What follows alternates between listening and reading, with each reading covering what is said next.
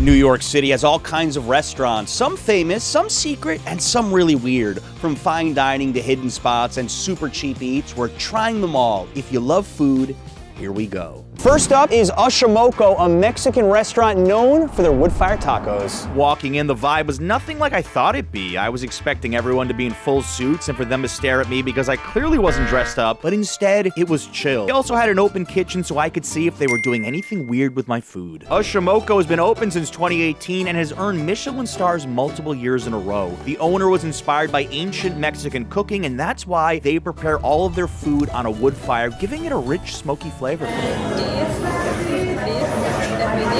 I'm worried we have a tight budget and Adriana wants to eat everything on the menu. To make sure we don't go totally overboard here, we're going to order one appetizer, one entree, and one dessert from each location. Our first course is here, smoked mango. I didn't even know this was possible. I hope this is big enough to share. This may be the cheapest item at the cheapest Michelin star restaurant in New York. It's sticky like a dessert.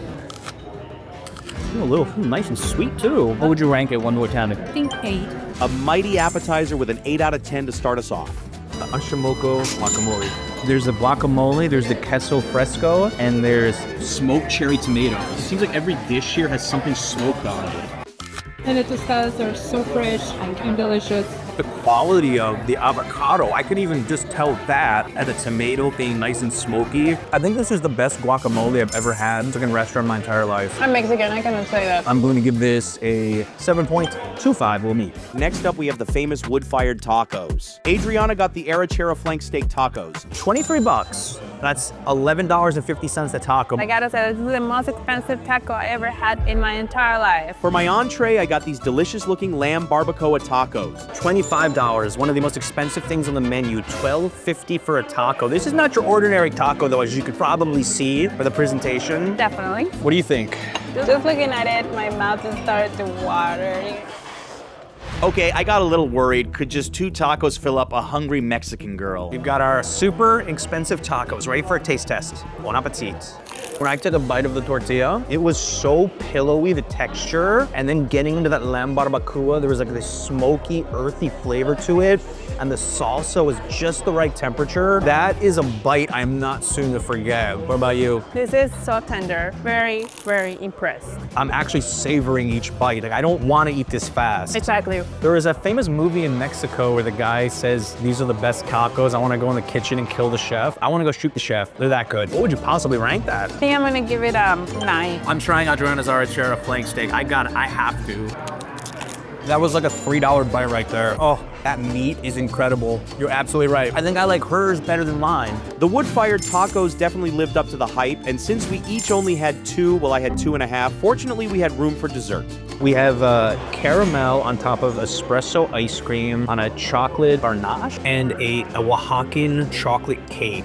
Let's destroy Oh, yes. What would you give this 1 to 10? this. I think 8. I'm gonna match 8.5 on the dessert. You'd come back. Oh yes. A Michelin experience from beginning to end. We spent $88 for 2 people for our first ever Michelin star meal together. That leaves me with only $212 for the next 2 restaurants. And I need to be careful because the last one is really expensive. But there was a problem. Adriana was so full, she couldn't go on. Which means that now I have to finish this journey by myself. Oh, and with my camera guy, of course. Next up, we have Casa Mano. They've been awarded a Michelin star every year since 2009. But they've dominated for almost 2 decades with one very special dish, their lamb belly. I need to know if that'll be better than those tacos from earlier. This is a Spanish tapas spot. You order everything, and they bring it to you in different courses. They're saying, like, we should order 4, 6 plates. Got a friendly vibe here. I'm digging it. I wish I could order a bottle of wine, but the budget will not allow for it, unfortunately. All right, this is the first free thing we're getting at a Michelin star restaurant. Bread, olive oil, and olives on top. And I know this bread will be better than that Olive Garden bread I had last video. If you know, you know. I know this olive oil is gonna be incredible. Maybe not the freshest bread, but the olive oil definitely makes up for it. I had a lot of olive oil when I was in Spain. Really rich, creamy, strong flavor of the olive. I'm not ranking anything free in this video. but off to a pleasant little start. The first tapas arrived and it was way bigger than I thought it'd be. Now that, my friends, is a salad. Presentation, I'm noticing this at the Michelin star restaurants. A lot of thoughts going into that. So this is the ensalada mono. So it's a manchego cheese, which is aged 3 months, which is like a true symbol of like the Spanish culinary style. And we've also got pimentón marcona almonds. I wanted to make sure that we had lettuce, some of the almonds, and the cheese on one bite, okay? The cheese and the almonds balance this salad out so perfectly, and the greens are nice and fresh. Again, salads normally are not a big deal to me, but when you add that Tres Manchego cheese, it is a complete game changer. It just elevates a boring salad. I mean, it's tough for me to give a salad a very high score, but I'll give this 7.5. 7.5 for a salad might be the highest I've ever rated a salad in my entire life. These are the creamy eggs. I thought this was one of the most fascinating items on the menu. It's sea urchin, walnuts, and ancient anchovy oil. And anyone who's ever been to Spain knows that their anchovies are phenomenal. Let's see how this all pairs together. I don't know if I've ever eaten sea urchin before. I don't know what I've been waiting for though. The combination of flavors there with the anchovy oil, it's bold. It's a little bit like on the fishy seafood side if you're not into that, but I am into it and I'm excited for more bites. It feels luxurious. It feels like something wealthy people would eat. Also keep in mind, sea urchin is not a cheap food to eat, okay? All that considered, value taste, I'm gonna rank this 8. Great appetizer, great appetizer. Next up, I got the pork belly. At $26, it was a bit pricey, but it looked amazing. We've got the pork fat and the meat all together in one bite. It smells absolutely incredible. Really soft, chewy texture. I think they cut their own meat here. They're attached to some sort of a butcher shop. What makes them unique? That is definitely some of the best pork I've had at a Spanish restaurant outside of Spain. I'm gonna give it 7.5. While the pork belly was absolutely divine, the legendary lamb belly had just arrived. We've got lamb belly with mint yogurt sauce and roasted vegetables. It sounds healthy, it sounds delicious. That's what I've been looking for all day. That feeling that you've just eaten something incredible and you want to dive back in for more. That lamb was so rich, tender, the meaty flavors paired with that mint yogurt sauce. That took me somewhere I want to go back to right now. It's a shame that this is meant for sharing because I would just want to eat this lamb belly all by itself just for me. It's that good. This may be the best thing I've had all day and it's not even close. I'm gonna go 9.2. But we weren't even close to finished. I love his handle. You see that? I'd like to say very Spanish, but I don't know if it's very Spanish or not. But it is café con leche. Nice coffee. I don't even think I need to put any sugar in it. I'm liking it so much. Café con leche, I'll go with a 7. While Cafe Mono was fantastic and I'll be dreaming of that sweet, sweet lamb belly, we did do some financial damage here, spending $104. That means I'll have just $108 going into our most expensive restaurant yet. Which brings us to 70 Pine Street, an imposing tower built in 1932. This building has a secret, which we'll show you at the end. As I walked in, I felt like I was entering Lex Luthor's secret lair, but luckily for Lex, I didn't have any time to call Superman because I finally arrived at the most expensive spot of the day. Crown Shy shares a lot in common with the other Michelin stars on the list. Easygoing has an open kitchen and they've won a Michelin star every year since they opened in 2019. The menu was small, which made ordering way easier. We started with free bread again, and this one surprised me. Fantastic. If the Olive Garden's bread was this good, I would go there all the time just for the bread. I'm not even gonna rate it because it's free. For the appetizer, I went for the Gruyere fritters. I can never get that word right. The Gruyere fritters with chili lime. These things, they just look fun. This is actually a lot funner than I was expecting from the spot. They look like little churros filled with cheese. Nice, light, airy texture. It goes down so easy. It's cheesy, it's savory. I love what they did here. This could win best appetizer of the video because I'm gonna give this a 9. The main course was definitely a bold choice. $45 for a grilled citrus marinated chicken with something extra sticking out, but I couldn't help but feel like I had eaten something like this before. Maybe this was Claude the Claw's cousin. Controversial in some circles. I did not have this on my bingo card for a Michelin star restaurant, but when I knew it was there, I'm like, okay, we gotta try it. I'm gonna get a little bit of that sauce right there. It's got a nice, like, smoky, crispy outer layer here, and then it's moist on the inside. This is the kind of dish I think that is gonna grow on me the more I eat it. What I really wanna do is I wanna try some of the hot sauce. All right, let's see how hot this is. Mild.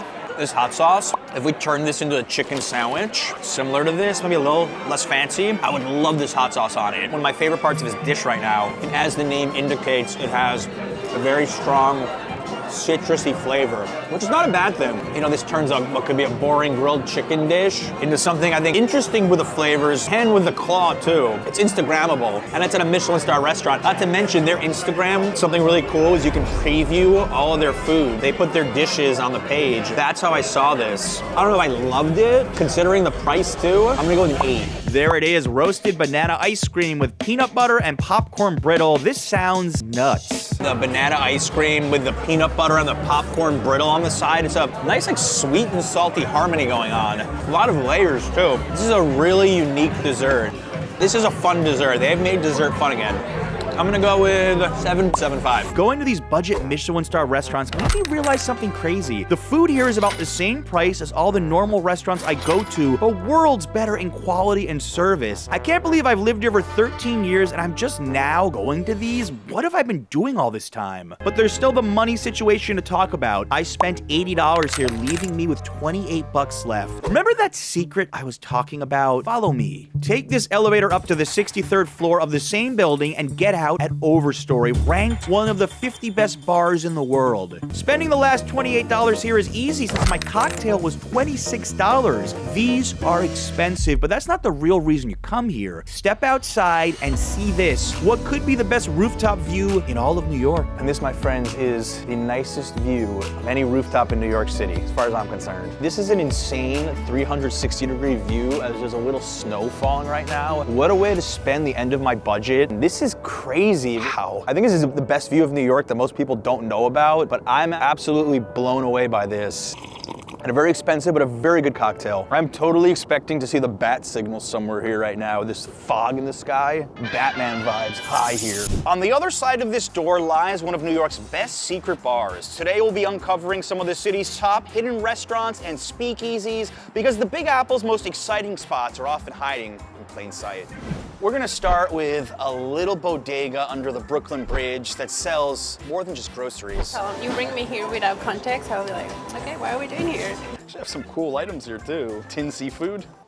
So here it is. This is how it turns from bodega into little speakeasy. I didn't expect to see this room, honestly. It's like totally different vibe. Yeah, it's very Victorian. It's like you want to have a secret tea party back here. Now I want a tea with alcohol. I like it. A lot of their drinks just have one name, like guava, miso, peppercorn. I might do a piña. I'm gonna get the chill espresso. As a mom, I need that. The chilled espresso has 1 ounce of pure espresso in it. We have reposado tequila. We have a coffee liqueur and a little bit of sugar. For the piña, we of course have pineapple juice, some orgeat, lemon juice, and some white rum. And we top this off with some overproof rum. Cheers. Cheers. So good. This is the coffee I need in the morning. Really? Yes. I have a toddler. I do. Imagine you make coffee in the morning Yeah. and you're desperate and you grab the tequila and you pour it. But made by professionals, of course. I've been to speakeasy bars where I think the gimmick is just that it's a speakeasy, but this could actually stand by itself as a cocktail bar, and I would not complain about spending $18 or $19 on a drink that's this well made. This is so good too. The rum, quality of this rum right away I can tell is very good. It just feels like I'm on a beach somewhere. Like the bartender, Kiki, did a fantastic job making this. You're at the beach and I'm at a tea party.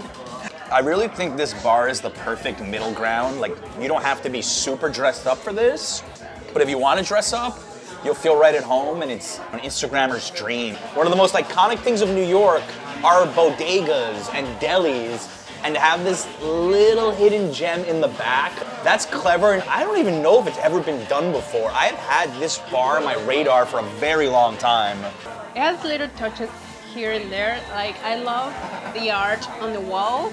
As an artist, I really, really appreciate it a lot. I think speakeasy bars are such a distinctly New York City phenomenon, and that a lot of other cities caught on to what New York was doing. Because Prohibition in the United States, the 1920s, like these bars were actually a thing. And I don't think they get enough credit. I think I need to go to more of them. What do you think? Fun fact, our second date, he took me to speakeasy bars. I never heard of them before in Mexico, so he really impressed me with that date. Take notes, you want to impress your significant other, your first date, take them to a speakeasy bar. Yep. And they have non-alcoholic options here, and you can even take stuff from the bodega and they'll plate it for you. So imagine having potato chips or gummy bears, I don't know, get creative.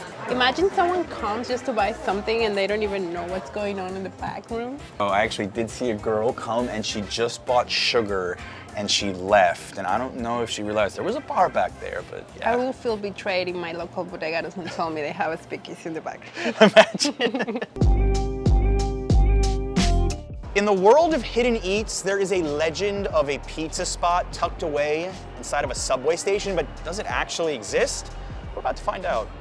Definitely one of the most unique locations I've ever seen for a restaurant, inside the New York City subway. I opened up Nothing Really Matters, and while I was doing business next door, I saw the opportunity to not only open up a cocktail bar, but a coffee shop across the way, and then this is my third endeavor down here in the subway. It's a tiny space, we're 1,000 square feet. We don't have any gas. We came up with these beautiful electric ovens for pizza, made in Italy, Mariforni ovens. A week or 2 weeks ago, we didn't exist. So all of a sudden, they head jerk, and they're like, what the hell is this? Yeah. You know, really excited about the surprise.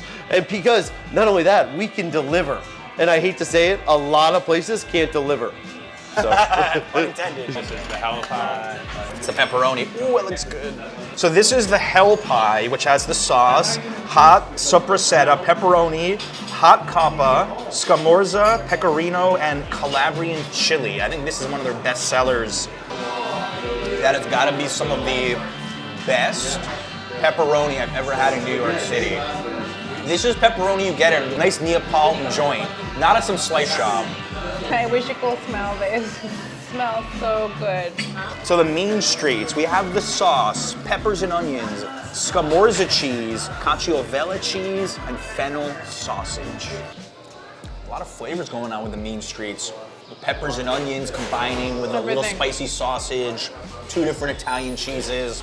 It's one of the best pizzas I ever tried. Like, it's so delicious. And the quality of the ingredients, like, you really taste it. And they're not just known for their pizza here, their appetizers are fantastic as well. We've got some beets. We have the toast that has fresh sardines. Try pickled vegetables. Oh my God. I'm gonna keep everything for me. Adrian, the owner, is saying how they prep the dough 3 days in advance. And these are the types of things you want to hear from a New York City pizza owner. That kind of level of prep and attention to detail. And I can hear the subway in the distance. This place is kind of a vibe, I'm not gonna lie. You forget where you are, right? Oh yeah, definitely. I forgot for a second. If the one train was in 20 seconds, you could catch it.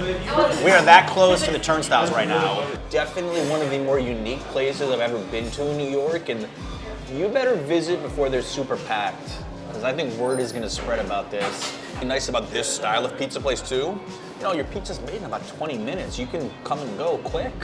You don't have to spend hours here if you don't want to. You can catch that one train. Speakeasy's right here. This is a very nice little corridor. I like what they've done here at 50th. Yep. You work around here, you can definitely come here and get your coffee in the morning, then you can go grab lunch, and then after work, you can definitely go grab a drink. Good ideas. Just steps from Times Square, hidden through those doors, a little island oasis. Perfect timing. Perfect timing. The Freaky Tiki. So Adriana and I have actually been here before. This is one of our favorite bars in Midtown, and it's so unique because yes, you have the tiki theme and they have amazing cocktails, drinks, and food. So what really sets Freaky Tiki apart, starting at 8 o'clock Tuesday through Thursday and 9 o'clock Friday and Saturday, is their live request piano show. So you're just steps from Broadway, and you can request Broadway songs, you can request songs from like any era, because New York has so many talented piano players and singers here that whenever we come, we just request whatever we want, give them a little tip, and everybody sings along. You can Venmo whoever the performer is. You can even write down your request right here. Anything. And if they know it, they'll play it. I love my glass. I wish I could take it home. And I got the Don Ho, which is rum, curacao, lime mint, and almond. Cheers.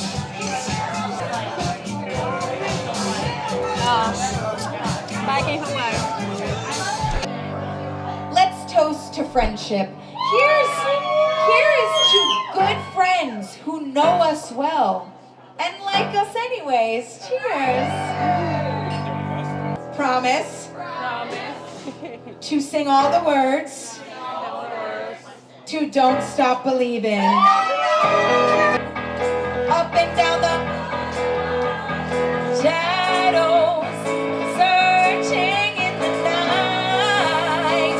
Come on, Barbie, let's go party street lights. Sing it! Hey now, you're an all-star. Adriana. Where's Adriana? Adriana.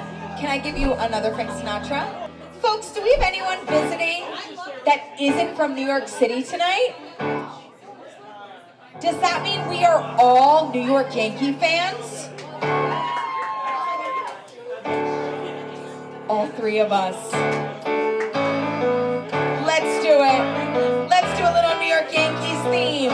Start spreading the news. I'm leaving today. Sing it. I want to be a part of it. Where? New York. Folks, I need some Rockettes to get out here. Can I have some Rockettes?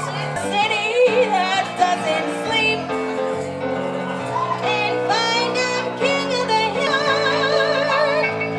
New York.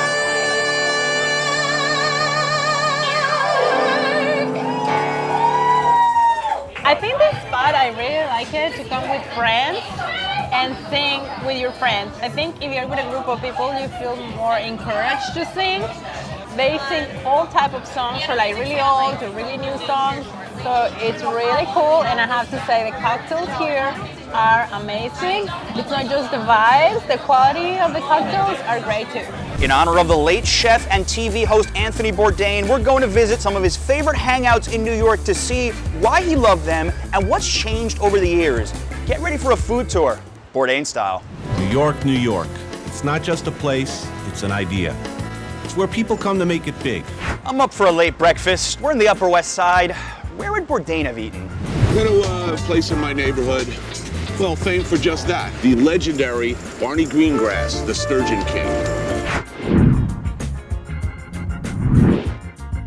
Oh, love the smell. It smells so good. Beautiful, thank you. All right. I tell you, places like this are a dying breed. These appetizing stores, this one's open since 1908. I don't know how it's taken me so long to get to the Sturgeon King, Barney Greengrass, but I'm finally here. You have a sturgeon platter, eggs and onions. What kind of bagel? Plain's good. Plain toasted? Yeah, please. How big is the sturgeon and Nova Scotia salmon? Is it good for two? Yeah, the platters are all for two. Oh, beautiful. All right, I want to order what Bourdain did. All right, 2 bagels with that. What kind? We'll do plain toasted. Both plain? Yeah. How often did Bourdain come in here? He was out of town a lot, maybe once every 3-4 months. Okay. Oh, I'm curious, was it always a big deal when Bourdain came in here? No, we get big people. Seinfeld coming in. Well, yeah, right, he's like a legendary character, Bourdain. Yeah. He always sat on the other side, just mostly. So this is where Bourdain sat on the first episode he featured here about 20 years ago. But yeah, this is the background. This is like the classic appetizing store background. I feel like I'm on a Hollywood set somewhere, but we're in New York on the Upper West Side. This is where he sat, right here. This is Bourdain's seat. I think this is breakfast, lunch, and possibly an early dinner all in one. Well, I don't know if we're gonna finish it. It's for 2, so oh my goodness.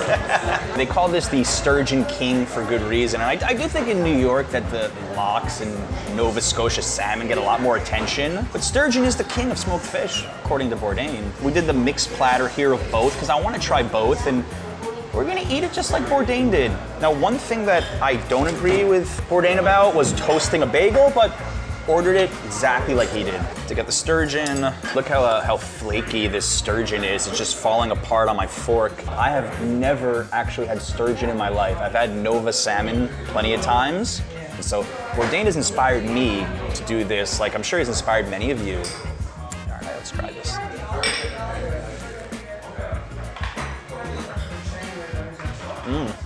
Now I understand why Bourdain liked this so much. It doesn't have as strong of a flavor as the Nova, and as he described it, it has a bit of like a buttery taste to it.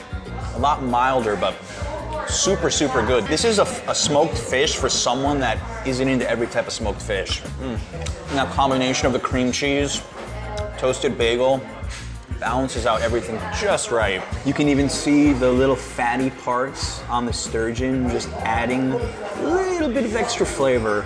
And while Barney Greengrass is extremely popular with a lot of locals here on the Upper West Side, and many people that have left New York, I just don't think it gets the international attention and the tourist attention that, let's say, a Russ and Daughters or a Katz Deli gets in the Lower East Side. And that's what keeps this place very charming for me. It honestly feels stuck in time. I don't think they've changed much, and I don't think they need to change much because things work here and everybody's happy.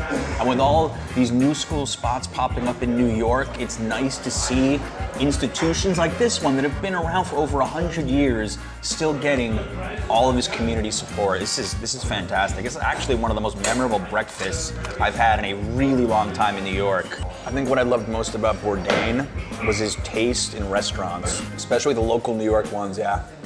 He knew where to go. Okay, I've done Russ and Daughters before. Curious how this Nova salmon is.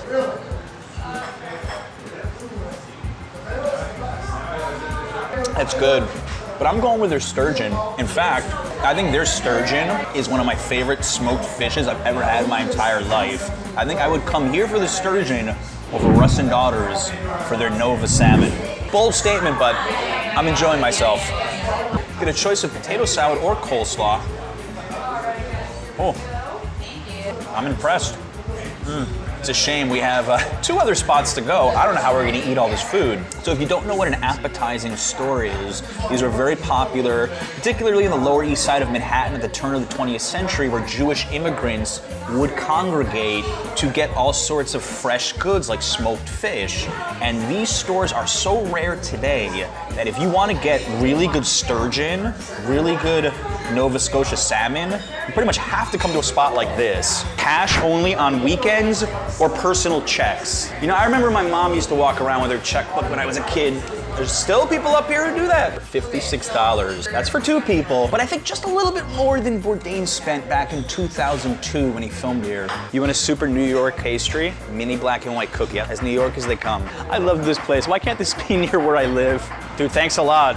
Great service, great experience. The one thing that's different since Bourdain filmed here over 20 years ago is the outdoor dining everywhere, especially these little outdoor stations with the rooftops. This is all post-COVID. So actually, more chances to get a seat at Barney Greengrass on a busy weekend. Going to Barney Greengrass, this is a destination spot. You could just pop in and get a bagel to go. You don't have to do the whole sit-down service. Highly recommend this. Bourdain, he had some good taste.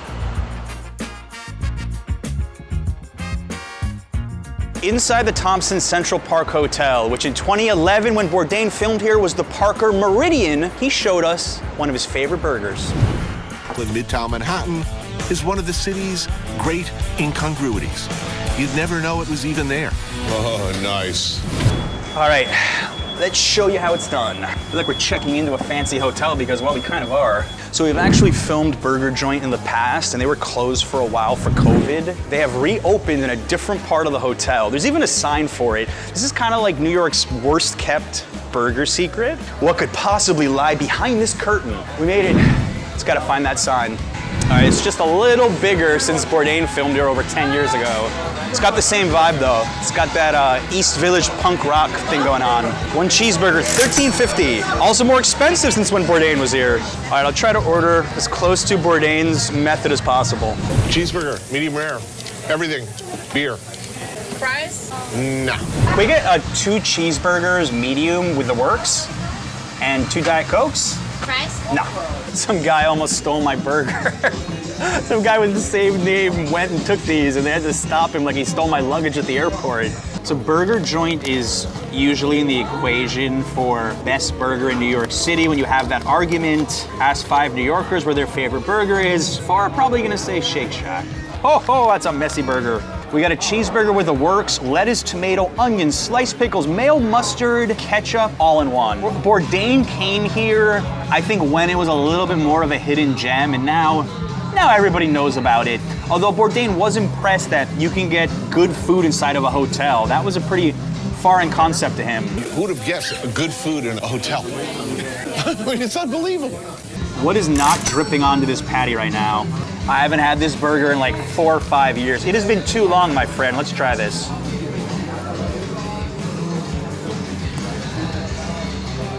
Everything just works together perfectly there. Love the ingredients, love the patty. I mean, they're slinging these out left and right. They know what they're doing. Didn't even want the fries. Don't have the stomach for it. Definitely, though, have the stomach for this burger. Would I call this New York's best burger? Probably not. The fact that it's right near Central Park and there's a little bit of an adventure to find it, definitely worth the trip. Bourdain insisted that all burgers need to be ordered medium rare. How do you order your burger? We did this one medium, I'm curious. I feel like we are due on this channel for a best burger in New York video. Now, I know many of you are gonna ask, would I take this over Shake Shack? I don't think so. Shake Shack better than In-N-Out Burger as well. All my California viewers, I know you're gonna hate me, but well, truth hurts. Even if you are eating it right by LAX, that's a cool experience, I'll admit, but yeah, I never fell for the In-N-Out Burger love. I like it, I don't love it. That burger is a bit of a paradox because you're in a very expensive hotel in a room that looks like it's cheap, but it's an expensive burger. So I don't know where to go with that, but it is good. And I do think it's worth at least one trip for that experience alone. And as usual, I respect Bourdain's taste.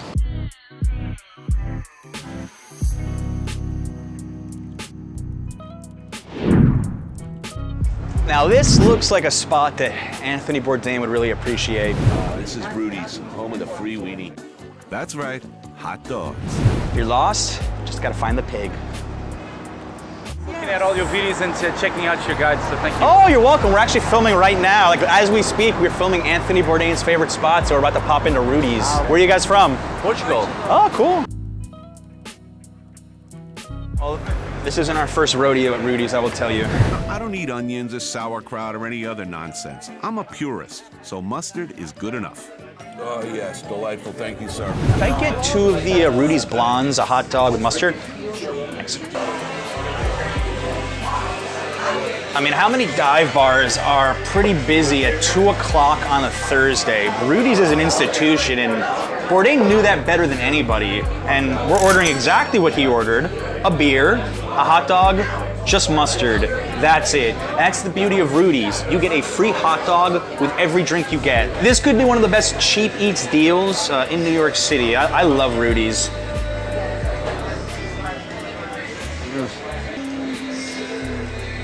You know what? Their blonde lager is not bad at all. Their in-house beer. This spot is so popular with not only locals, but tourists, and they never raise their prices. Don't raise your prices if you're watching Rudy's, but I've never seen them raise their prices since I've lived in New York, and a true institution here. This is where I would take any first-timer visiting New York. Like, you have to put this on the tour. And I really respected Bourdain because he was a well-trained culinary chef eating at the fanciest French restaurants in the world, and he could easily come to a spot like Rudy's and get a hot dog and still enjoy himself. That's what made him special, I think. This beer's for Bourdain. This one's for you. For inspiring all of us to travel like a local, to really explore things. I definitely have been inspired with my YouTube channel by Anthony Bourdain, as I'm sure many of you have been as well. We've been visiting his favorite spots and showing them off. I feel like we're paying our respects to him in the best way I can. People are always coming in for him. Talk about Bourdain and see him. There's always articles and videos. People look back and see that and they want to like come relive some of what he did. So the booths here before COVID used to be duct taped. It was like a thing of legend. And he said after COVID, they actually got new leather for the booths, but they've told me that they will be putting duct tape on eventually. And they are open from 8 in the morning until I believe 4 o'clock in the morning. I think that we're doing it right because Bourdain used to like going to bars in the afternoon when no one was around, you know? It's an interesting time to have a beer, but it's a good time to have a beer. I love it. A pitcher of the Rudy's Blonde is 12 bucks, okay? There's some stuffy Manhattan bars where one beer is like 9 or 10 bucks. I'm gonna investigate the 4 restaurants New York locals hate the most to see if they're really that bad. I'm judging each restaurant on the food compared to other similar NYC restaurants and the accuracy of the bad reviews. If the restaurant fails in either one, then it's a tourist trap. Starting with reviews for Ellen's Stardust Diner. Avoid, avoid, avoid. Queued over an hour. The place is gross. Sticky floors and dirty tables. Staff are rude to the point of offensive. Food was average at best, and just because the diner is on Broadway, don't expect Broadway singers. They come around with a bucket asking for donations for singing lessons. Let's see how badly they need singing coaches. First positive sign, there is no line here, no queue. Thankfully, because my jaw's about to freeze off. I walked in and felt out of place, and this is why. We just walked in on this, look at this. That our waiter?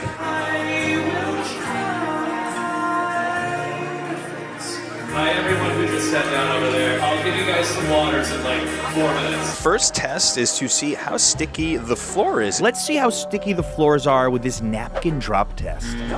It's clean. So far, so good. Hey guys, how are you doing today? Good, how are you? I'm Bo, I'll be your server today. Hi, Bo. Here. Bo was super friendly, but more importantly, let's see how well he can sing. It's so hard to concentrate here. Someone else is singing now, wow. Our waiter hasn't sung yet though. I'm waiting for him. The menu for breakfast is like really creative. We ordered the confetti and cinnamon roll pancakes, and honestly, under $20 for breakfast didn't seem too I bad. feel like we finally got a chance to catch our breath. There's just been performances nonstop. But so far, these guys can sing. They can sing way better than me. That's our waiter. I'm rooting for him. It's like an opera singer.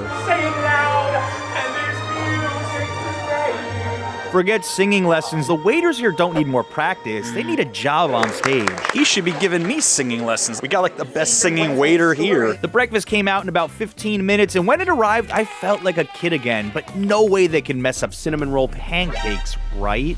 Not bad. Not the best pancake I've ever had. I think all the sugar is just gonna override my thoughts on this. It's like a Cinnabon you'd buy at the mall, turned into a pancake. And then James, our camera guy, got confetti pancakes with fruity pebbles on top. James kindly let me mooch off his breakfast for the sake of the video, but he did make me promise to only take 1 bite. That is so sweet. That's like extra, extra, extra sugar. I'd stick with this cinnamon roll pancake between the two. I think the food we're gonna give a barely passing score to, like a C-. I do respect that the waiters here are all musical theater people and they're trying to get their big break on Broadway, and you look around and you see photos, I think, of all of them on the walls, or the successful actors. It's definitely a vibe in here. This place is so different, one of the singing waiters even threw straws at me. You can't get that level of service anywhere else. This place does not take itself too seriously. It's starting to grow on me a little bit.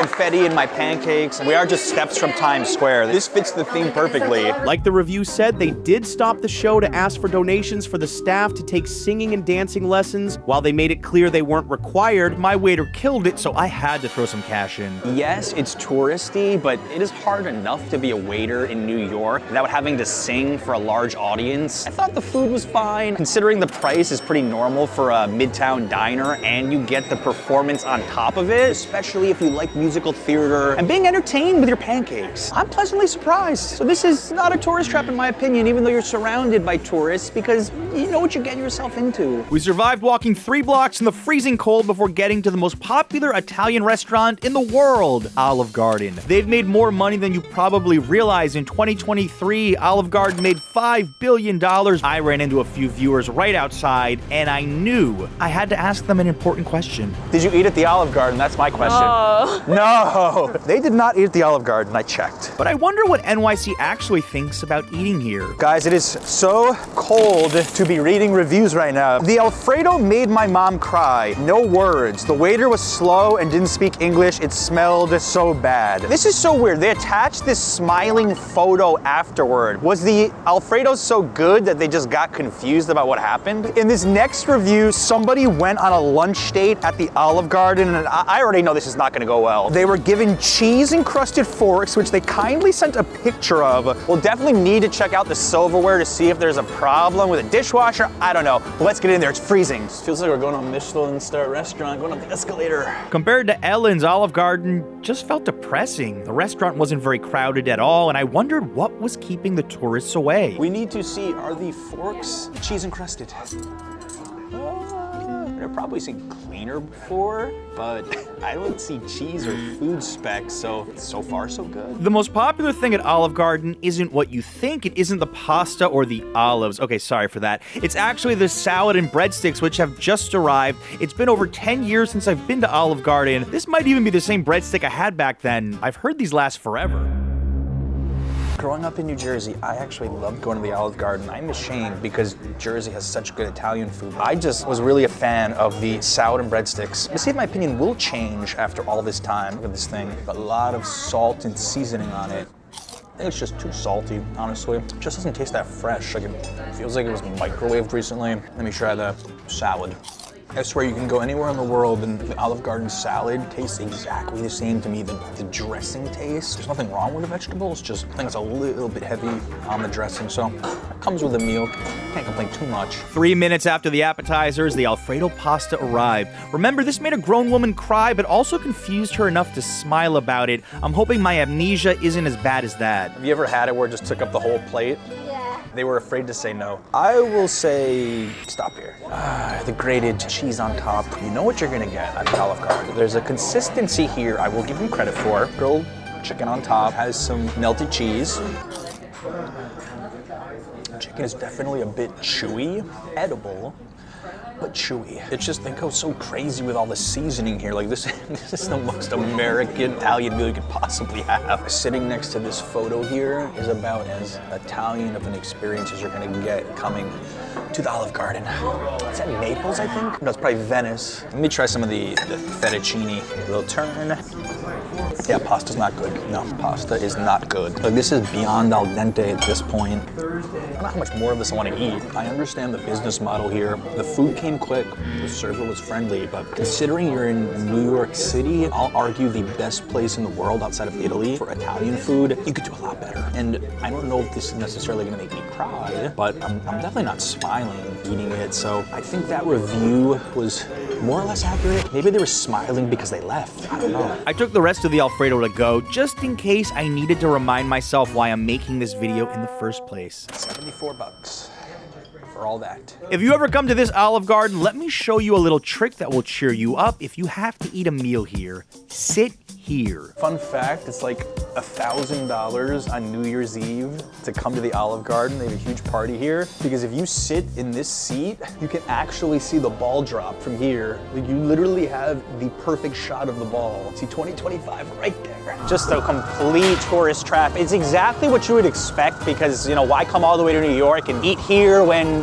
we have hundreds of better Italian food options? The food quality, it's just not a fun vibe in there. We will leave it at that. Did I mention it was cold outside? So cold. I had to be the only one in Times Square. Well, except for them, some tourists, and the naked cowboy, of course. Here it is, the Hard Rock Cafe, the rock music-themed restaurant you can find in every major city in the world. Seriously, they even have them in Japan, Argentina, and until recently, Russia. With the wind chill right now, it feels like 13 degrees. That's Fahrenheit, okay? Celsius, that's like negative something. My Celsius needs work. Let's pull up some reviews. Food was okay. Server Melanie refused to leave the table without getting additional tip. And on top of everything else, I was trying to complete the survey and it was already completed. So the server was lonely and wouldn't leave you until you gave her an additional tip. So this sounds fun. Not only is the server gonna be hanging out with us, but is she gonna fill out the survey card as well? The worst food I have ever eat. I have had better of a roach coach at a construction site. What's a roach coach? Let's go.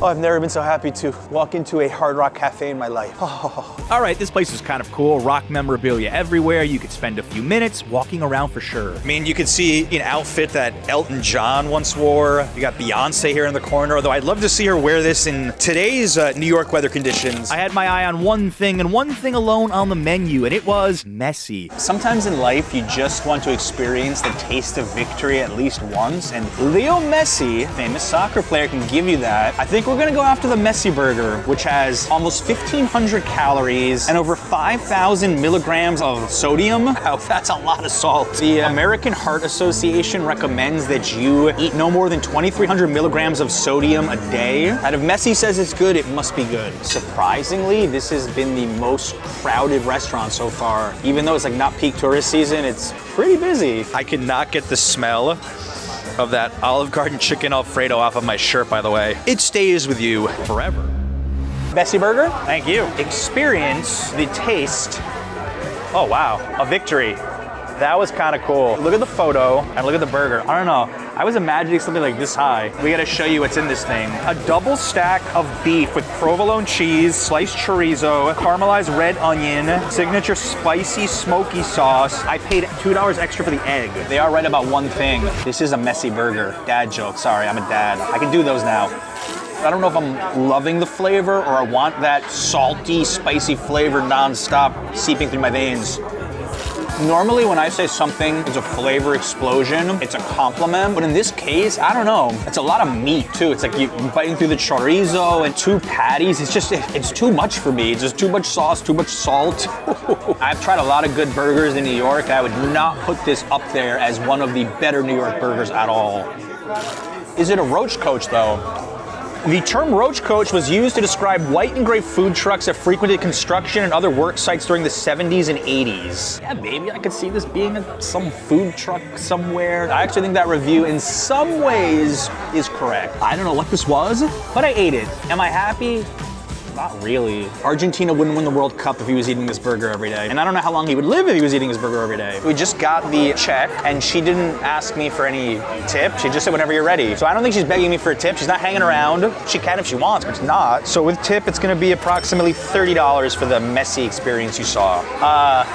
International tipping guide in 9 languages. They encourage you to tip 18 to 20%. Big point of contention with many tourists about the tipping culture in the United States. It's a little passive aggressive, but I understand why they do it. Oh, thank you. Thank you so much. Have a good day. Take care. Happy with the service here. Can't knock the hustle. We were not given a survey, but right here it says, complete our guest satisfaction survey. Get $5 off your next purchase of 20 or more. hardrocksurvey.com. So we'll see if it's pre-filled out on their website, okay? It doesn't look pre-filled to me. It's not pre-filled out. I think that was probably made up. Let me enter the code. Let me see what happens. Oh, here it is. That's a lot of numbers. Then I have to give them the date on the receipt, and I got to enter the time up. This is just too much work for $5, okay? All right, the Hard Rock Cafe. The reviews were a little off. I actually thought the waiter was fine. She didn't bother us at all, and the survey was, I think, completely made up. If I have a friend who is into music and they just want all this memorabilia and they're willing to put up with mediocre food, fine, go to the Hard Rock Cafe, but definitely a tourist trap. With signs blowing over in the wind. It's so windy, you've got signs that are literally falling over the place. No dumping garbage. We had one final stop that locals avoid, and there it goes again. We're at Junior's for New York's most famous cheesecake, although not everybody is a fan. This review is for the cheesecake only. We did not eat at the restaurant. We picked up a slice of strawberry and a slice of apple crumble cheesecake, $9.75 each, and the majority went in the trash.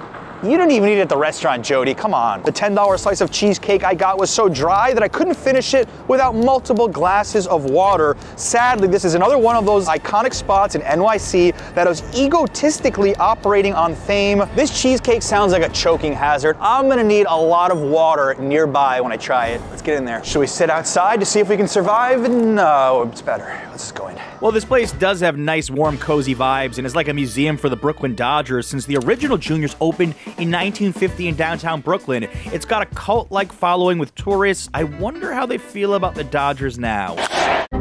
The dessert portion of this menu is huge. There's at least, I think, a dozen different variations of their cheesecake. Their famous original, $9.25. I think that's one of the contentions about Juniors I've noticed, is that it's very popular with tourists, but it's also very expensive. They just have a huge diner menu in general. Probably be better off coming here for a burger than Hard Rock. I feel bad for Juniors. I just overheard the guy who was sitting at the table behind us, who ate about half a cheesecake and he bolted. I don't know if that says anything about the cheesecake. I'm a little shaken. If I'm gonna survive this dry cheesecake, apparently a lot of water is needed. Can you have one more water if you get a chance?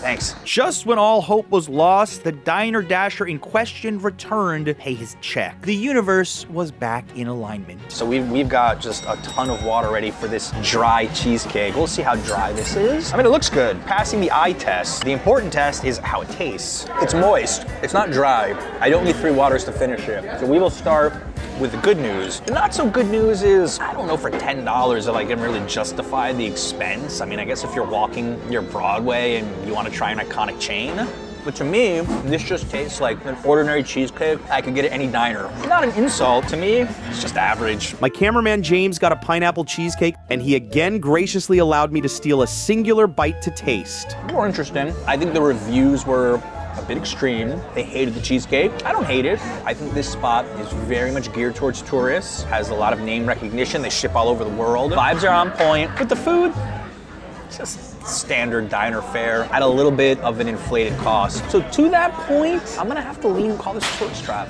Not a bad tourist trap, but a tourist trap. I'm tired of going to the same restaurants every day. That's why I'm going to 5 of the strangest themed restaurants in America to cure my boredom. We're gonna do 3 things at each theme restaurant. Order the strangest item on the menu, find some collectible item to buy, determine if the spot is worth the hype or not. Stick around till the end because we saved our weirdest one for last. Starting with Beetle House, where every day is Halloween. That's right, a bar dedicated to all things Tim Burton. This is from their website. Those wayward mortals who cross the threshold into the afterlife will be entertained by our ghastly sights and sounds. There are sights to see, frights to have, and tricks and treats galore. Ooh, boy. This place sounded scary, so I called in a friend who's used to this kind of stuff. But when we walked in, it got even creepier.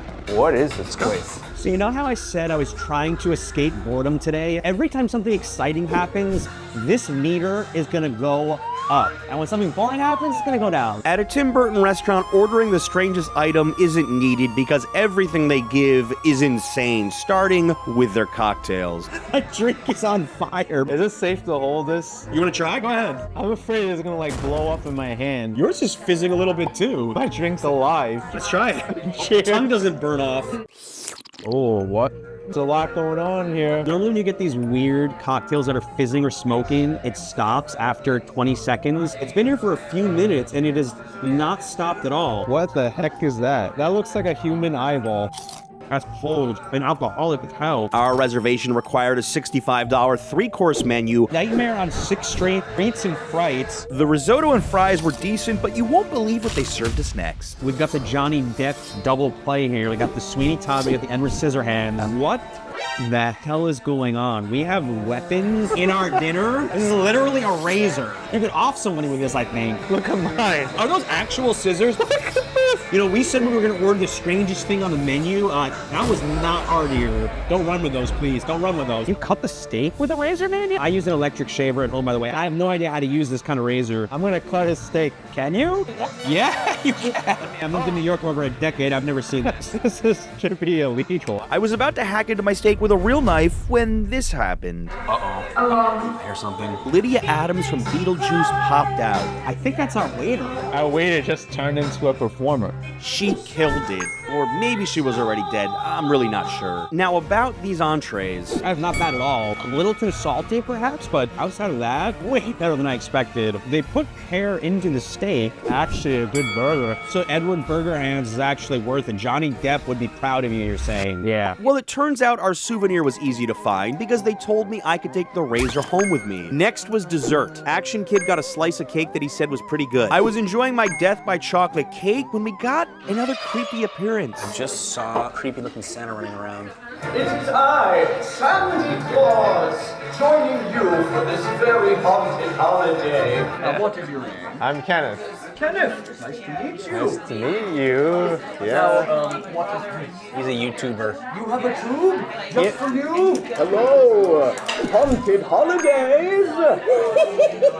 We survived. We did. That was about $100 a person with tax and tip and the drink. Worth it or not? You really have to be in the mood for like this Halloween stuff. You do get 2 performances in there, so that's like an added bonus, but it is pricey. The food was better than I expected. If you're a huge Tim Burton fan, I think in New York you pay for experiences. Yes, it's worth it, but if you're just an average Joe off the street and you don't care about this stuff, we'll go with inconclusive. The food sucked. I would have definitely said not worth it. Food was okay. For restaurant number 2, we walked 4 whole minutes in the freezing cold to Kenka, a Japanese izakaya-themed restaurant with more than a few quirks. Didn't you go on a date here once years ago? I was like, hey, this place kind of looks cool. Let's pop in. I was surprised. Why is this place so popular? Delightful Japanese cuisine, the cheap drinks. They got a little sex dungeon in there. Is that for free too? Gosh. The sex dungeon, I do not know. This place had the strangest decorations like this, and whatever the this is. They weren't lying about the dungeon part. That's just straight up in your face. When I saw this thing, I was like, what the hell did I bring a date here for? I could get lost here, but what I really came for was the menu. This is like 1960s Japan on one page. One of the first things I saw looked crazy. That'll be coming up later. This place is so quirky. You have speakers blasting what sounds like Japanese elementary school or kids music. It's like we're on a Japanese TV show for 10-year-olds. Such a strange place. There's some important rules here. No fighting, having sex, or drugs. You will get ejected. In the event that a customer has had too much to drink and vomits outside of the restroom, we will be forced to charge that customer $20 for the cleaning up, an inconvenience to other customers. I thought they would charge more than $20 for that. Thank you. So the strangest thing on the menu so far is that you can get a pitcher for $8. The cost of one beer in New York is typically $7 or $8. I got an entire pitcher for myself. This could end very poorly because my co-host does not drink. That's ridiculous, man. $8 for all that beer? Wild.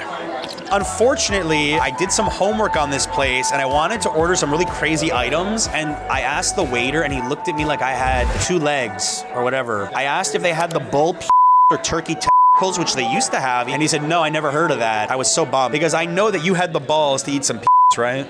So we're gonna have to eat some penis and testicles another day. Yeah. Sucks, you know? In addition to our mystery item, we decided to order a round of takoyaki roulette. 6 takoyaki balls are delivered to the table. One of them is filled with spicy wasabi. Few rules. No smelling first, no poking, right down the chute. Are you ready for takoyaki roulette? Maybe not. Somebody's night was about to get ruined. Rock, paper to see who goes first. All right. Rock, paper, scissors, shoot. Oh. What are the odds it'll be the first one? That would be horrible. No wasabi. This is kind of fun. This adds a little excitement to dinner. I'm getting nervous. I'm probably so screwed. I'm good. Oh, man. 3 left. All right. Pick a winner. Hey, you cheated. You didn't even take a full bite. I feel like we should find the wasabi now and make him eat it, but we're not that mean. Forgetting that one of them has a ton of super spicy wasabi hidden, it's actually very good. Since one of these must have wasabi, let's do them at the same time. Cheers. Here we go. Cheers. This is torture. Sinus is clearing. Like I'm tearing up. Woo! I just saw my life flashing before my eyes. Relax, it's just wasabi. Woo! I was sure that I didn't have it. Oh my gosh, that wasn't as bad as I thought it was gonna be. I survived. Oh goodness, look what just arrived. It is, you know, it's exactly what it looks like. It is a fried frog. It is literally the frog's body. You got the frog's legs here, and you have the little hands. I don't see his face. I think if I saw his face, I wouldn't be able to eat him. I would feel too personal of a connection. I insist you go first. This frog lived long enough and then it croaked, so you gotta get ready. Here we go, frog leg. Frog's kind of stringy, kind of has the texture of like chicken. Should I just go for it? Why not, man? Go ahead.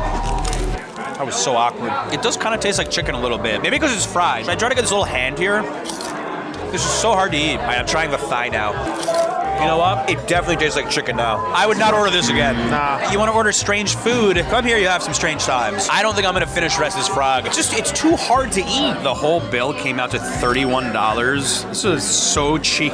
This is like hidden gem here in the East Village with these prices. Well, there's nothing hidden about it. The place is completely full. There were no collectible items for sale, but that didn't stop us from leaving empty-handed. There's just one last thing we gotta do. Outside, they have a cotton candy machine where you can try your hand at spinning your own cotton candy. Unfortunately, we struggled a bit with the concept. What does he do? Here? Tell him what to do. Yeah, out there. Oh, I see. But a friendly bystander stepped in to save us from looking like fools. Amateur cotton candy. It's windy out, but I'll try.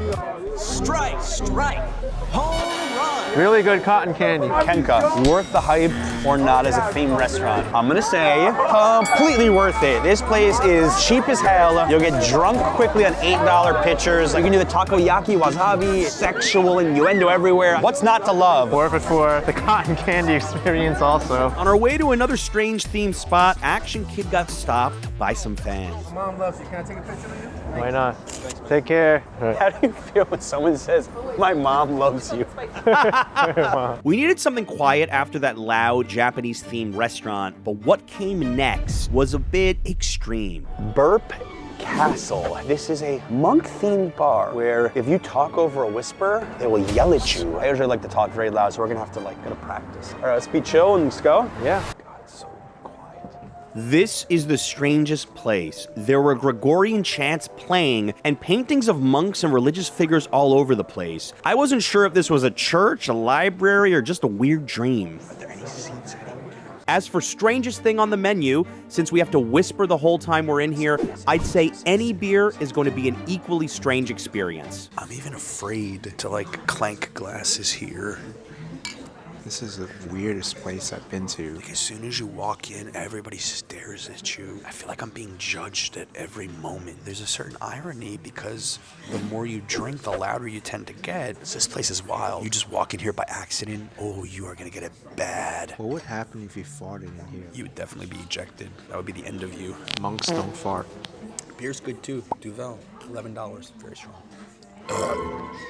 So we just got shushed. We talked a little loud. I think that's our cue to go. Yeah, we're getting judged too badly. It's a good spot, it's just not for us. Our journey of the strangest restaurants in America continues at one of my favorite restaurant themes, a Harry Potter restaurant. Well, that's a lie. According to the Cauldron's FAQ, it's not officially affiliated with Harry Potter. I didn't tell my wife Adriana that though. After you, I know you're excited. Yes, I am. We signed up for a potion making class for $57.99 a person. I had no idea what that entailed, but we just went with it. The class was actually in a back room behind the Cauldron's main bar, and it had a nice speakeasy feel to it. -2 points for tardiness. Sorry. What a great start. We got these cool robes and listened to our potion master, who had a great British accent, by the way, Please, everyone be careful. Don't want to lose another student this week. explain what potions we were about to concoct. We just wanted to stay out of trouble, which didn't happen. Just have an extra wand I can borrow?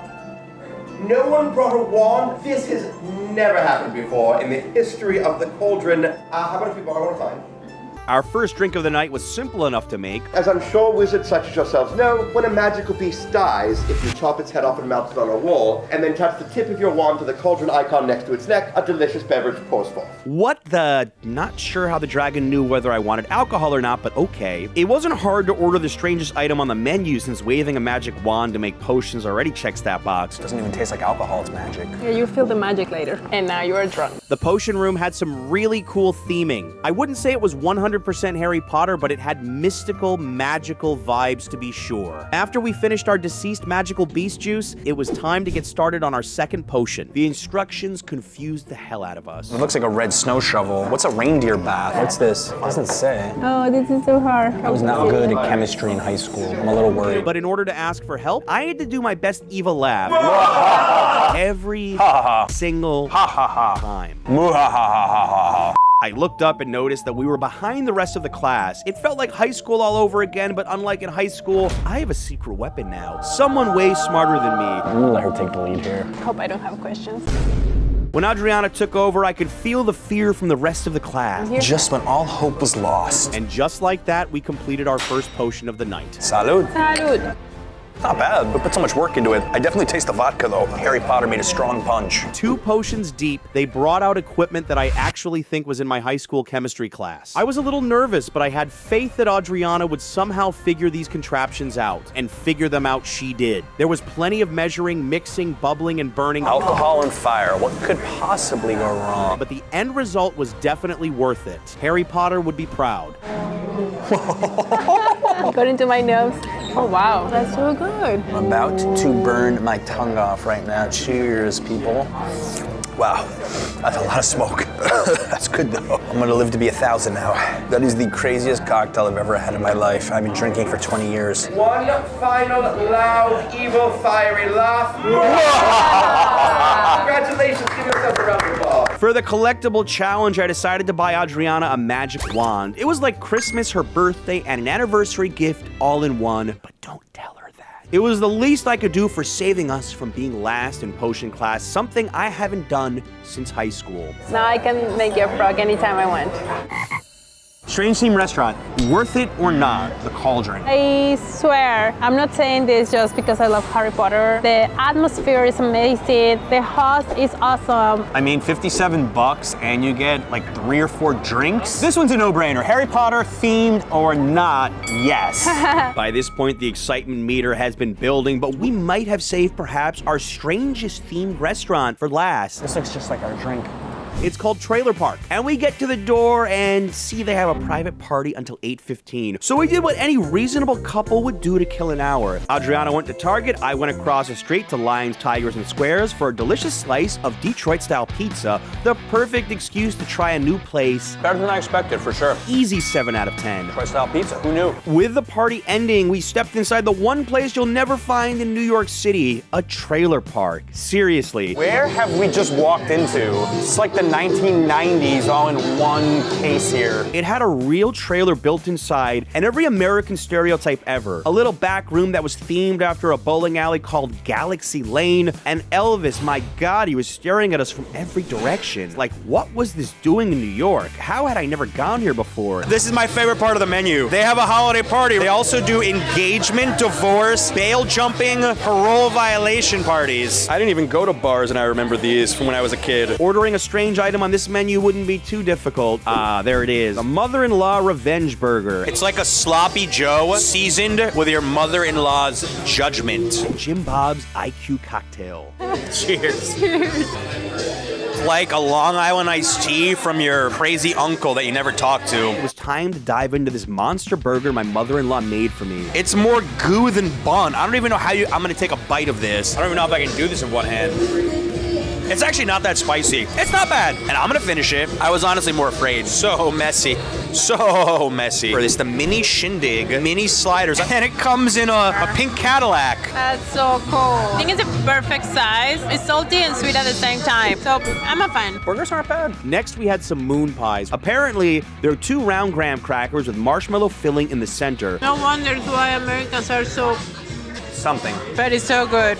But it's so good. Adriana is officially an American after this meal. I have a food coma. The spot will do that. We needed a collectible of some sort from this place, but then I saw it. The old photo booth. Perfect. A night to remember, but if I wanted to forget it, then apparently Jim Bob's IQ has me covered. Trailer Park Lounge, worth it or not? I always love to see places like this that show you American culture. This bar is like pure guilty pleasure. And the food is not bad. Food's not bad at all. Moon pies, awesome staff. Yes, worth it. In this video, I'll be visiting 3 restaurants hidden in NYC gas stations. Yes, the places you go to feed your car, not you.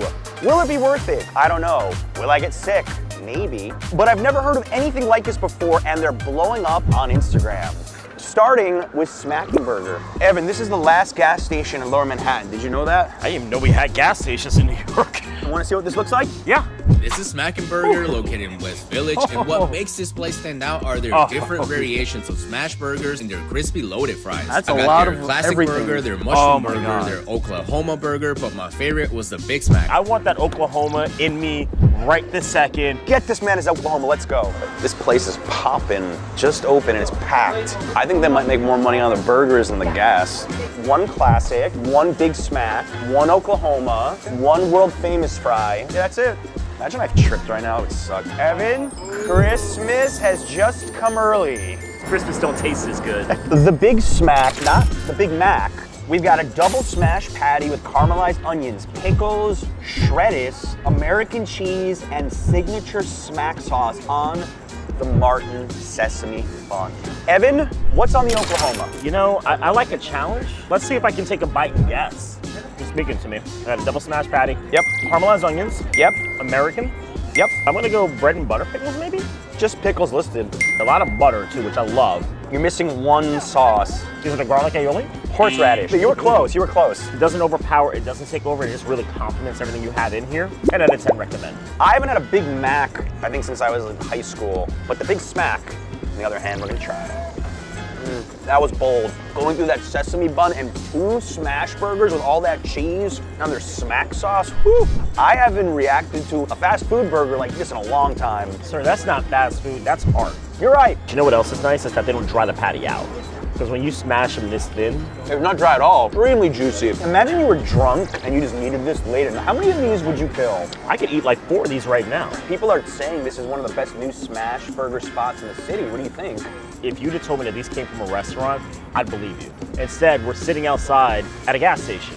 Did you know 75% of people living in Manhattan do not own a car? I believe that because I have no clue how to drive. Do you even have a license? Sir, I'm from New York. We don't drive here. I grew up in Jersey. I know how to drive, but I can sell my car like 10 years years ago. We got the fries here, and it almost looks like a take on the In-N-Out animal fry. We got a single smash patty with the caramelized onions, chopped pickles, over crispy fries, topped with their signature smack sauce, and a dab of hot chimi. I don't know how you spell love, but I think it's spelled loaded fries. The way to Evan's heart is through loaded fries.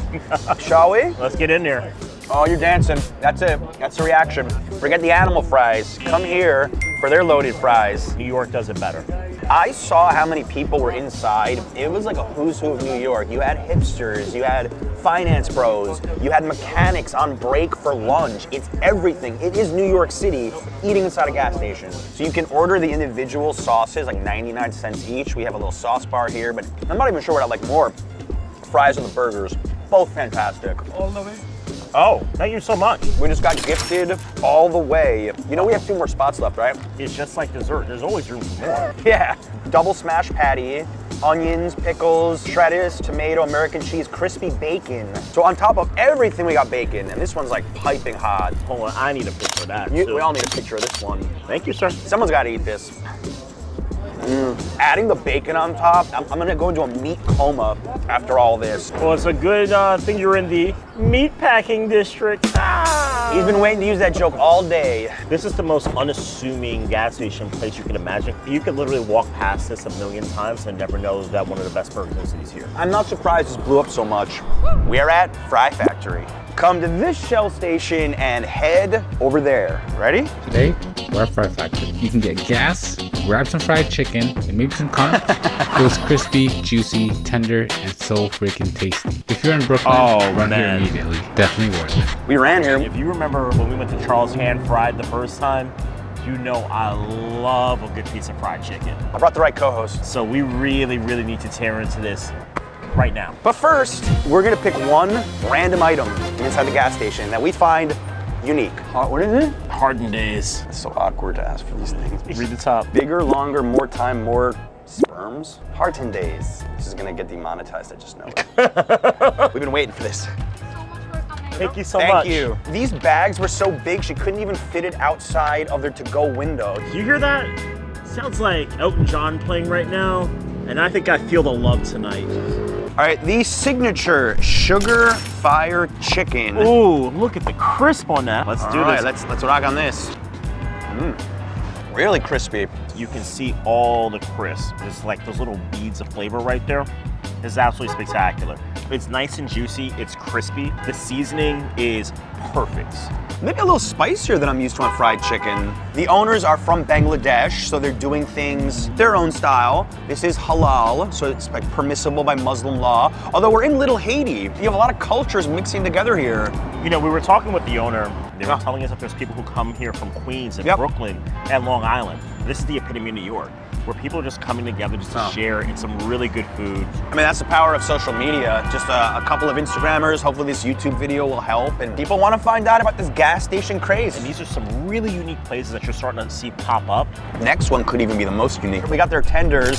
Ooh. Oh, look at that. Look at that sauce drip. It's a thing of beauty. Do not skip the sauces. This is like a teriyaki kind of flavoring. Yeah, it's really, really hard to cook breast meat, so it's not dry. This is cooked immaculately. Definitely pronounced that wrong, but we're just gonna go with that. We're gonna pretend everything's good. The breading is so light. I could eat like 50,000 of these. This is great. You know what also is amazing about this spot? The prices. They have like, I think 3 pieces starting at $5.99. This is something for the community. I don't think this is the type of business where they're trying to get rich quick. Gas stations, maybe the next big thing in New York. In a city where over 50% of people don't even own cars. We got the seasoned fries, chopped masala, and Cajun seasoning. We have a mix of like the Bengali culture and the Southern culture. You know what I really love about this place? It's all just really well seasoned food. It's not like how people just throw seasonings on there just for the sake of throwing seasonings on there. Yeah, they did not overdo this with the spices. It's perfect. Yeah, it's the perfect amount. And I do not even need any sauce, period, for these fries. Though we do have A lot of sauce. We have like 9 different varieties if we want, but we are the sauce boss. That might be copyrighted from somewhere else though. Just saying. Well, you got the cake boss, you got who's the boss, do you have the sauce boss? This could be the sleeper pick of the day. Fried chicken sandwich. It's got that nice lettuce, it's got the pickles. I didn't have this fried chicken sandwich on my bingo card, but the owner told me it was her favorite. This is thick. Here we go. You know what? This might be my favorite thing here. You have that juicy tender with this sauce on top. Woo! Chicken nice and crispy as well. Good soft bun. So good. Can't say that. Lemon pepper wings. Damn. This is the start of my show. Like, this is it. John, you know, it's good knowing you. Yeah, so I got one at least. No, dude, these are so light and airy. The lemon pepper is so pronounced. This is amazing. Maybe we're eating too much, but does that shell look like a potato chip to you? Now I want chips. We had mobile, we had shell. Now we are at a BP in Bushwick for Blue Hour. Didn't expect to find crave-worthy food in this New York City gas station, but options like a chopped cheese and chicken over rice hit the spot. Blue Hour is a halal food counter located inside a Bushwick gas station. They also do a version of the Crunch Wrap called the Quench Wop. They kept it pretty classic, better ingredients, better seasoning, Blue Hour. What do you think? Let's stop talking, let's start eating. But before we do, we gotta find a weird item. So much potential. I got it. I'm going with this quality perfume for your car. It looks like a Converse for babies. Oh man, I think you win. Dancing cactus. This is the Christmas gift I never knew I needed. Hi, my name is Ali Zaman. This feels like a speakeasy bar when I walked in here. I never would have expected this from the outside. Yeah, a lot of people come in and they say it's like a video game side mission, you know, or like in GTA. How did you come up with the idea for opening up inside of a gas station like this? The opportunity presented itself. My cousin saw that the kitchen was ready, and for months he was like, maybe we should open something here, and then we finally did. What are some of the signatures you think we should try? Our chicken over rice, I feel very proud of. If you're into something a little bit more like Italian flair, I had a sandwich in Staten Island once. We made our own, we called it the Crown Jewel. So our chicken over rice is unique. We have duck fat that we marinated in. Oh. Yeah. We use a long grain basmati rice, shredded cabbage, diced tomatoes. We feel very proud of our white sauce. Hot sauce, 3 chili blend, just enough. Sumac and cilantro onions. Our crunch wrap, it is definitely inspired by Taco Bell. We obviously changed the name. We have a 12-inch tortilla, specially seasoned taco beef, shredded Monterey Jack and cheddar. We have our tostada, this cheese sauce we make in-house. Then we have the freshly diced tomatoes, crunchy iceberg lettuce. I personally love a lot of sour cream. We slap it right back on the grill to give it that signature brown top. Money shot right there. You have that perfect bite. We used to have a chicken parm, which I really was proud of, but I wanted something a little more unique. I went to an Italian deli in Staten Island, and I had something very similar to this, the Crown Jewel. We use it on the fresh Parisi bread, extra virgin olive oil, the balsamic glaze, the bed of the eggplant, dry oregano. You get a free massage from Rafa every time I'm in here. It's okay, don't worry, don't be shy. Fresh mozzarella, get the cheese melty. Our fresh basil. Now you have the fresh arugula, some more balsamic glaze. We'll cut that in half. That might be my favorite sandwich here. You know, drunk people come in and they want like a really greasy sandwich. That's the Bizarro, and this is like the Superman, you know what I mean? So you're not that drunk yet if you order this. No, this is like, you know. Sober food. First time in channel history we are eating on a lotto table. We're gonna try to win the food lottery today with all of these picks here, and we have to start with what I think is the most unique item of the entire video, the Crown Jewel. Now, I was not expecting to find an authentic Italian deli sandwich here. Breaded chicken cutlet, which they bread in-house, and breaded eggplant with fresh mozzarella on top. Let's take a big old bite. This is the absolute last thing I was expecting to get here. Wow. This is elevating gas station food, like past what you would expect. I think gas station food gets a bad rap. This feels like I am in Bronx, Italy, or someplace out in Staten Island. Well, that's where they got the inspiration for this from, Staten Island. Really? So you're on the right track, yeah. I'm telling you, like actually finding halal Italian deli food like this, I don't even know where else you would look for it. All right, I have the Quench Wrap, not the Crunch Wrap. A lot of similar ingredients, but this is an enhanced version of it. I've actually never tried this at Taco Bell. Just looking at how it's made, you are in for an absolute treat. Look how thick this thing is. This is ridiculous. That's a thick boy right there. Here we go. Take a big bite. That has a lot of different layers to it. I'm telling you, from like the crunchiness of tostada in the middle to some of the spices I'm feeling right now from the beef. Whew, this is like Taco Bell on steroids, okay? I wish I could join you, but you know what? I've got my own journey to take. Take that journey right now with that chopped cheese. Absolutely. We have the quintessential New York sandwich here. The only thing that's missing right now is a bite, a Yankee hat, and a pair of Timbs. I'm gonna say something sacrilegious for a second. Haji's got nothing on this. Like honestly, the meat is seasoned really, really well. And it almost tastes like it has like a charred taste to it. The bread has a really nice crust on it too, but on the inside it's pillowy soft. You know, you're seeing the evolution of the chopped cheese. Haji started it, and it's evolving into its own thing right now. I think both of us should try the chicken over rice. The char-grilled chicken being marinated in the duck fat combined with the rice. This is definitely one of the biggest surprises I've had in a very long time when it comes to halal food, when it comes to your typical chicken over rice. There is nothing typical about this. Let's get that big bite right there. Oh, yeah. Whoa, feeling some things right now. I like that I'm picking up a lot of different spices in there. It's just a complete dish. Like nothing was forgotten. People have compared it to a bit like a jerk chicken flavor, and then he was talking about their Afghan background in making this. Like it's definitely a different spice than I'm used to for chicken over rice. If you had told me and you plated that up nicely and said, hey, yeah, I got this from an Afghan restaurant, I'd been like, yeah, 100%. The first two spots, amazing as well. You at least could see from the outside what they were. Here, you really have to walk in through the door to say, oh, there's like a little hidden restaurant here, a little hidden eatery. It's incredible. It's really a surprise. We need to have more food adventures together. We do. If you want Evan back on the channel, tell me in the comments. This is a $200 meal. This is a $1 meal. And in this video, I'm gonna try meals at every budget to see if you can enjoy New York no matter how much you spend.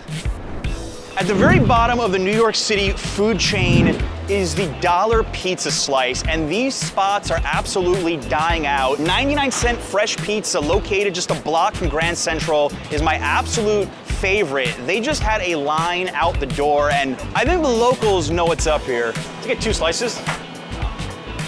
So fast.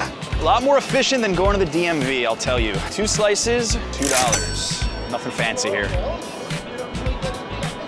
There's a certain consistency to spots like this where you don't have like super high expectations for the best slice of your life. But for $1, are you really complaining? Not crispy enough for what it is. I've always wondered, how long will these places stay in business? They've been around since the 90s. And with everything else in this city getting so expensive, the fact you can still get a slice for $1 shocks a lot of people who aren't from New York. I talked to a lot of native New Yorkers, and some tell me that they think dollar pizza is absolute trash, it's not worth it. And they could be right if you're comparing this to really good pizza spots. Just like I would never compare a New York slice to a Neapolitan pizza, I wouldn't compare a dollar slice to your average New York slice. These serve a utility. To me, this is like a snack food. They're open from 9:30 in the morning until 5 o'clock in the morning. I saw a bunch of delivery drivers popping up on their bikes, and I thought, how do you order dollar pizza? And then I realized that's where they were eating in between their deliveries. I saw a mom on the subway with 2 young girls, and dollar pizza is pretty easy to spot. And she was giving them each a slice for a snack after school. Having kids here, I know it's expensive. Having options like this, like whatever your income level is, whatever your budget is, if you're visiting from overseas, you're not gonna find dollar pizza in any other city in the US. And it's become such a part of New York culture. I wouldn't tell you to drive in from Connecticut for this, like I would say to drive in for a Luigi's or a Bleecker Street Pizza. But if you're by Grand Central, about to take the train home, I think this is a great value for $1. They're actually owned by immigrants from Bangladesh. They're doing the community a real service with this pizza, I'm telling you. This is just a 10-minute walk from Times Square, and I think one of the best hidden gems in all of Hell's Kitchen. For our $50 meal, we're eating at Easy Paella and Tapas. Easy Paella was born with the idea of having a fusion between Venezuelan and Spanish food, and also to make the paella experience easy. Part of the fusion, actually, we have the history of our idea here with the Easy Paella, but if you see the menu, we have a whole page of tapas from Spain and a whole page of tapas from Venezuela. So we have a nice variety of tapas here. $50 special, is that for 1 person or for 2 people? For 2. All right, for the special, I want to get the tostones with carne, and I want to do the Caribbean chicken paella, like medium spicy.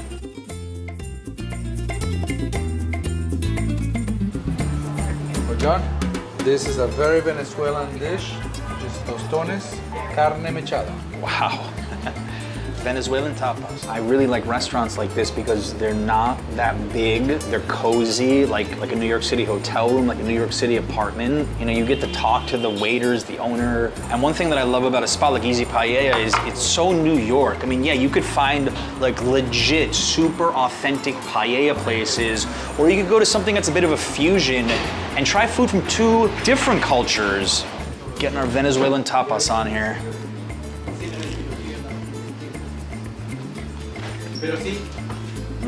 This is reminding me a lot the meat of like ropa vieja, which I've had before.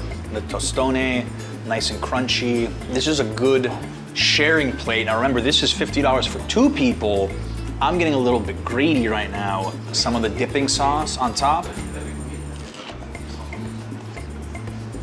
The great thing about Easy Paella is how close we are to Broadway. You want a nice dinner and you're in a bit of a rush, come here first. You could even do this $50 special. Perfect for a cute little date night as well. You're a tourist walking around all day. This right here is the reward after walking for miles and miles. This sangria.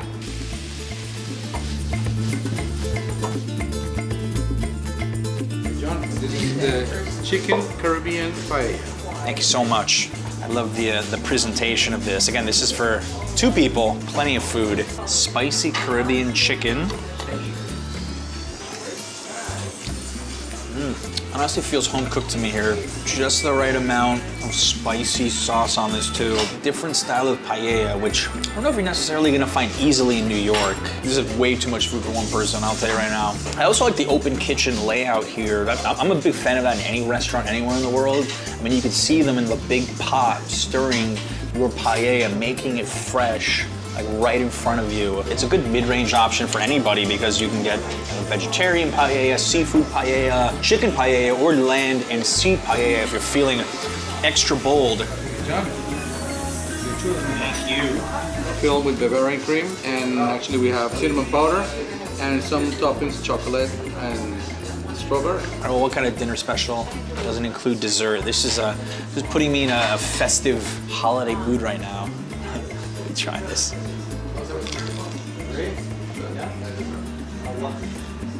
Bavarian cream inside, the secret ingredient. This is like a complete trip to Latin America in one meal, you know? I love the way the strawberry and the chocolate syrup on top just complements this whole thing. They could just sell churros and I might come here for dessert, I'm serious. They were just a churro spot. And remember, $50 special here, only Monday through Friday. So we're gonna do something luxurious. I figured we'll go 45 stories above Broadway for a 4-course tasting menu that is unlike anything you're gonna find in New York. And we're gonna bring the wifey along for the ride. Hi, let's do this. Brought her back, finally, Adriana. Yes.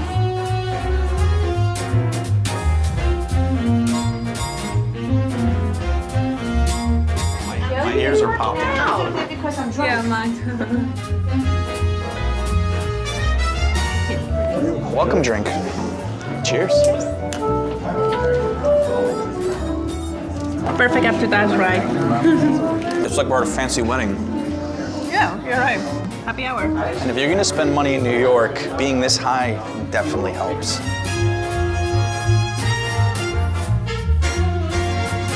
You know, we got Chrysler building right there. We're at Le Petit Chef, an immersive dining experience. And well, you see the projectors up there, lights on the table, little sneak peek of what's to come. We have your first wine here, our Whispering Angels from Provence, France. It's our rosé, it's going to be paired with our fresh Barr. There is a wine pairing included, so we're gonna get wine with all 3 of the first courses. Don't finish it before the meal. I know. You drink too fast. You're right, I do drink too fast. The whole point is to be paired. She knows me too well. Yeah. Place your napkins in your lap and make sure your plate is perfectly aligned with a magical circle of light. Please silence your phone so as not to disturb the other guests. And now, without further ado, allow me to introduce to you, all the way from France, measuring 6 centimeters, the world's smallest chef, Le Petit Chef. Okay. So the chef is literally making the food in front of us. I can 100% say I've never seen something quite like this before. You? No, never. This is pretty interesting.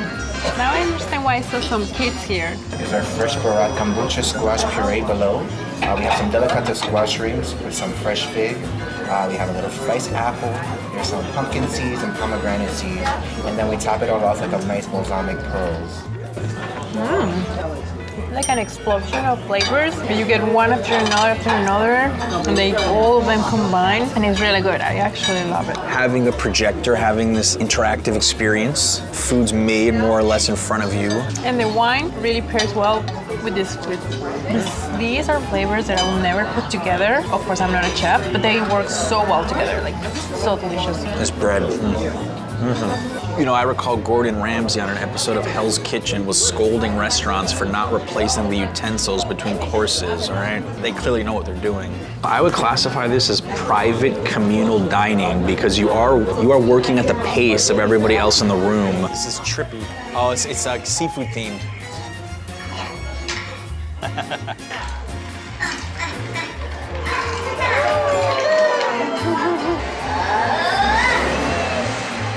For saffron risotto with butternut squash. We add a poached Maine lobster with a Parmesan frico and pea tenders to finish it off. Then it's topped off with a little chive and tarragon olive oil. I like this, like you're eating, and this is very peaceful, like having all the fish under you. It's like we're eating on a giant fish tank right now. Yep. I have not felt so far away from that dollar slice we had earlier than I do right now. I'm feeling very rich at the moment. I don't normally go out of my way to order lobster, but I am quite happy with this one. Feeling very luxurious right now. And we're flying first class on a nice airline. Getting the sky-high views definitely doesn't hurt. This is the stack from Los Angeles, California, with Cabernet Sauvignon. This will be paired with our beef jerky.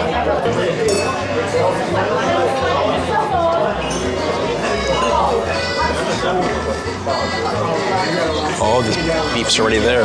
Never seen like grilling like this before, I gotta tell you.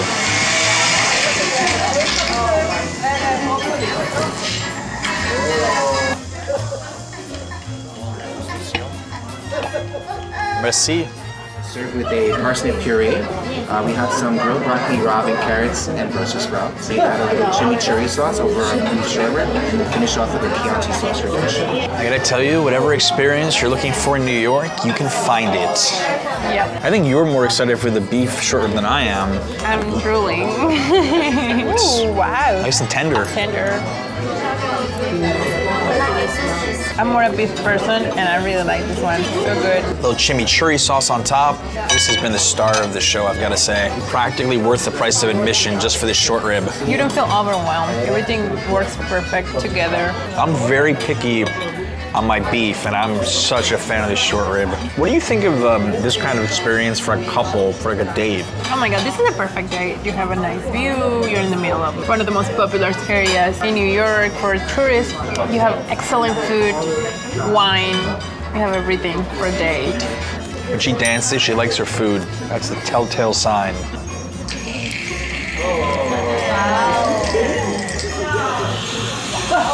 That looks so good.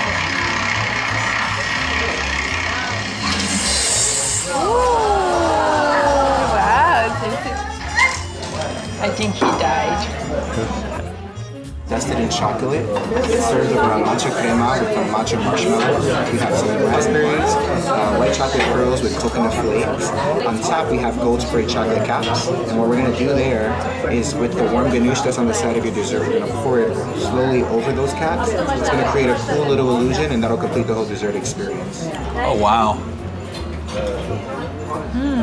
Normally dessert is an afterthought, but I might remember dessert more than anything.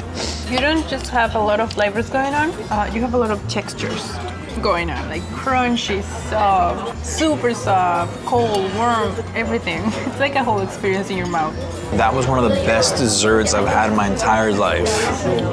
Definitely. We don't typically do fine dining together, but I think it is worth the splurge every now and then. Now you have to bring me more of it. $200 meals every weekend now. You spoiled me. You see what I've done? I cannot go back. Adieu et au revoir. But I have to say that was very memorable, especially if you're staying near Times Square. Oh yeah, I didn't expect to find a place so nice like this one in Times Square, no offense. I know, I'm pretty sure there are a lot of them, but I think when you go to Times Square, you're like, it's good, it's not, this is definitely good. And as a little bonus, you can just walk out to Times Square right after if you want. New York has many iconic places to eat, but are they actually worth it? Today we'll take you to some Big Apple classics and see whether or not they live up to the hype and if you should skip them or not. Here we go. I got Mike here, born and raised New Yorker, and we're starting this journey at Russ and Daughters, and this is pretty much as famous as it gets for a New York bagel and New York appetizing store. Yeah, this may be the oldest bagel shop in New York. 190 years, classic New York. This is on a lot of tourists and locals' radar, and we're gonna see if it lives up to that hype right now. Let's get in there. Let's go. I think this is the first time I have not seen a line down the block here. How do you feel walking into Russ and Daughters? You know, this is like what I grew up in. Like stores looked like this, they felt like this. You don't see much of it anymore. No, appetizing stores are a dying thing in this city. I think this is a throwback, just seeing all the fresh fish that you can buy right here, appetizing items here. And amazingly, it's mostly young people in here. That's what impresses me the most. A lot of young people. They know better. They do. I get 2 classic bagel and lox. I want to do everything bagel with scallion cream cheese. Gotta get the Nova. That's it. All right, we got our prize right here. Heavy bagels. We got the classic right here, $17. This may be one of New York's most expensive bagels, okay? We got Nova salmon, we got scallion cream cheese, we got it on an everything bagel. We'll give you your half. You told me you've actually never done the Nova before. No, never the Nova. So. All right, well, first time for you and 50th time for me. There you go. Let's try this. I love the Nova salmon smoky flavor. Different than your typical belly lox, which is a lot saltier. I love coming here. I mean, I kind of knew my answer before I even took the first bite, but I want to know what you think. I think you can get a lot better bagel in New York. The bagel as itself is one area they could do a lot better. Flavor's great. Bagel. They don't make their bagels fresh here. This is my favorite lox, not my favorite bagel spot. Now imagine you combined Absolute Bagels or Utopia Bagels with this Nova salmon. It'd be like an Avengers level bagel. You go one place to get the bagel. Yeah. You go one place to get the cream cheese. Yeah. You go one place to get the Nova, and you put it all together in your kitchen. It won't come cheap. Like, we saw some of their options in there. You can get caviar cream cheese. You could make the most expensive bagel in New York just going in there if you wanted. You want to get like old school Jewish stuff? This is what the Lower East Side used to be like 100 years ago. They were full of places like Russ and Daughters. And now, this is one of the last ones standing. That's why I think you have to come here. I'm gonna say worth it, even though it's expensive, because this Nova salmon's fantastic and this place has a lot of history. What do you think? I'm gonna be on the not side. Just because you're saying without a really good bagel, this doesn't work for you. I'm saying this is halfway there. Okay. So like, to be an absolute come try, like halfway there doesn't get it for me. I'm still gonna stand by my rating because coming to Russ and Daughters, you're here for the appetizing stuff, you're here for the fish, you're not here for the bagels. Bagels are just the medium, not the message, okay? The message is the fish. Good. Great would be an amazing bagel. That would be great. You know, I'm gonna throw you on the spot. A block away, Katz's, what do you think? Trash. Whoa! That may be one of the most overrated places in all of New York City. I actually do think that Katz's is overrated. I don't think it's trash. I don't think it's a bad pastrami sandwich. I just don't know if it's worth all the hype. Other spots debatable, but Katz's, I'm a Sarge's fan. I've always said it, Sarge's still my top pick. Like, I think when you ask most tourists, they're gonna say Nathan's is the go-to for a hot dog. But you talk to locals and Gray's Papaya is always in the conversation. Absolutely.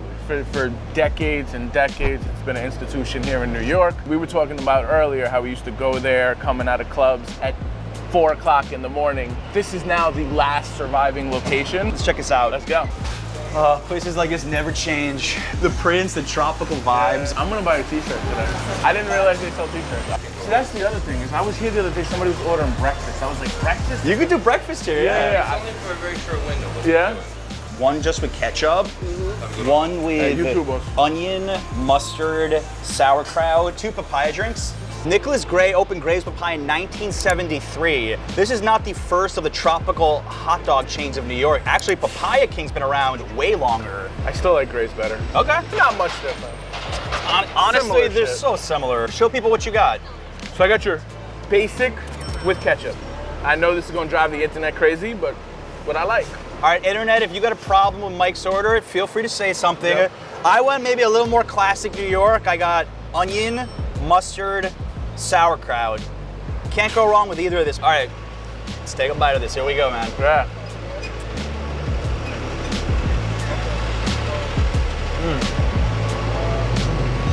Man, this tastes the same always to me. Like nice snap, any time of day. This is great. I don't know. I'm just such a fan of Gray's Papaya. And then topped off with a tropical drink, the papaya. This has been around for 50 years. I think for a good reason. How's yours? Man, oh my. I love it. I love it. Clearly love it, man. You're almost done. Almost done. One more bite. How many bites could you finish that in? 2? 3? Probably 3. What do you like about the hot dogs here? It's been the same quality. Even when they had multiple locations across the city, it was always the same, regardless of which one you went in. And even now, it's still the same thing. It's a lot more expensive. What do you think about that? Like comparing Gray's to a street hot dog, we're gonna get viewers who want to do either or. Yeah, I mean, like, there's people that eat dollar pizza. I don't recommend it. Take yourself on the subway, right up here. Literally, the subway's right there. And come get the best hot dog in New York City. So for you, this is the best. It's absolute. Oh, not even close. I actually do have a hot dog I like better. I like Billy's hot dog stand next to Central Park. We've covered him in quite a few videos. Not a huge difference, but the experience is different. Like come here for like the tropical, you know, kitschy vibe, local New York. Go to Billy's, you want to talk to a local who's been there forever, you want to have a little conversation. So here's a question for you. Gray's Papaya, worth it or not? Oh, absolutely. No question. Don't come to New York and not come here. I'm going to agree. I think hot dog is a hot dog, but going to Gray's Papaya, definitely an experience, especially for a first-time New Yorker. Great location here. He's at 72nd Street. Not expensive. Get a papaya drink. Get a t-shirt. Can you show us that t-shirt, Oh, man, yeah. Oh, look, the best hot dog over 100 million served. I agree. That's the kind of shirt you can see selling for 50 bucks at some thrift store, too. We should do that. We should get some t-shirts, bring them to California, and sell them in thrift shops. For the record, this is the first and the last Gray's Papaya in New York. They closed the one that was in the Village for a long time. And Mike, you said you used to go there late night? I'm highly, highly upset about the fact that it is not open, because there has not been one successful business in that location since this place closed. Stand up. But I used to be there every night. That would be late night. The recession special, 2 hot dogs and a drink were under $2. Hot dogs were 50 cents. Amazing. Could you imagine if they had alcohol in here? The place would be, line would be down the block, man.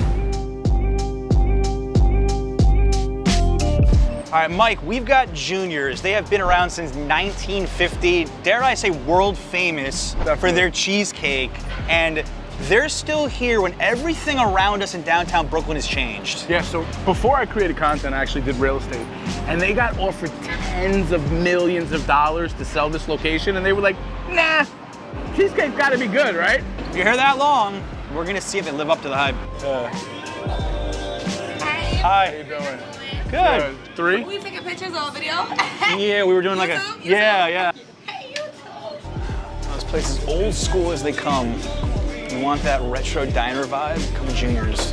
I think what a lot of tourists don't realize is that Juniors has a full menu. This is like coming to an old school diner. In here. Like, do you want Hungarian beef goulash? You know, this is what I came to Brooklyn for. I will give them credit. They have quite an extensive cheesecake menu. Diabetic-friendly cheesecake, coconut lemon layer cheesecake, raspberry swirl cheesecake. I'm gonna have, without a doubt, the original cheesecake. I'm gonna do the chocolate mousse cheesecake. That looks good. It's a big piece of cheesecake. Damn. Thank you. Look at that. Thank you. So this is my second time ever here. I got the classic cheesecake last time. I went for the chocolate mousse. I'm gonna get a little bit of cheesecake, a little bit of chocolate in one bite. That's not bad, I'll be honest. It's not like I take a bite and I'm blown away by this cheesecake, but there are some things I like about it. Spongy bottom, soft. It's a cheesecake. I mean, that's what I would say, but I'm not overly impressed by it, to be honest. I want to see your opinion of the original. Let's see. Yeah. all right. I mean, it's not where I would come for cheesecake, personally. Yeah. What a New York cheesecake is it has to have Philadelphia cream cheese. Yeah. That is the difference maker. So maybe it's something that you can't find in other cities. So you could come for that novelty, perhaps. You can get this in Costco in Idaho. They sell Junior's cheesecake, or you could use Goldbelly. I think this is the world's most famous cheesecake. Is it the world's best cheesecake? No. I'll ask you already said it. Worth it or not? No. Go somewhere else. I'm gonna say not worth it. My favorite, Eileen's special cheesecake. I would send you there in a heartbeat. I do like the vibe here. I like how it looks, but as far as the cheesecake for taste and flavor, nah. I think both of us agree that you can do better. I don't want to throw it out. Yeah, I'm gonna finish mine. I don't know that I'm gonna finish mine, but you know. I've also heard that the red velvet is very popular here, so I think our take would be, if you did end up at Junior's in Midtown or here, go for one of the flavored ones. All right, Mike, if people want to find you, they want to follow your food adventures, your adventures in the tri-state, where do they go? It's your boy Mike Official on pretty much every social network. What do you do on there? What do you think you're known for? I create food, experience, family, and travel content, New York City and beyond. Check them out, link in the description. NYC has world-class Michelin restaurants, and because their food is the best in the world, it's also the most expensive. Most people could never afford to eat a Michelin-listed meal, but that's exactly what I'm gonna do. I found a way to eat Michelin-quality food on a budget, and we'll show you a handful of places that you won't believe exist. But there's a twist. We're going to rate one dish at each restaurant on how surprising and unique it was, and at the end of the video, we'll average out the scores and crown a winner. First thing you need to know is how to find them. On the Michelin Guide website, search your city, hit distinction to see the options. You probably know about the 1, 2, and 3 stars, but those are too expensive. The really special places we're visiting today are the Bib Gourmands. They have the same insane quality as the stars, but nowhere near the cost. Looks like we've made it to our first place. We're at Potluck Club on the outskirts of Chinatown, and the Michelin Guide says some good stuff. Christie Street wins big with this high-energy Chinese restaurant that is always down to have a good time. The stylish room leans on a Hong Kong cinema motif with posters and stills from famous flicks. This place already looks like a vibe. I feel like we're about to go on a date to a movie theater. Corey, take us through this place. Welcome to Potluck Club. Right when you get in, you know, we wanted you to kind of be immersed in our culture. This is our host stand. Telephone booths look like this in Chinatown, so we kind of replicated that. This is our movie feature wall. You know, growing up as kids, we didn't really go to Hong Kong till we were kind of adults. So everything we learned about our culture was through movies. This is actually my favorite. This is called the God of Cookery. It kind of comes into play here because we do have a restaurant. Open kitchen. We wanted people to be able to see how everything gets made. And then we do have a super secret Easter egg in this restaurant. Okay. This is the hidden people. You know what? I'm not gonna tell you what I just saw. You have to come to the restaurant to see for yourself. I've started this with 4 of my other friends, all born and raised in Chinatown. Chef Zan Chen, he's been working in kitchens all his life. He's worked in Italian kitchens, French kitchens, Mediterranean kitchens, but never Chinese food. Our grandparents, our parents, and even like the OGs from the community, in the beginning they're like, this is not Chinese food, guys. Our menu is a little bit shorter compared to like a Chinese menu that literally has like 250 items. It's just a little bit different, you know? We want to represent kids that grew up in Chinatown in the 80s and 90s and who we are now. I mean, I see everything you said through the decorations, but what about through the food? We say this is Cantonese American food, but through the lens of Chef Zan, who was influenced by almost every culture in this melting pot of the city, right? And that's what he kind of puts on the table. What are your favorite things on the menu? What are the best sellers? My favorite thing on the menu, chicken and biscuits. It's such an American item, and Chef did it with Cantonese flavor, so that's what I truly love about it. Also, an absolute hitter on the menu is the oyster mushroom rice rolls with steak. Right now I'm making the jellyfish tiger salad, long cut scallion, Chinese celery, cilantro. This is just marinated jellyfish. We're putting a little bit of lemon zest into this, and then this is more of the vinaigrette that we use to marinate. So it's the sesame seeds. Traditionally, these rice noodle rolls are with like peanut butter sauce and fish balls. I thought it would be fun to instead use this as the beef chow fun base. We'll add a little bit of steak. This is some roasted oyster mushrooms and some asparagus. Dressed it with a little bit of oyster sauce and a little bit of sweet soy sauce. Garlic chives that we're gonna add in towards the end. Toss, toss, toss to incorporate. All right. They call this place Potluck Club, and I feel like that's exactly what we have in front of us right now. And I'm ready to go. I have the pork pot sticker. She has the vegetarian. You can see the chili sauce coming out. This thing's packed with flavor. I could go vegetarian. You give me this every day. This is one of the more traditional things on the menu. I want to try the jellyfish tiger salad. I've never tried jellyfish, you? This is my first time, so I'm super excited. All right, let's rock on this. I can't even describe it, but I love it. I wasn't sure what to expect with the jellyfish. They cover it with so many different sauces that something that's normally a bit bland can actually pack a bit of a punch. I didn't even know that was a delicacy, to be honest with you, before I came here. Yeah, you have to try it. We have a contender for surprise dish of the restaurant. Chicken and biscuits, not on my bingo card for a Cantonese restaurant. It's double fried. And we got the biscuit, we got the pickled jalapeno on top. You're salivating. Excited. That is so crispy. It's so crispy outside, but it's still super juicy inside. I need to know what this biscuit tastes like with a little bit of the plum jam. Scallion biscuit, wow. I need this for Thanksgiving. Thanksgiving would be way less boring with some scallion biscuits and chili plum jam. You're loving that jam there. Tell us what a business like this means to you as an immigrant and seeing like the changes in Mexican food in the US. Well, maybe I was too hard on Mexican food in the US. I was very like negative about it. Like, this is not Mexican, we don't do it like this. But then after hearing his story, it makes me realize that it's part of the food like to evolve because it's getting mixed with another culture. So it makes me look at it in a different perspective. That's what you come to a restaurant like this for. You come to try something different. And so far, this has been very tasty. Amazing. All right, tiger shrimp with candied walnuts. Oh, smell it. Ah, that's nice. Oh, it smells so nice. And it tastes even better. That is the most interesting shrimp I've had in a really long time. Calabrian chili oil. A lot of people like to put that on pizza. Seeing that fusion here. Rice roll noodles, and I have a little steak on top. This is like the perfect little piece. It was. Oh my goodness. Nice spongy texture. Oh my God. Lots of flavor. The steak.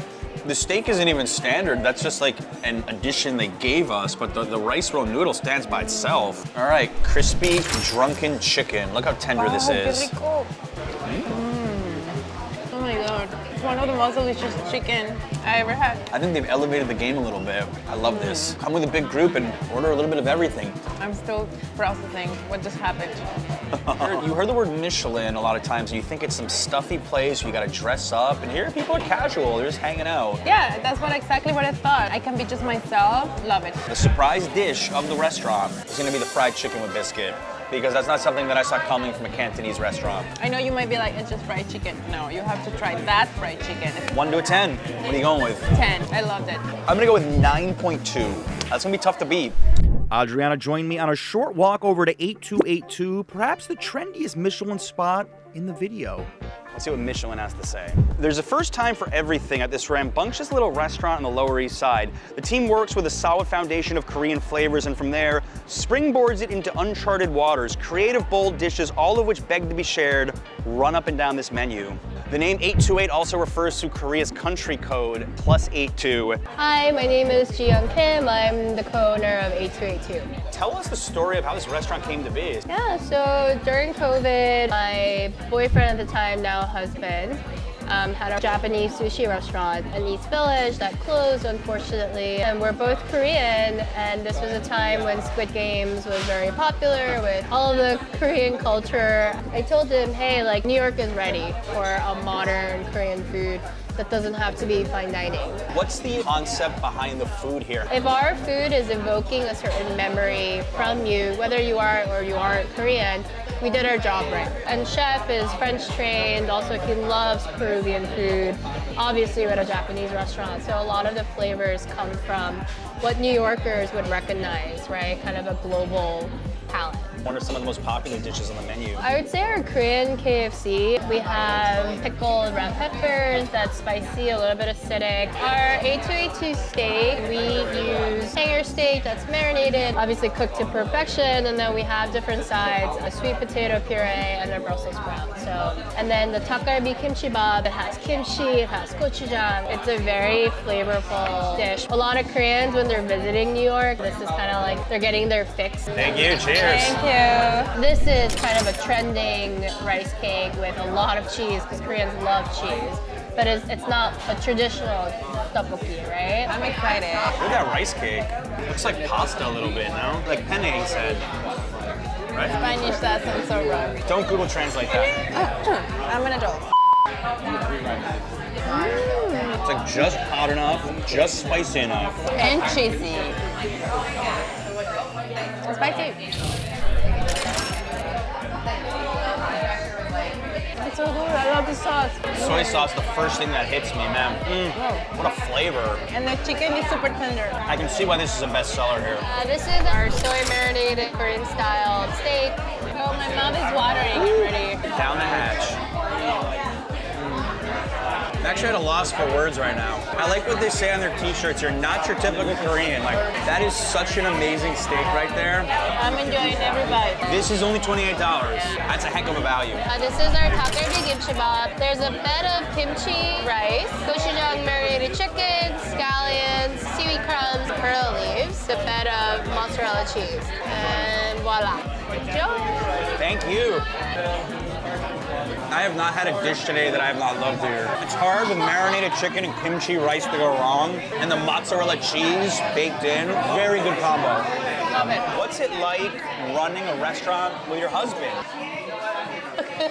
How is it like filming with your wife?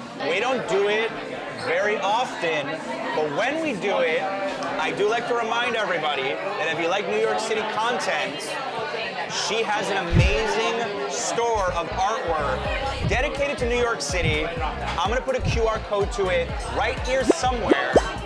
Check out her store. Perfect for Christmas gifts. And now back to you. No, it's great. It's tight. It's tight. Cool.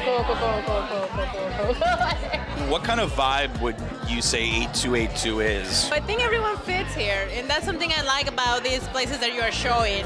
That you can be yourself and come and enjoy these Michelin places. I think this should be the ultimate spot to go to before going out in the Lower East Side or Lower Manhattan. Start a fun night here. Uh-oh. Soju with beer. Yeah. Okay. Pretty simple. Alright, this is a Korean roll. If you don't drink this in one gulp, it's actually bad sex, but I'm gonna say bad luck. You can say bad sex. Bad sex. For 5 years. Cheers. Second baby. Oh man. I'm gonna regret that one tomorrow. I think in all my years of making YouTube videos, I have never had an owner just sit and drink with us for 2 hours like that. It is time for the surprise dish of the restaurant. What do you got? Of course, the steak. 8282 steak. What are you giving it 1 to 10? 11. Oh! That's awesome, guys. I don't even know if that's legal. We don't have rules with this thing. Actually, for the value, 9.5. That's gonna be tough to beat today. Well, the bar is set pretty high with 2 spots ranking over 9 on the surprise dish score. Can this next place keep up? Hey, we're at Agi's Counter in Crown Heights. Let's see what Michelin had to say about this. You have room for one more dish, right? Chef Jeremy Salomon takes inspiration and the restaurant's name from his Hungarian grandmother for a delightfully casual but fine-tuned effort. Hey, what are you doing with my camera guy? Just kidding, everyone. This is my twin brother, Alan. He's gonna be making a little cameo at Agi's. Also, check out his YouTube channel. Just started one. Hi, I'm Jeremy Salomon, and I'm the owner of Agi's Counter. My restaurant's inspired by Hungarian and Eastern European cuisine. My grandmother, who's Agi, is from Budapest, and she moved to Queens, New York in 1956, and she's still alive today. Our restaurant is an all-day diner. We're by no means a traditional or authentic Hungarian restaurant. We're inspired by Eastern European cuisines. It's really through the lens of a second-generation American Hungarian. The tuna melt is not Hungarian, although we get asked that a lot. It goes on our house-made potato Pullman bread. We shred the tuna and it gets mixed with pickled peppers and celery and mayo, served with a really delicious mustard and the Agi's Counter slaw. The caraway Caesar is one of my favorites. It's made with bitter leaves such as radicchio, finished with a Caesar dressing that's loaded with anchovy and toasted crushed caraway, and finished with grana padano cheese. And the chicken liver mousse, yeah. My grandmother used to make it with Philadelphia cream cheese, so I'm doing the same thing here. Lots of onions, port wine, and it's finished with a cherry agrodolce. We continue the Michelin quest with Adriana, and you are a huge fan of cafes. What do you think of the vibe here? Oh, it's really cozy. All the vibe here is amazing. Adriana said that She wanted the tuna melt. I'm so excited. Now this is a confit tuna melt, so it was grilled in its own fat. I think you have this expectation of what a tuna melt should taste like at a diner, and this is just elevating it way higher. I love the perfect crunchiness of the bread, and it's super soft in the middle and delicious. Thank you. I have not seen a chef this excited about a salad on the menu in a really long time. Oh, it smells great. It's definitely not boring, I'll tell you that. From the presentation to the taste, it's super unique. Have you ever heard of a restaurant opened after somebody's grandma? It's like one of the sweetest things I've ever heard. And I feel very connected to it because his grandmother was a Holocaust survivor from Hungary. My grandmother was a Holocaust survivor from Hungary as well. And I know how important food is to the culture. Speaking of the culture, he said that this dish right here, the chicken liver mousse, was directly inspired by his grandma. Wow. It hits a lot of different sweet and savory notes, and it's like almost on a French toast. I didn't think I would like this, but I actually do. Green deviled eggs with hot sauce and anchovy on top. It's good. It's a very interesting mix. Eating it with the fish, it's like it's an interesting blend. I'm liking it. He's trying to steal my channel again. Very curious about this. Hot sauce, the egg, the anchovy, it all works. He's right. This is a little appetizer that packs a serious punch. It's that time. We're gonna rank the surprise dish of the meal. What are you going for here? I'm gonna get the tuna melt. It's one of my favorite things to get. So I'm definitely gonna give him a 9. I'm gonna give it 8.2. A place like Augie's, this is a neighborhood staple. This just shows you what's possible with the Gourmand Bibs and why you have to visit these restaurants. We got a new co-host, Ben from the Bing Buzz, and a new country, our neighbors up north. We're at Mile End in Brooklyn. This is what the Michelin guide said. Bourdain Hill's most bodacious deli serves up killer smoked meats, among other treats, whose caloric content rivals a week's worth of eating. This is Montreal Jewish fare, the stuff comfort food dreams are made of. I'm getting hungry just hearing that. Let's get in there. Getting those old school Jewish deli vibes already. Very cool, very Canadian. Keyword Canadian. We'll do the Montreal smoked meat for sure, the large one, a Reuben, the General Tso poutine. We'll also do the potato latkes.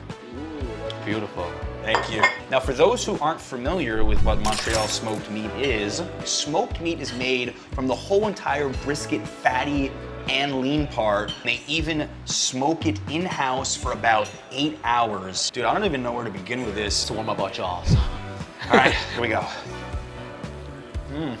Nice smoky flavor. Like, it's meatier than I expected. The salt level is really good, actually. It's only been a bite, but I'm impressed how this thing's holding together. Yours, on the other hand, I don't know. You can just dunk that in mustard, though. That's exactly what I'm doing. Look at this power play move here. It's a lot more toned down compared to a New York deli sandwich. Like if I eat at a Cat's Deli sandwich, I need a day to recover. Oh, yes. We've got the Reuben. We've got corned beef with sauerkraut, Swiss cheese, Russian dressing, stacked between pumpernickel bread. Presentation on point. Let's see how it tastes.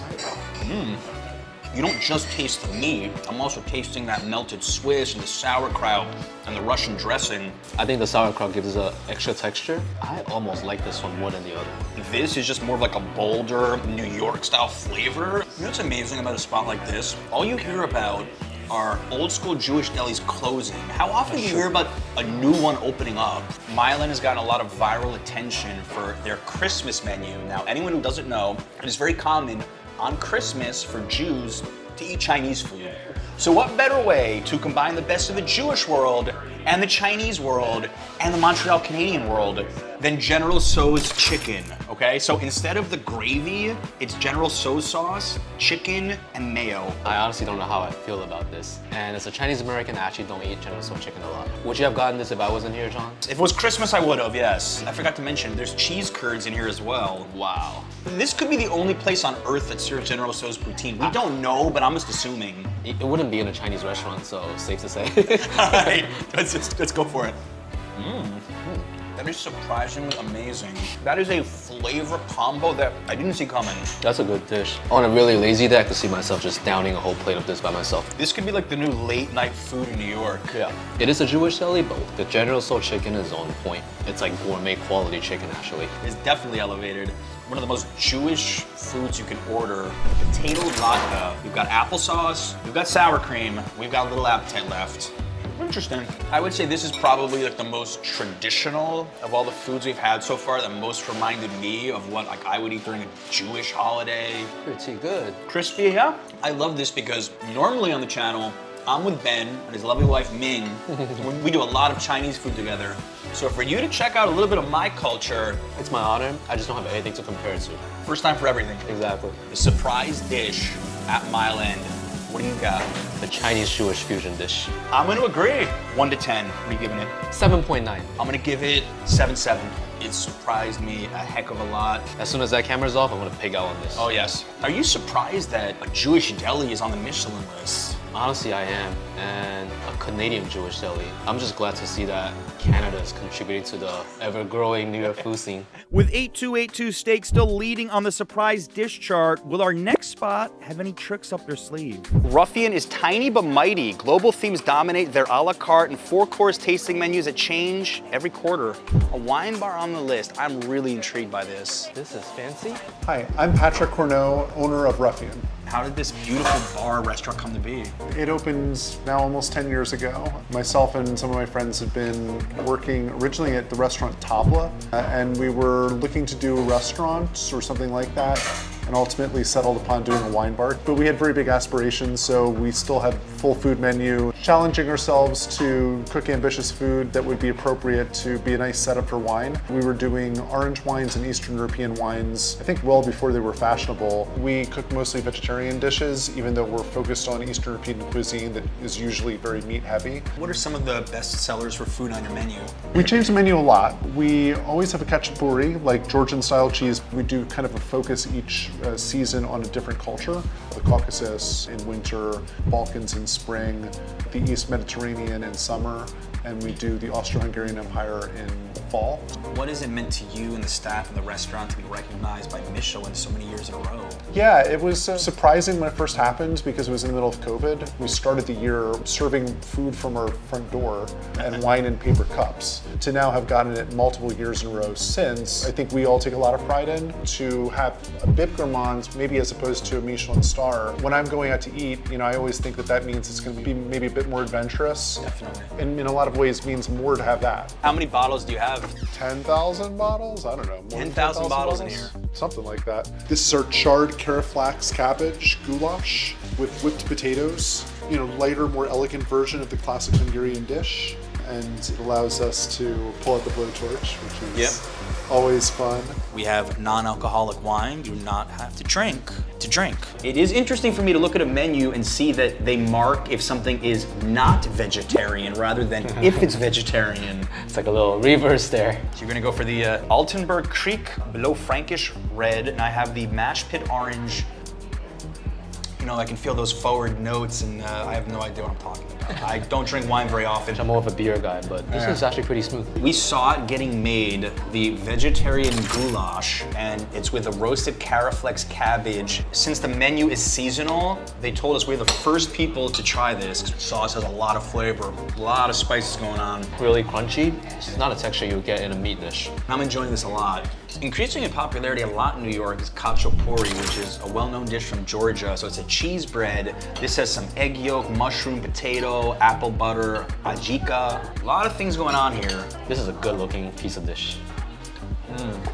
It's like my vegetarian Georgian grandma made this for me. This feeds my soul. And there's actually a lot of different flavors in there. They gave us a bit of a tasting menu, but they have a separate tasting menu. 4 courses for $60. Wine would be an extra $55. Just 2 dudes sipping on wine on a Tuesday afternoon without their wives. Forget going to a bar to watch football. We're going to wine bars for Georgian food, vegetarian stuff. We have the cabbage and parsnip dumplings. The presentation is stunning. Okay, let's do it. It's just the kind of food you have to savor, all the flavors and textures and spices that are going on. It has a subtle sweetness to it. I think with the wine will go really well. I don't think that Eastern European food is necessarily as popular around the country as it is in the New York area. Especially in the East Village. And I can see why this place is doing well. The wine is good, the food is delicate, it's a good vibe overall. Spots like this, I think, have given a lot of other wine bars some life, showing that you can have a small but a really potent menu paired with wine and people will come. Of the surprises from a very surprising, impressive spot like Ruffian, what would you say was the one dish? This is tough. Well, I'm gonna go with the roasted carrot flakes. I don't know, man. The khachapuri really blew me away. I agree with you on that, but that was like the best cabbage I ever had in my life. Rock, paper, scissors, best of one. Rock, paper, scissors, shoot. Boom! Cabbage it is. I give it a 7.458. I'm gonna give it 7.3. I liked it a lot. Definitely worth trying. We brought alongside an extra co-host, Ben's wife, Ming from the Bing Buzz, and I was extra curious about this sleek sushi spot. We're at Domo Domo. Let's see what Michelin's got to say. Sushi is plentiful in New York, of course, but this kitchen ups the ante of their hand rolls with top-notch nori, rice, and fish. It's not just about sushi here, though. All right, let's see what it is about. I am super excited to eat here tonight. So Domo Domo is known as being one of the first hand roll bars in New York. What are we gonna order tonight? We're gonna get the domakatsu tonight, which is their signature course. We have sushi and a lot of hot and cold dishes too. This is the seasonal oysters, and this is the spicy tuna cone. It's like a little ice cream cone. They took their time with this. Yes, they There was did. a lot of effort that went into the presentation here. It's like sour and sweet at the same time. What she said. I'm not somebody that eats oysters very often, but when I do, I want them like this. We almost forgot our ice cream cone. Ah, ice cream. That's cute. Cheers. Cheers. You can immediately tell the great sashimi from the Pretenders. Just one bite. What's inside of this? Spicy mayo sauce. Yeah, This was definitely surprising. it could be. It's a candidate. Yeah, it is. We've got the grilled shrimp with apple, so that's ginger sweet chili, cinnamon apple, and ricotta. Let's try it. Let's go. The texture gets better with every bite, surprisingly. All the ingredients are listed in the name. You actually taste everything. I like the spices. Yeah. I like the flavor profile. What is it? Next we have Wagyu Carpaccio with American Wagyu shimeji mushroom with yuzu sesame sauce. We're doing raw fish. We're also doing raw meat as well. This yuzu sesame sauce is good. I've actually never had Wagyu raw like that before. Also, we originally thought that the plate was made of ice. It's actually crystal. We've got the miso black cod here with the kubacha puree, black lime, and dill. It's really good, actually. It's very autumn tasting. So soft and buttery. Honestly, I always think of cod as kind of a boring fish to eat, but this is getting me excited. Thank you. I am the type of person that usually orders like the cheap lunch sushi deals off DoorDash. This is way above my pay grade and I'm not complaining at all. Yeah, this is definitely elevating my taste buds here. Yum. So far the sushi pieces are very fresh, very soft. This isn't a surprise. Like I was expecting this to be as good as it is. It better be good. This really, really impressed me a lot. We got a variety of hand rolls, and this is what Domo Domo is known for. So this is like the star of the show. Which one do you have? I have the uni wagyu hand roll. I got the lobster straight up. Let's do it. We're all nodding our heads. We don't want to talk. That is amazing. I really love the textures. I like the uni as the ingredient too because of the varying temperatures as well. That first bite was good. They nailed the hand roll for sure. That wasn't a Michelin bib experience. That was a Michelin 1, 2, 3 star right there. Just when you thought we saw everything, we get this dessert spread. We got the hojicha tiramisu, the matcha cheesecake, the black sesame panna cotta, and the lemon sorbet. An advanced move. Get 4 desserts for 4 people. Yes. You try every single one. Desserts could be a surprise ranking candidate coming up. I don't know. There's many good choices here. Flavors are strong. Sweet sour, yeah. Really refreshing. This is a black sesame panna cotta. What's a panna cotta? Good question. If we don't know, it must be good. Different. It's like a pudding. Like a paste, that's the word. You know what a lot of people watching this must be thinking? Is this enough food for a tasting menu? First 4 courses came out, I'm like, I am still hungry. When all the sushi came out, I was like, all right, I think I'll be full by the end. Well deserved Michelin bib status. And there is not an empty seat in the house right now. Tough to do. Okay, there's one empty table. We're gonna ignore that one. Don't look at that one. All right, it's that time. Surprise dish of the meal. Ming, we'll start with you. Definitely the miso black cod. It's hard. I'll go with the desserts. I think they nailed it, super detail-oriented. I'm gonna agree with Ming. I thought the miso black cod, especially with that puree, was really impressive. That was my surprise dish, so we have majority here. Now we're gonna vote. 1 to 10, what did you think of the miso black cod? I'm gonna say like a 9 or 8.5. 8.457. 8.2, big surprise. And honestly, this whole meal was super impressive. Agree. So good. And the final tallies are in. The surprise dish winner, 8282 steak. That's right, they went over a 10. I didn't even know that was possible, but who cares? Potluck's fried chicken and biscuit at 9.6, the tuna melt from Augie's Counter at 8.6, the miso black cod from Domo Domo 8.4, General Tso's poutine from Mile End 7.8, and Ruffian's cabbage goulash rounding it out at 7.4. Every surprise dish hit the spot. Today, we're eating our way through New York's Filipino neighborhood, Little Manila, to show you why this is one of the city's best-kept food secrets. We're on Roosevelt Avenue in Woodside, Queens. We've got Johnny, who's from the Philippines, fellow New York City content creator. And why are we starting at Renee's? Renee's is the OG spot here in Little Manila. You can really taste the traditional type of food here. It's kind of like grandma's or mom's cooking, so this is the best place to go to. I feel like I'm right at home. If you go to any Filipino household, usually there's like spoons or forks on the wall. I'm not really sure why that's in, but in my household in the Philippines, they were like this long. We've been here for like 31 years. The job that I used to work to closed the company, and so with my husband. So we decided to cook like the empanada and the siopaw. We started that product and sell it to Filipino store. Became famous. So I asked my husband to let's try and open a little restaurant. I'm the second one. The second restaurant here. But you're the oldest running restaurant right now. Right now, yes. What do you think a restaurant like this means to the local Filipino community? Well, it makes them feel like home. You know, it gives them like a reminder of like how the Philippines is. Just like being around family. Before we were just 2 Filipino restaurant. Now, probably 10 of restaurants. What are your best sellers? Kare-kare and the barbecues. This is too much food. This is a feast we've got here. Basically just opened like grandma's kitchen to us, I think. Brought every possible signature Filipino dish, more or less. Pretty much. I'm really excited. First observation about eating at a Filipino restaurant, there is no knife on the table. We don't believe in knives, actually. It's really funny. When I met my wife, she saw me cutting with a spoon. She was like, do you need a knife? I was like, for what? Let's start with the lumpia. It's deep fried pork egg rolls. This is one of the few things on this table I have had. Oh, let's rock.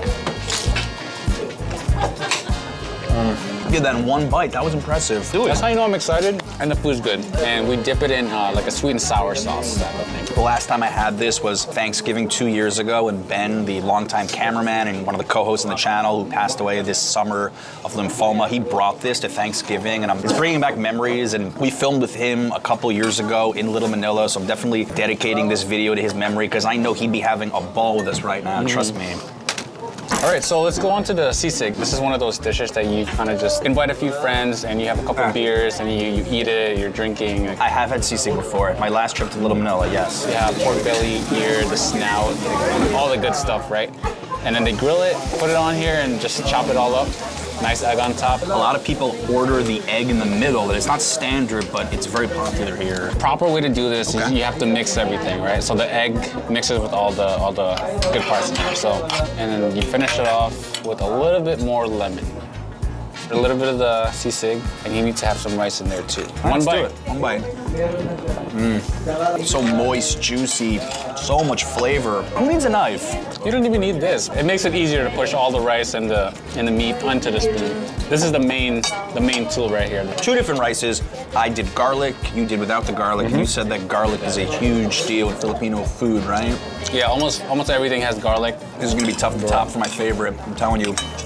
Pork sisig. Do you think Filipino food in general gets enough love in New York? I think it's a bit of an afterthought. California, it's a huge community over there. It's nice to see that we have a Little Manila here, but I think there's so much room to showcase the culture, the food, and just overall the whole experience. Yeah, there's so much to experience. It's also unfair in a way because there's 3 huge Chinatowns in New York, and Little Manila, you've got one main block here and a few other places scattered, but it is growing, it's expanding, and there's a lot more opportunities for non-Filipinos like myself to come here, explore this, and try it out. Have you noticed more non-Filipinos coming in here? Yeah, with like how social media is now, and it's helping the business out. It gets word out on like about Filipino food. I feel like right now it's not too known, but some people are catching up on it and, you know, trying it out. To the kare kare, my personal favorite. I grew up on this. Like my mom used to make this all the time. Peanut based, super savory, and today we have oxtail and tripe. Last time I had oxtail was in Queens at That's Deli, but that's more like Guyanese,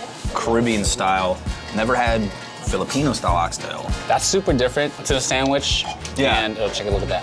Add some rice, because add some rice. As you said, rice with everything. Yeah, and then you have to add a little bit of this on top. Very salty, not too much, just like a little dab. It's a fermented shrimp paste. We call it bagoong, that's how you say it. Let's see. Just disappeared. Remember what I said about the sisig? I don't know. Kare kare is moving up my list right now. I don't know. I think it's because of the peanut sauce, personally. You a big peanut guy? Yes, I am. Oh, dude, just peanut butter, pad thai, kare kare now. Don't tell her, but I think this rivals my mom's, like for real. Like what I said earlier outside, it's like you come here for the traditional dishes, and it really tastes like you're eating it from home. Johnny's mom, we're sorry. We know you're watching this, but oh, she's probably gonna. She wants to come here now to find out. But yours is still the best, by a hair. So, like I mentioned earlier, beef sinigang is tamarind soup. Very sour. Everybody loves it in the Philippines. Super popular. Feels like you're at home. So the way I eat this, I put it on top. Take some of your meat. It feels like Filipino food. It's either you're Filipino or you have a good friend who's Filipino or you're a Filipino family. But I don't think enough people are going to explore it. Other than that, I don't think you would get that intro unless you actually know something. No, exactly. I'm just thinking, like, you're showing me all these intricacies here. So bring a Filipino friend or watch this video or ask them how to eat it just right. Hit me up, I got you. This is fun, yeah. I put the fish sauce, like a little bit, super salty, like something like that, on top of the beef. We're putting the rice on top of the beef. Okay. Let's do it. I'm feeling the sourness for sure. I've never had beef quite like this before, I have to say. A restaurant in New York with so much competition for food, if you've been around for 32 years, you're probably doing something right. And even looking around us as we've been eating here, it's been almost entirely Filipino or Filipino Americans eating here. So that's another stamp of approval, I have to say. The neighborhood backs you, you're doing something right. Obviously you have good food, but you're bringing in nostalgia also. What's your favorite thing about having this restaurant? Meeting people, presenting the food that they enjoy, like a home, family. A lot of our customers have been coming here for like years. They know me since I was like a little kid. I know some customers that were young at the time, grew up, have kids, get married. Yeah. Grand finale is dinuguan, this guy right here, or what we call chocolate meat. Chocolate meat, best name ever for a dish, by the way.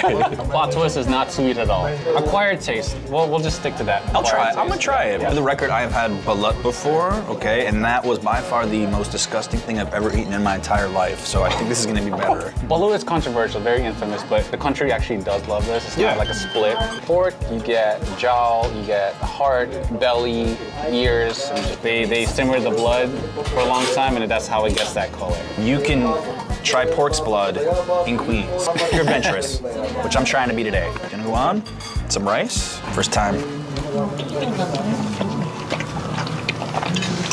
I was waiting for a reason not to like it, but I like it. Like if you told me that this was just some regular pork dish, I probably wouldn't think twice. What would you say is the flavor profile? Very strong on vinegar. You don't taste that chocolate. No. You know what I mean? If nothing sweet about this. I mean, we use vinegar on almost everything again.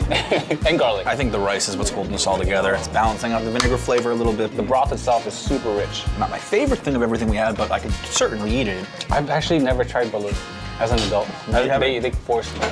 I feel like it's religion in the Philippines, like you have to eat it. It's like the bar mitzvah for Jews. You know? There's actually a balut lady right outside Renee's. At 4 p.m. she's out there until like 11. So which one is your top favorite? Is it still sisig? Sisig by a whisker. I like egg, and I like grilled stuff, like barbecue. It checks all the boxes for me. Dude, if you go to the Philippines and like the first thing you say is like you ask for beer and sisig, you're accepted instantly. Yeah? You just be like, oh yeah, he knows. Red Horse, I'm down. There you go. Bro, you're more Filipino than I am, I think. All right, Johnny, we've got a long walk next door to the next stop, Kabayan, and this place looks cool. This is it, Kabayan. This is what you would call turo turo. Basically, it's like a Filipino bodega. You can get any types of food that they have available. while also getting some groceries. And I want to bring you here because I want to show you some of my favorite street food snacks. All right, I mean, where to begin? Now, I have to say, I've been to the Philan Mart before, so a little familiar with some of these things, but I've never been to the Philippines, so not really. This is like one of our go-tos. I forgot how to pronounce it. I haven't had this in years, but cheese-flavored snack, like chips, pure nostalgia here. You should come to Little Manila just for the snacks. What about the sweetbread? Pan de sal, a very go-to for breakfast. Yeah. Heat it up in the microwave, 10 seconds, some butter on there. People put Spam or like corned beef, make a little sandwich out of it. This is like one of my go-to desserts. Looks like apricots shaped like muffins. Coconut shavings on top, and you take a bite of it. Kuchinta. Kuchinta. It's always more fun in the Philippines. What I love is, you know, from the outside, you just see what looks like a little market, but we've got the food here. A lot of food. So we'll get 2 pork barbecues. Oh, 2 kamote cubes, please. Thank you so much. You know, I have to say, what a job we have. It's pouring rain, and we are standing under an awning next to the subway tracks in Little Manila. Life is good, and anything on a stick always tastes better. Have you had this before? Never had the Filipino version of this. 2 ingredients I think makes it unique to the Philippines. 1, 7-Up or Sprite in the marinade. If you don't have like a lemon or calamansi juice Sprite, 7-Up is very acceptable. And the other thing is banana ketchup. That banana ketchup really puts us out there. Cheers. This tastes a lot better than I expected, I'm telling you. Anytime I have a birthday party or like any type of events like graduations, other than the lumpia, I go for this right away. If you're too late, the aunties, the uncles, your own parents, they'll take it from you. So you're saying that like street food like this is such an ingrained part of Filipino culture? Yeah, I would say so. I've had pork on a stick, I've had beef on a stick. I've never had sweet potato on a stick. And this is an idea that I really think I can get behind. We call it kamote. Yeah. Kamote Q, as in barbecue, caramelized with brown sugar. Sweet potato. Let's try this. Here we go.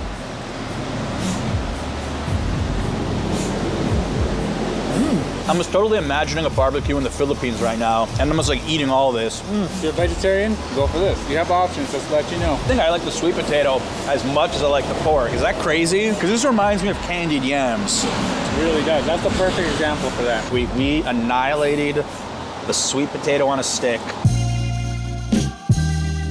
Something important to point out to the viewers is that Little Manila is considered a micro neighborhood, which means not every restaurant in this 3 or 4 block radius is Filipino. Here you have a Filipino restaurant, and then next door you have Ecuadorian, and that's just the melting pot of New York. There's very few neighborhoods left that are purely one ethnic group. There's a mural over here, and there's a word in Tagalog, and it says mabuhay. That basically means it's a greeting. You can say, John, mabuhay, and then it's just like, good wishes. Good wishes and welcome to Little Manila if you see that when you come through. 69th and Roosevelt. Yes, right next to a Mex. Which I've eaten at in Jersey City, and that's a huge chain in the Philippines, right? It is, it's a huge chain. It's right up there with Jollibee too.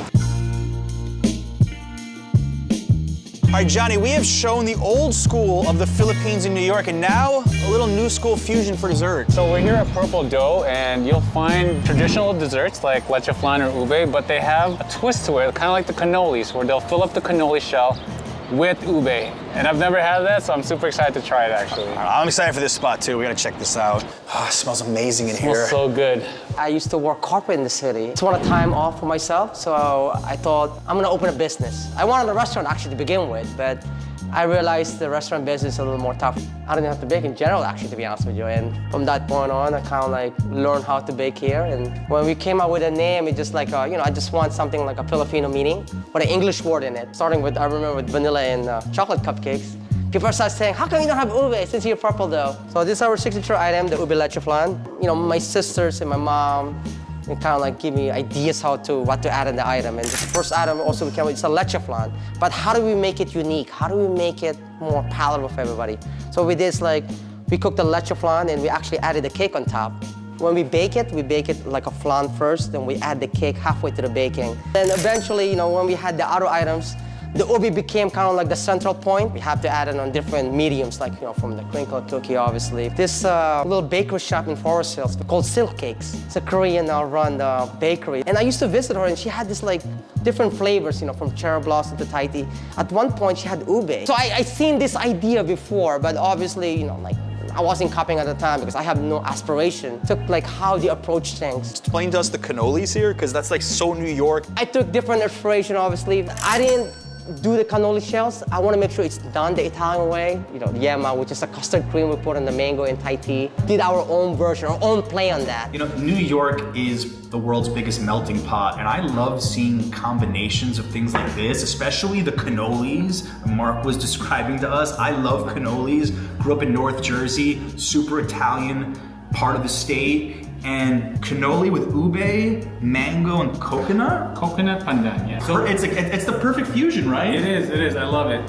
These three flavors perfectly describe and showcase the Philippines. I tell everybody you gotta have at least one cannoli, but if you come to Little Manila, you gotta have ube cannoli. You've never tried a cannoli like this, because I definitely have not. No, I've never heard of Italian Filipino cannoli, so this is the first. I'm super excited. Okay, let's rock. The ube hit me right away. I mean, I never would have thought to do this. I love the crunch. Yeah. Initial bite, crunch, and then all the flavor just smacks you right in. Worth a trip to Woodside alone for this. I've never seen anything like this.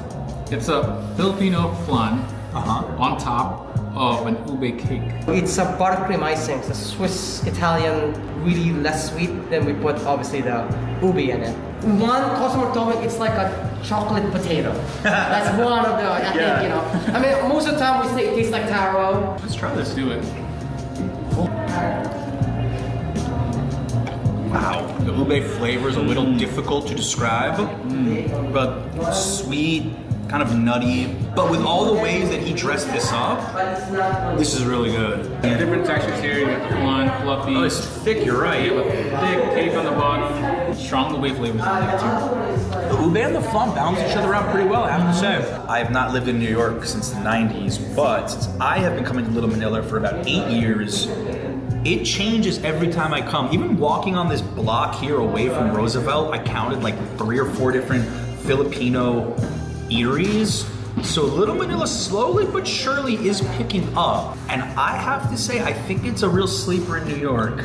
Yeah, Filipinos, we need to expand a lot more in New York City. I think that we have a lot to offer with food, the culture, it's so vibrant, it's just so many things that we can offer to them. The Bronx, a borough often overshadowed by its flashier neighbors, but could it secretly be home to New York's best pizza? Today I'm putting it to the test as we visit 4 legendary pizzerias that might just prove everyone, including me, wrong about this underrated borough. Here we go. Our co-host for today is Greg, our resident food guide and native New Yorker. And one thing that all of these pizza spots have in common today is their neighborhood staples. And Pugsley has been around for over 40 years. This is one of the coolest pizzerias I've ever been to in my life, but it's very old school to the core. Really excited to show you guys this spot. Let's check this out. All right, now this place is definitely a vibe. I've never seen a funkier place in my life. This is so cool. You have the graffiti on the walls, you got booths here, the wooden booths, all types of stuff. It's like hanging out with someone's basement. It's actually perfect for the Fordham crowd. Fordham University is one of the main consumers of this pizza. It feels like an amazing place to have your favorite college slice. My name is Salvatore Natale. How did this business come to be? Tell us the story. What I said, I want to open a place for college. Then I was looking for a store around here, and when I saw this was a junkyard. Originally, this was a horse stable. You know, I had a vision, college here, hang out, pizza, music. I'm a little bit of a musician. I play saxophone. What year did this open? 1985. 1985, okay. 1985. Oh, it's right there. It's right here. We all about love, not a bullshit love. Okay? I feel you. You guys have been here almost 40 years now. Yeah. What makes your pizza different than other places? You want to know the truth? Sure. We don't know what the hell we're doing. We learned from this family. It taught us, first of all, quality. Then prepare the things with love. People say, you instead of this, you can get this, you save the money. I said, no. Quality, making people number one. As far as the pizza, what are the best sellers? Peter, what do you think is the best seller? Regular and petty alla vodka. You got me relaxed. This is my break time. I got something for you. I'm serenade these 3 gentlemen. Ready up? All right.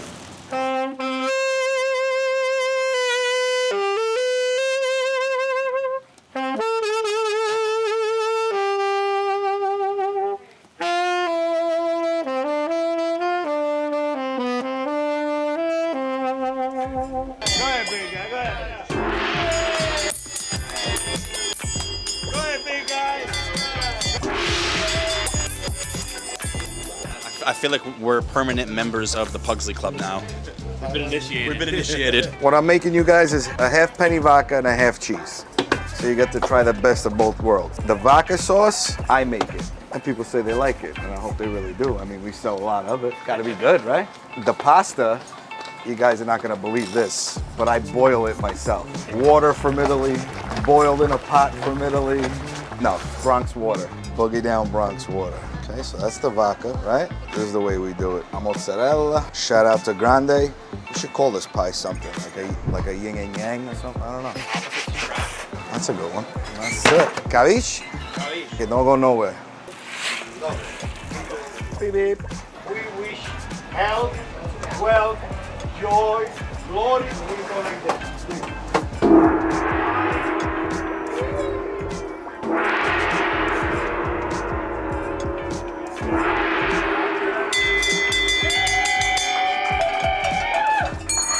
Greg, I don't know what we just went through. It felt like some kind of a ritual, but I want to go through that every day. And I feel like I've been initiated into some sort of like pizza secret society here in the Bronx. It's just fantastic. What already impresses me about this penne alla vodka is how sturdy it is. Like, you'd think maybe it would kind of topple over. Look at this thing, it's holding up. Have you had many penne slices in your life? No, maybe a handful as a kid. I kind of stopped eating those over time, but this one's got me excited. It's one of their best sellers, so we had to start with it.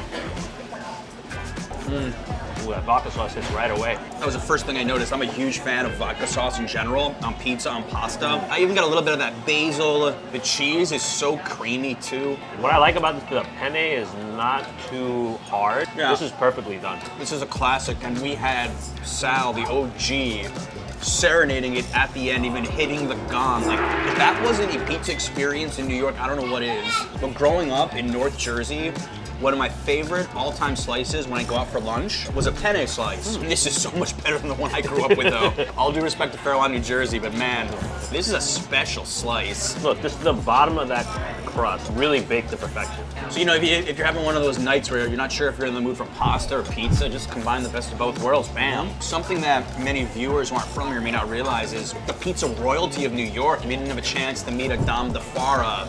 Even you're wearing a Rosario shirt Rosario's one of out my of Queens. favorites. Like, when you get to hang out with the pizza legend like Sal, it just makes your day seeing someone who loves his job so much. This is the beautiful thing about this place. It's a family-run business, and you can tell they love their customers, they love what they do. You can just tell the love they put into the pizza here. He was honestly underselling himself. He said, we don't know what we're doing. Anyone who tells you they don't know what they're doing knows exactly what they're doing. He was being humble there, I think. Even the crust is nice and chewy. It's not too charred. A lot of places, I might enjoy the pizza, but like the crust is where I stop. Not here. No. It would be a sin to not finish this crust. All right, Greg, we got the plain right now. Sal mentioned that they use 00 flour, which is a very high quality pizza flour. Yeah, all right, let's go with the classic. It's a pretty big slice too. It is. It's just the right notes, man. It's so balanced. I think also that sit for a little while. Something about when you get a classic New York slice, it sits for a little while. All the flavors kind of absorb. So you get that sauce, the mozzarella, a little bit of olive oil, the basil, all fusing together. The cheese to sauce ratio is just perfect on this. And you notice, of course, little char. Like, this is a textbook New York slice here. I don't think you can go wrong with anything at Pugsley. We're gonna talk about this a lot today, but I have been sleeping on the Bronx as far as being a food destination, and I think a lot of my viewers probably have as well. Need to wake up to it. So do I. It's like I would obviously eat this more often, but I still really enjoyed that. That was like a flavor bomb. I think I would go with the penne. Nostalgic for me, but elevated version of it. And we're talking about pasta. We are just a few minutes away from Arthur Ave, the Bronx's Little Italy. So here's a power play move. Start or end a trip to the Bronx Little Italy here at Pugsley. Yeah, I've done it before. A midway point in the Little Italy Dave was coming here. Yeah, so if you see this sign in your local pizzeria, it's a good sign. It means they use a really good quality cheese, grande. Look what we just got gifted. Oh, so happy. This makes your day, huh? It really does. I've been trying to get more Spots merch, Yeah, you know? please. Give us merch. Greg, Luciano's is about as no-frills a pizza spot as we're ever gonna show on this channel. Yeah, we're here at Morris Park in the Bronx area. I've never really spent that much time in, but really curious of this spot. Very no frills, very classic. Yeah. Nice. Wow, I love this. Me too. How are you? How are you? Which one do you think is the best? Anything that you eat it. Anything? Okay. You only do pizza. You just stick to pizza, good. If you like, you open. Okay, deal. I'm sure we'll like it. Grande cheese. Nope. Once again, it's like I said at the last spot, grande cheese. This is your clue. Greg just let you in on it. How long has this place been in business? Maybe 40 years. 40 years here? This is the grandma. I give you a regular slice. Okay, those are nice big slices. One of the biggest slices I've ever seen in New York. Greg, how did you find out about this spot? It's an interesting story, right? It is. So just randomly, I was on Facebook one day and I saw this Facebook group come up and said Pizzaholics, and it said Luciano's is a really good place. So I was like, all right. I just got it marked it on Google Maps for future reference. If I ever made it to the Bronx, and today's the day. All right, Luciano's. They gave us a little bit of everything. Let's start with the plain. Not too tangy, not too sweet, just right. It's another one of those very nostalgic type slices for me. The dough has a certain flavor to it. It's not like overly charred, but it's got a nice flavor, a nice mix of sauce and cheese. This is the kind of spot I would imagine if I grew up around here, I'd be coming for lunch all the time when I was a kid. This just gives off such neighborhood vibes, like the, the Yankee stuff on the wall and pictures of the customers. And we cover so many places in Manhattan, even in Brooklyn, that it's all about Instagrammable this, Instagrammable that. What can I put on my pizza? Here, they know what they do well. This is just such a local place to the core. The booths, I can't get enough of these booths. It's just so nostalgic.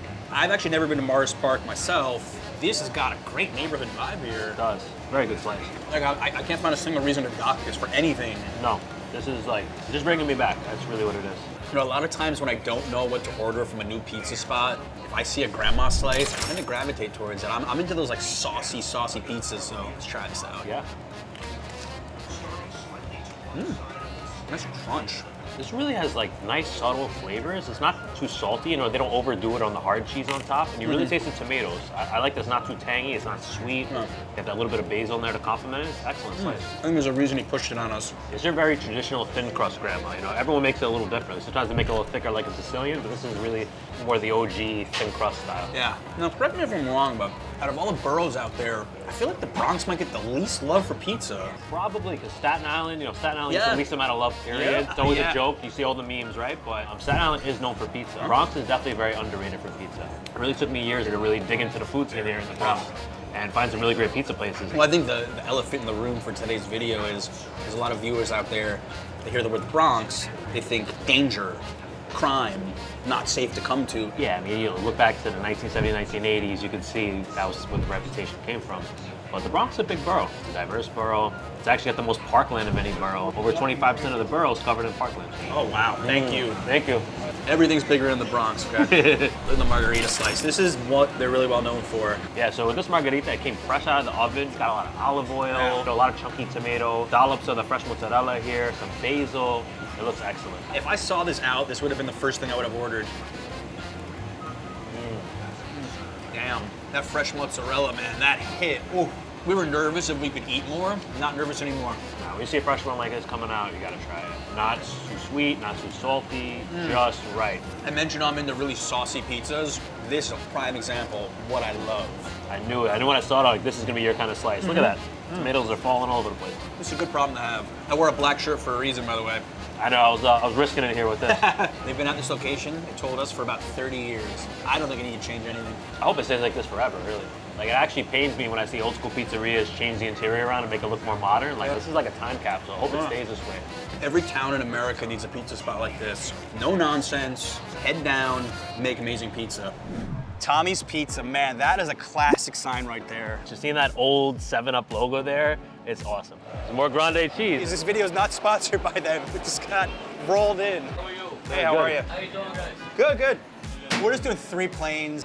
Awesome, thanks a very lot. much. Greg, I gotta say, I've never eaten New York pizza at a counter like this before. This is a dying breed right here. Sitting, eating pizza at the counter. How you doing, buddy? I'll tell you, I've been here once. I loved it so much, I had 1 slice, I stayed, I ate, I think 2 more. If you could do 2 today after all the pizza we've eaten, I'd be impressed. I think 1's the limit today for me. This looks fantastic, let's try it. First thing that hit me, light, airy, crispy crust. You can tell how sturdy it is. When you fold it, it's like crackles a bit. Oh. Now, it looks like there's some cornmeal on the bottom here. It adds another interesting bit of texture to it. Pizza has a slightest tanginess to it. You know what it reminds me of a little bit? And I saw this in a video of my boy Antonio from the Pizza Review channel. Luigi's a little bit. Yep. It reminds me a little bit of like the Luigi's classic slice in Brooklyn. You can tell it's a real neighborhood gem too. And there's a nice bit of herb flavor in the sauce too. I see there's quite a bit of oregano in there too. This is definitely one of the best plain slices I've had in a really long time. And fun fact, they only have 2 slices here, plain and square. No pineapples, no chicken parm. I don't know what the craziest thing you've ever seen. I saw a Thanksgiving turkey pizza, we covered that once. They don't believe in that here. It's as good as I remember, that's for sure. Can you actually think of another spot in New York that has a counter like this for a pizza spot? I remember one place in Fresh Meadows, Queens called Brothers Pizza. They're pretty famous. And also old school signage. So it's just another kind of stuck in time type place. I like this concept. I mean, you can sit in the back. There is a room that has like your typical booths, but look, counter service, okay. They do actually have beef patties, chicken rolls, and cheese calzones. So they do have a couple of other things outside of pizza. Something just caught my eye. What's the hippie roll? What's a hippie roll? Sausage, pepper, and mozzarella. Okay, I was gonna guess mushroom. If you're visiting New York and you want to hang out with Greg, take his street food tour. I've had many of you tell me it was one of the best experiences that you had when you visited the city. Check out the link right here. You won't regret taking that tour. Yeah, I'd love to see you. Come join the tour. Greg, when you say a place is part of the neighborhood, I think Louis and Ernie's took it to heart because they are built right below a house. So cool, right? It opened since 1959. Let's check this out. Oh, we're stepping down into a pizza paradise here. Oh, it smells so good, right? As soon as you walk in. We just want to do one pie sausage. The tomatoes are sweet because they imported from Italy. Some tomato sauce, you don't need no salt, no sugar. Everything is just salt and pepper and oregano. That's it. And of course, they use grande cheese, the best cheese in the world, for pizza. It's not greasy at all. It's good. Tastes good, you know. Not bad. It's very good sausage. Over here, this is the best seller. Nice, beautiful pie. Thank you. Thank you so much. That is the most amount of sausage I've ever seen on a pizza. They were saying that the owner gets 25 pounds in the morning, 25 pounds in the evening, and he still sells out. This is their signature right here. This is. This is actually the one pizzeria I've been to several times before, coming up from Queens just to come and eat this. Piping hot here. Look at that. Huge flop here. We gotta hold this up. Like this is the standard Bronx slice we're seeing. I kind of folded it up at the top here. All right, let's try it. Nice and crispy, and I got a little bit of that sausage on the first bite. It's got a good kick to it. Sausage is fantastic. That's the first thing that jumped out right away. They were telling us to use the San Marzano tomatoes. Different than the California tomatoes a lot of pizzerias use. Has a slightly sweet flavor, which I really, really like. It's like more what you would see on a Neapolitan pizza. Yeah. I think that does counteract the really like peppery, fennel kick in the sausage. It complements it quite well. Pizza's well done, man. I don't usually do this, but take a little bite from the edge here. All right, let me try. Nice and crispy. I've never had something quite like this before. Just the type of sausage, the amount of sausage. I think if you were doing a blind taste test, you would know it was a Louis and Ernie slice. I would know right off the bat, for sure. And I normally don't order sausage pizzas. It's usually one of the least ordered toppings for me, but here I have to order it every single time. That's how good it is. Like, just even the flavor of the dough, there's just something about it very unique. So fun fact, I got to chatting with the owner's daughter, and you know how I said that this is built into somebody's house? Originally, this was a pizzeria in Harlem, and the two owners, Louis and Ernie, moved it here after a year, and the basement here used to be an old candy store, and the current location was taken by the new owner and their family, and they've been here for 30 plus years. So it went from one family-owned business to another, and they are taking excellent care of it. But I've never seen anything quite like it, like a pizzeria built into a house. Yeah, it does really feel like a home. You have a skylight above you, like. A lot of firsts today for me, I gotta tell you, in the Bronx. And something that we have both noticed is these are all neighborhood staples, and all the employees are so friendly. You get that New York stereotype of like gruff, not here. Cool people up here in the Bronx, that's for sure. People don't have to put up a front here, they just keep it real. You would think by spot number 4 that we'd be over it, but no. I'm still enjoying it, even as full as I am. I could even do one more if we had to. Yeah, I'd probably regret it later, but I could fit it. So like I said, at the last 3 spots, we've noticed that they also use grande mozzarella cheese. So that's really the gold standard of cheese for pizzerias here in New York. Greg, what would you tell the viewers if they were feeling a little bit hesitant about taking a pizza crawl in the Bronx? I would say do your research. The Bronx is very diverse, not only culturally, but also in terms of neighborhoods. It's not the biggest borough, but it's a very unique, diverse borough with a lot of character to it. And if you don't know where to go, just come to all the spots in this video. You will not regret it. Yes. Today we're gonna eat at some celebrity eateries in New York that have gained fame due to popular TV shows and see if they live up to the hype. We've got Gordon Ramsay fish and chips in the heart of Times Square. Now, there are 4 of these in the United States. This opened back in December. Will it be worth it, or is it gonna be a kitchen nightmare? To me, you run a hole of a kitchen yourself. No, okay? no. Is this the kind of spot you two would normally eat at? Not at all, actually. I've never eaten fish and chips in New York, actually. I don't remember the last time I ate in Times Square. And Gordon Ramsay, what are you thinking about this spot? Celebrity chef, let's see what he got. Good cooking, angry guy. And if you're curious, this has a 4.1 on Yelp. Oh, that's actually pretty good. It's mediocre. For New York, I don't know. The door looks like a phone booth, like the ones in London. All right, my first impressions, I definitely feel like they're catering to tourists here, like this little fake British world. How are you? Want to get 2 of the fish combos? Okay, 2 sauces for each, please. I'll do Gordon's tartar, curry and mango for 1, and then let's do sriracha aioli and Gordon's tartar for the second. $47.86. All right, well, I have to say they dressed it up very nicely, like A for presentation. This is a really nice, presentable box. Everything, the fish looks really fried, but it looks really good, actually. What do you think about the size of the fish and chips? It's pretty good, actually. One of the biggest complaints here that I've heard is that you're paying $18 for each of these boxes. It's basically a Times Square tax. All right, let's try it.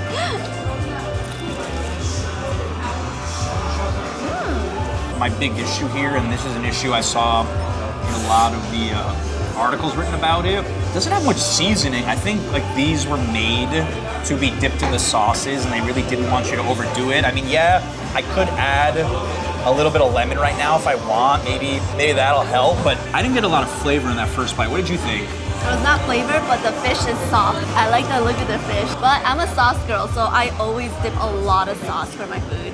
Go with curry and mango. I think That this sounds is really good. I think this is gonna change things up a lot. Let's try with some sauce now. It's much better. I got a lot of fish in here. It's a good piece. I mean, I don't think they're skimping on the portions of fish per se. Yeah, I would like another piece or 2 for that money.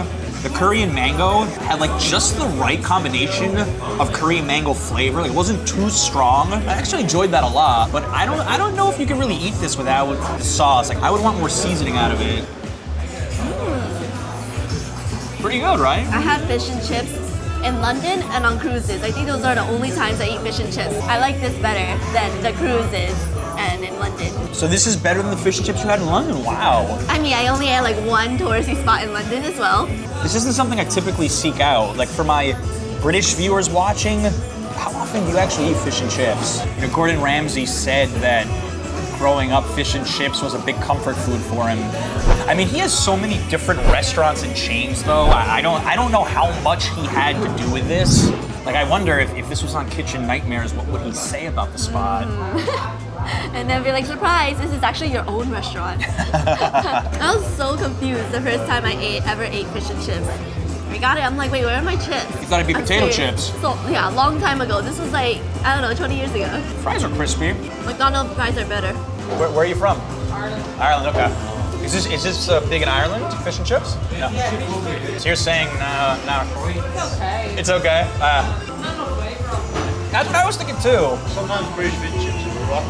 Depends what fish they use. Yeah. The best fish is obviously cod, and that's cod. So it is good quality fish at least. It is very good. You know, New York really isn't that much of like a celebrity, gimmicky restaurant kind of town. Do you agree with that? Like, do you think if more of these popped up, people would go or they wouldn't care? You know, Times Square is teeming with people, so they'll have people come. But if you want celebrity restaurants, you could go to Vegas for that. I mean, Gordon Ramsay has a couple spots in Vegas. He has, I think, 2 restaurants in Atlantic City. I guess for him, this isn't that big of a deal, but I can't wholeheartedly recommend my viewers come here if they want authentic fish and chips. Seeing Gordon Ramsay's cutout outside, that is gonna be familiar for some people. It's like going to the Olive Garden in Times Square. Which is the worst. That's the worst restaurant in Times Square, in New York, in my opinion. John, thanks for spending $50 on this. All I could say is I would have gotten 5 Chipotle bowls, man, if it's up to me. $47.85, you gotta get it right. I'm gonna get a refill on this drink at the fountain to make it worth it. But yeah, when we went to Vegas, it was like Ramsay territory all over. I do prefer this over fish fillet from McDonald's. How much would you be comfortable spending for this meal, for one of them? $10. So you're saying for you it's a value thing. If this was $9.99, you'd say, okay, it's fast food, it's Times Square, I can deal with it. I would, and it's fish. And it's interesting that you said it's somewhat gimmicky, and Times Square is perfect for that. Yeah. That's why all the scammers are here. Are you calling Gordon Ramsay a scammer? No, I'm not. I'm just saying it happened to be here. It is. Oh, it is. I guess what gave you the motivation to come here in New York? I'm wondering. I've been to this one before, but Okay. What do you think about it? The fish and chips? It's good? You like it? Is it authentic enough? You know, while I didn't love Gordon Ramsay's fish and chips, I actually am curious to try Hell's Kitchen in Las Vegas because I've heard you have to make a reservation like weeks in advance. When we went to Vegas, I think everywhere you needed to have a reservation, which was like crazy because in New York, you could just kind of go in. You just pop in usually, yeah. It's just so different. What I find interesting is people just like stop here and take photos. Gordon Ramsay is the attraction. If this was just London fish and chips, no one would be here. So celebrity selves. I gotta say, Times Square is hopping right now. Like, tourism is back in full swing. Now, this is something that typically has celebrities that I highly endorse.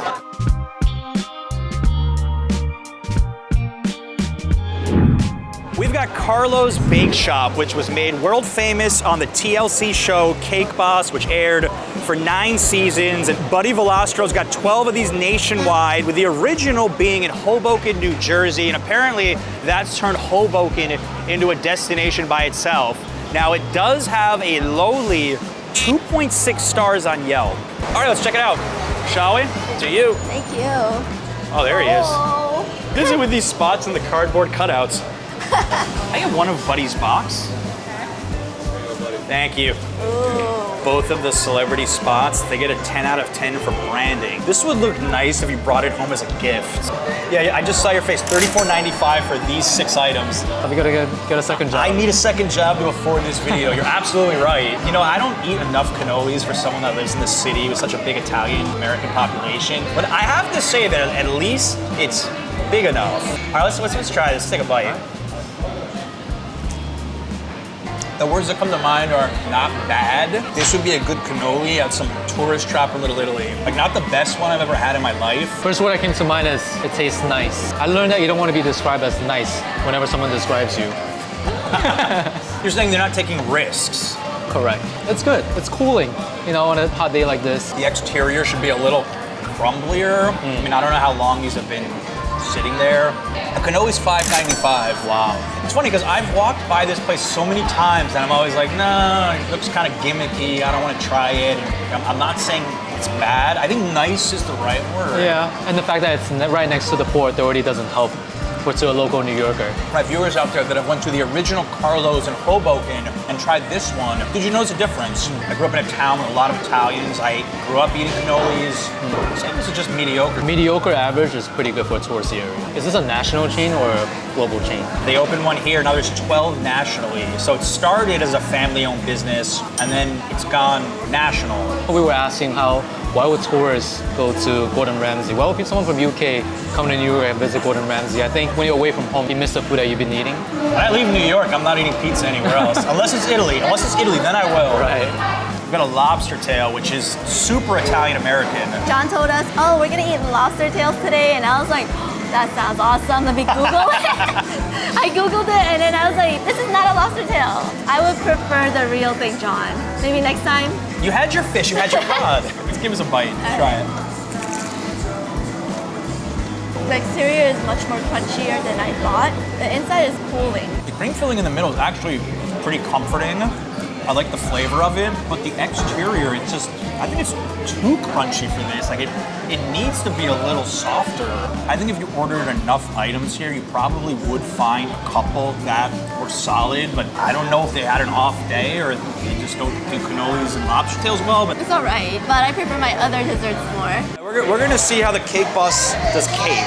I could be a chocolate fudge cake slice. This is interesting.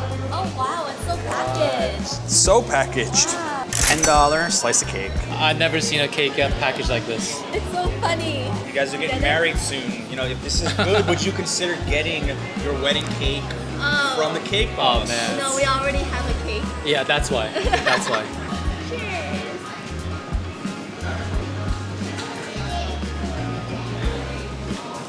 Yeah, it's actually not bad. It's so rich. It's rich, but I was afraid that it might be overly sweet, and it wasn't. I think I'll prefer this over the cannoli, actually. I like the lobster tail the most. I've definitely had more chocolate cake in my life than lobster tails and cannolis combined, so let me see.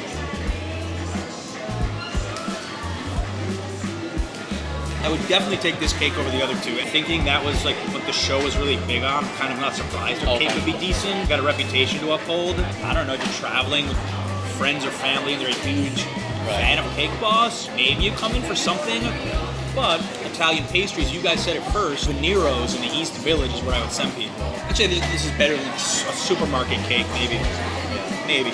As you can see, eating in Times Square is not the most healthy place for your food. I feel like Times Square is just a mini Vegas strip. I said it to Norma Helly, Vegas YouTuber, and she covers a lot of these chain restaurants out in Vegas. We were walking by, I'm like, yeah, I get those vibes completely. Today, we're feasting our way through 5 dumpling spots in Manhattan's Chinatown to see which ones are best. From fried to steamed, get ready for this mouth-watering insider tour. And I'm bringing along 2 of my local friends as guides, Ben and Ming from the Bing Buzz.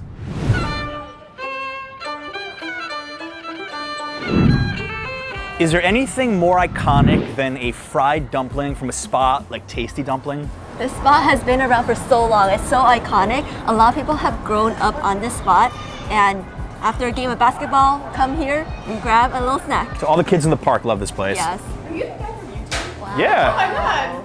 Hi. Hey, how are you? You got me at a good place. It's your first time eating a dumpling. Oh, nice. What'd you think? All right, well, enjoy. Nice meeting you.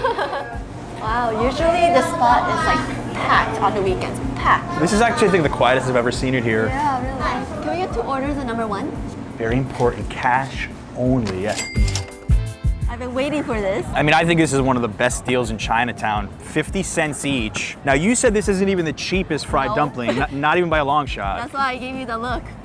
$4, pork and chive dumplings, just a classic.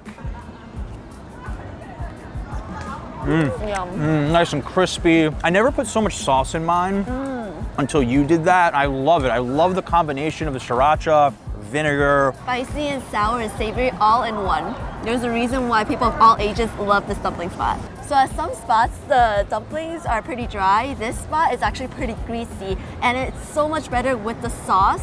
It's not too doughy, it has some chives in it and a good amount of meat. I'll tell you, I think a lot of times I'm more in the mood to do a dumpling run like this than I would be for dollar pizza. I'd definitely go for a dumpling run over a dollar pizza run. But if you're a fan of like anything fried, never had a dumpling before, I think they'd be a really good spot, like your first visit in Chinatown. I think so. I love dumplings. I'm so excited for this tour. There's something cool about naming your store very simple, like Dollar Pizza, fried dumpling, tasty dumpling. And just like Dollar Pizza store, they have to mass produce, mass serve these dumplings to make it work. And these guys are doing it.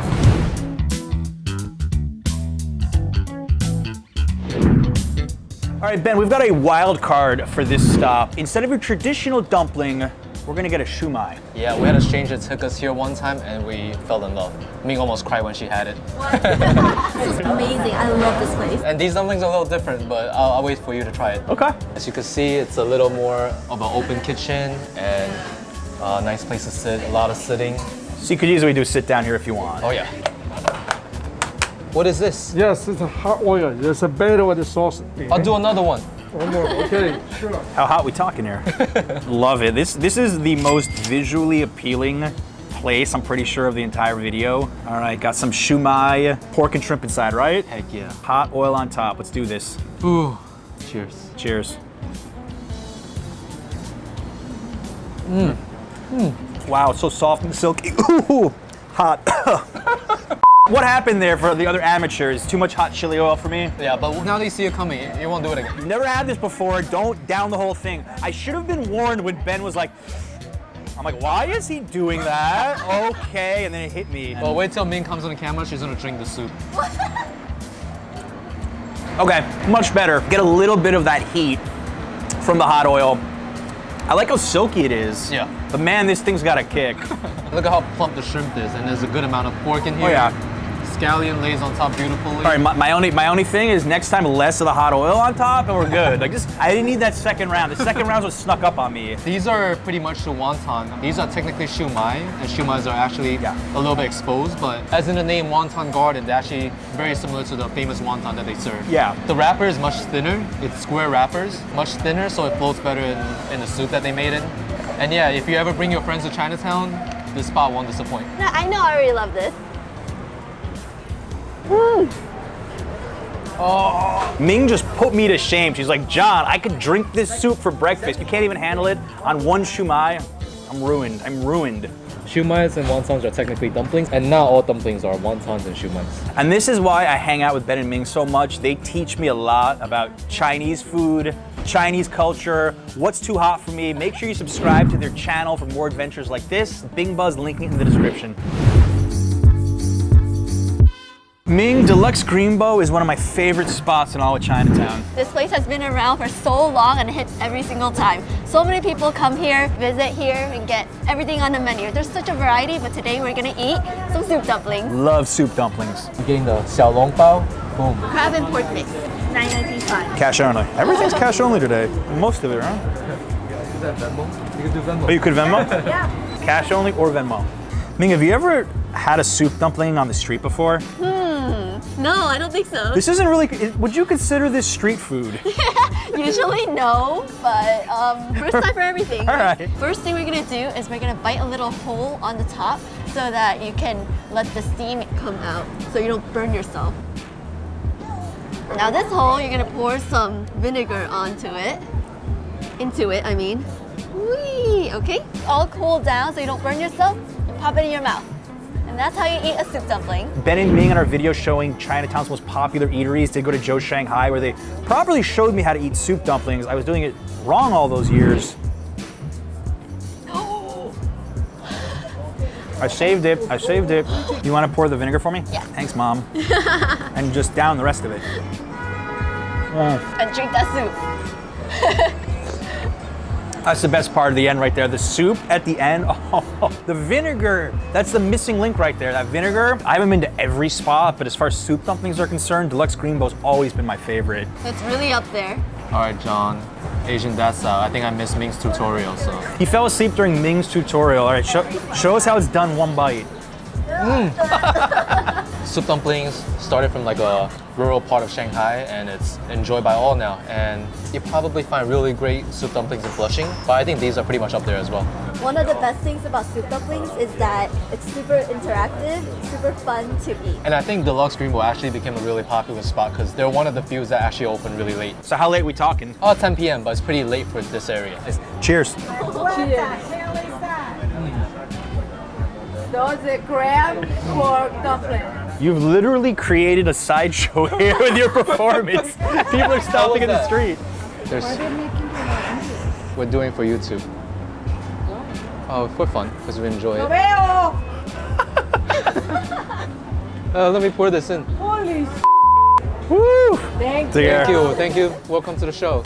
Bye. Bye. I think he just started a viral trend right there. Ben, you can tell we're in the right place. Look at that faded sign. Only good things are ahead. Heck yeah. Yeah, that sign looks like it's been here forever. This place doesn't need any help with exposure, but this area could use a little more exposure. This side of Chinatown doesn't have all the fancy, cute dessert shops, but this one is definitely one to check out. Hi, 102, 10 dumplings. Two go. $5.25. Man, we got lucky today because last time we walked through here, we couldn't even get through. It was like people on people. We're in business. These look way different than the ones at Tasty Dumpling. Yeah, I think this shape, this way of frying it is very uniquely to Super Taste. It looks like a Chinese taquito. Our friends who frequent this place showed us the right way of eating this. All right. Let's pour it all in. I know John is a little worried, but it's gonna be worth it. Then we're gonna close this back up. And then we do a little... and then, voila! I've never seen a dumpling like this before. We're ditching the chopsticks, right? We're just going in with the hands? Heck yeah. All right, this is a lot of chili oil, but I'm just gonna take a bite. I'm not gonna down the whole thing like last time. You'll be all right, John. All right, let's do it. You're gonna love this. Cheers. Cheers. It is so much crispier than any fried dumpling I've ever had in Chinatown here before. Exactly. They really made a name for themselves with the way they're frying it. It's super unique. The dumplings are nicely wrapped up all the way around and they're exposed on the two ends. So you can see the filling, the juiciness, the moist, everything. Don't quote me on this, but yeah, it's the only place I've seen. And they make it almost like a little rectangular shape. They definitely nailed the moist to fry ratio. I also have to say that the way Ming shook it up, they really spread out the chili oil where it's just not that hot for me. Right. As someone that doesn't love the spiciest, hottest foods. And for someone that just want to dive right in and start eating, instead of dipping, wasting time dipping, I like this way more. Now these might look very scary with the chili oil, but trust, this is a super bite. Super bite for super taste. It's pretty cheap. 58 cents each. What are you gonna do when you see the day when dumplings cost $1 each? I'll be so sad. The search will continue. Sujiao Fuzhou cuisine. Dare I call this the king of Chinatown cheap eats? These dumplings are one of the cheapest ones that we're going to on this whole food tour today. These steamed dumplings are super nostalgic for me. I grew up on these. I don't know if there is a cheaper location in Chinatown for everything. Oh yeah, there's a lot of variety here. Yeah. Does it have a 4A large? Yeah, 4A. And all of us have had this before, and we can vouch before even trying it on camera how good this is, but let's confirm it. Cheers. Cheers.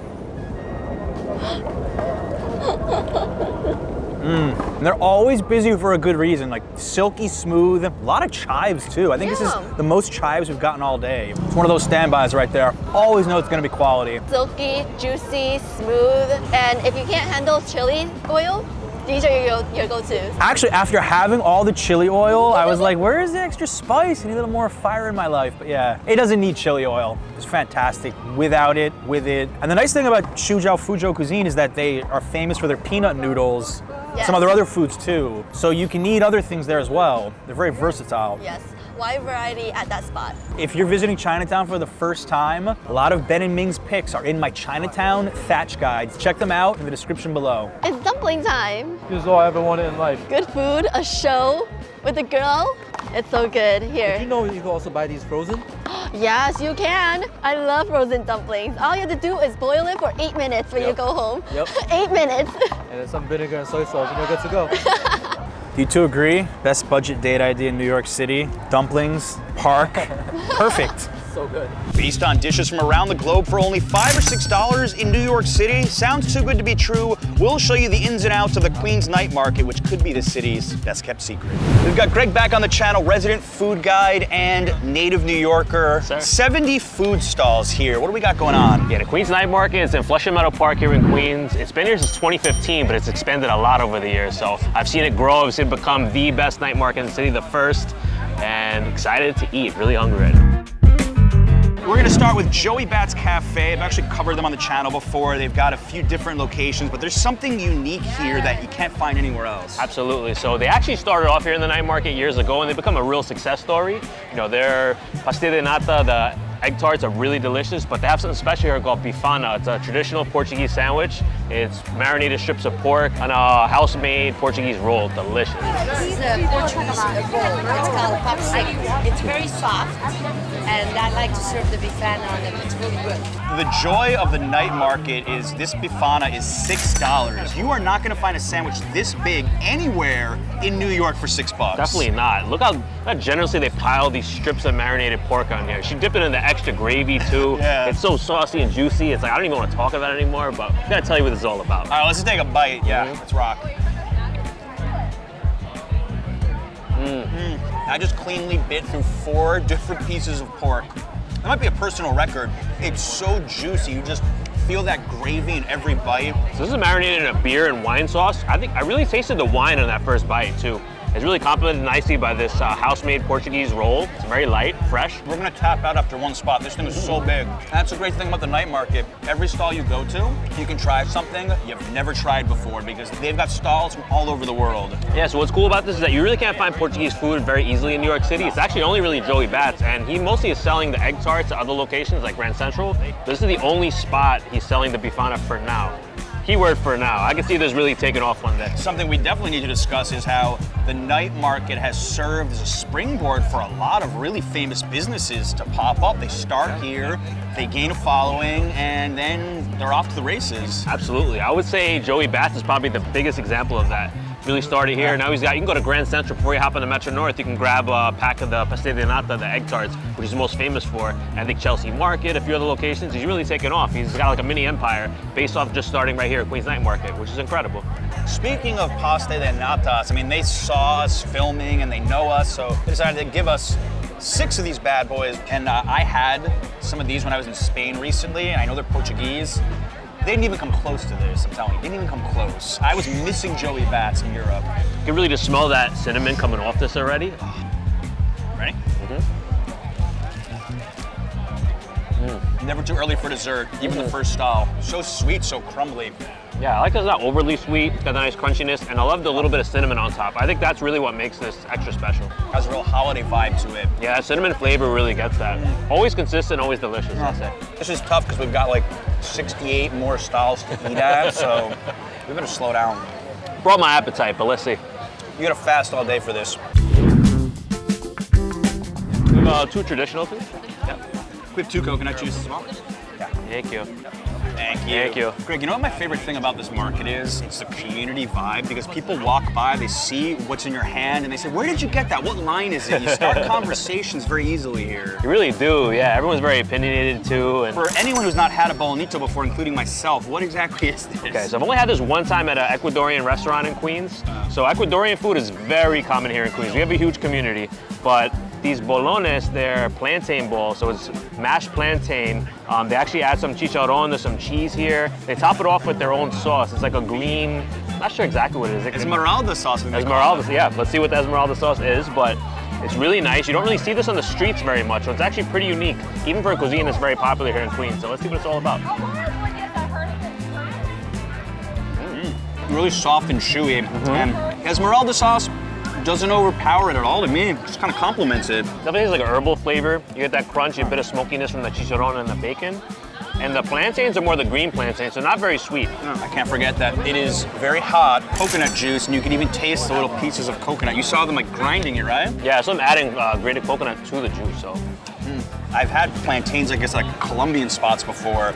I'll tell you, this reminds me of a little bit, not flavor-wise, but concept-wise, of mofongo. Like Dominican and Puerto Rican mofongo, but totally different flavor. This is nice, I like this. It's a little more subtle, more subdued. Like, part of the fun, too, is just watching them make it fresh. They're making this by hand, each one. As we were saying, a lot of these businesses, this is their first real foray in public. So they're very friendly. They want to know your opinions on the food.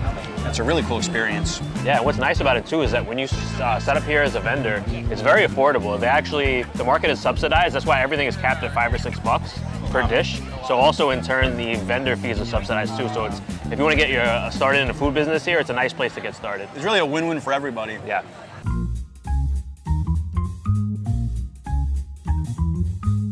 Burmese bites. We are getting food that is not that easy to find in New York, right? No. Yeah, Burmese food's rare to find. This is one of the few, actually. Look at the tray. That's so cool. If you order for like 10 people, yeah. Have 1 keema palata, please? It's going for a run tonight. He's going to burn all this off.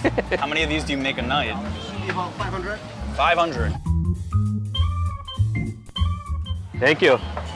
That was quick. Since we're in the park, you can actually set up a little picnic here. Wait, is that supposed to be like a sushi roll? The glory of this market is that you can get a lot of shareable stuff for $5 or $6. Keema palata. This is, again, something I've never had before.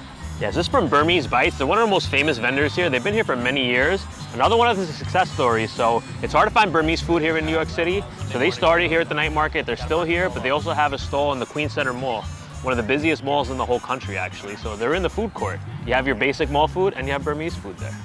Only in Queens, right? Yeah. So this is a keema palata. It's kind of like a roti, but inside there's minced chicken. And here is a little bit of raita. It's like a yogurt, cucumber sauce on the side. Did I just get 2 at once? Did I? I think you did, doubling up. Actually have it by itself first. That is just packed with flavor right there. Oh yeah. This is what I'm looking for out of the market. That bite right there, experiencing flavors like that I'm not normally used to. What's so nice about this is that it's kind of crunchy, kind of soft at the same time, and then inside you have that nicely spiced chicken. And then when you have another bite with the yogurt cucumber to kind of cool it all off and add a little bit of crunch to it as well.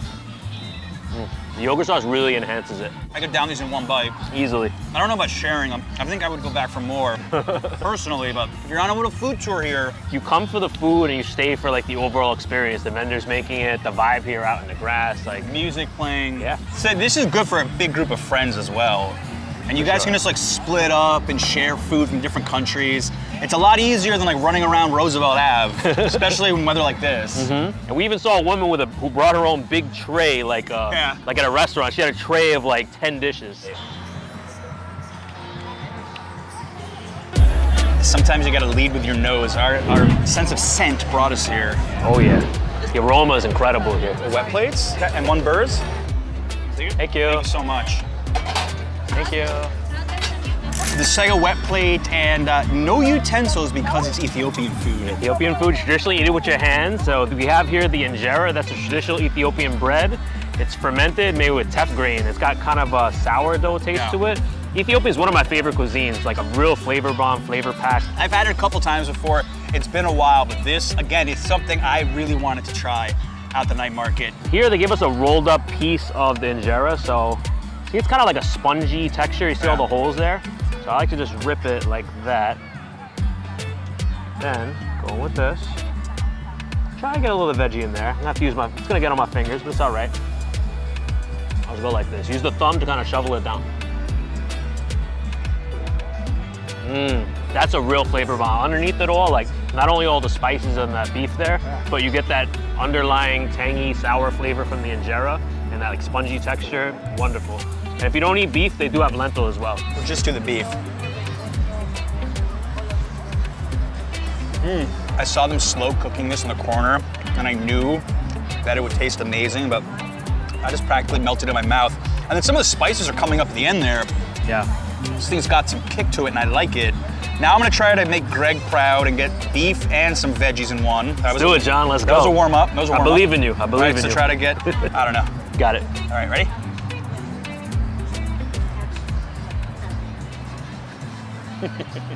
Kids, don't try this at home. It was better though with the veggies. It was much better. So many flavors going on, you're absolutely right. Could that be the biggest flavor bomb in the whole market right there?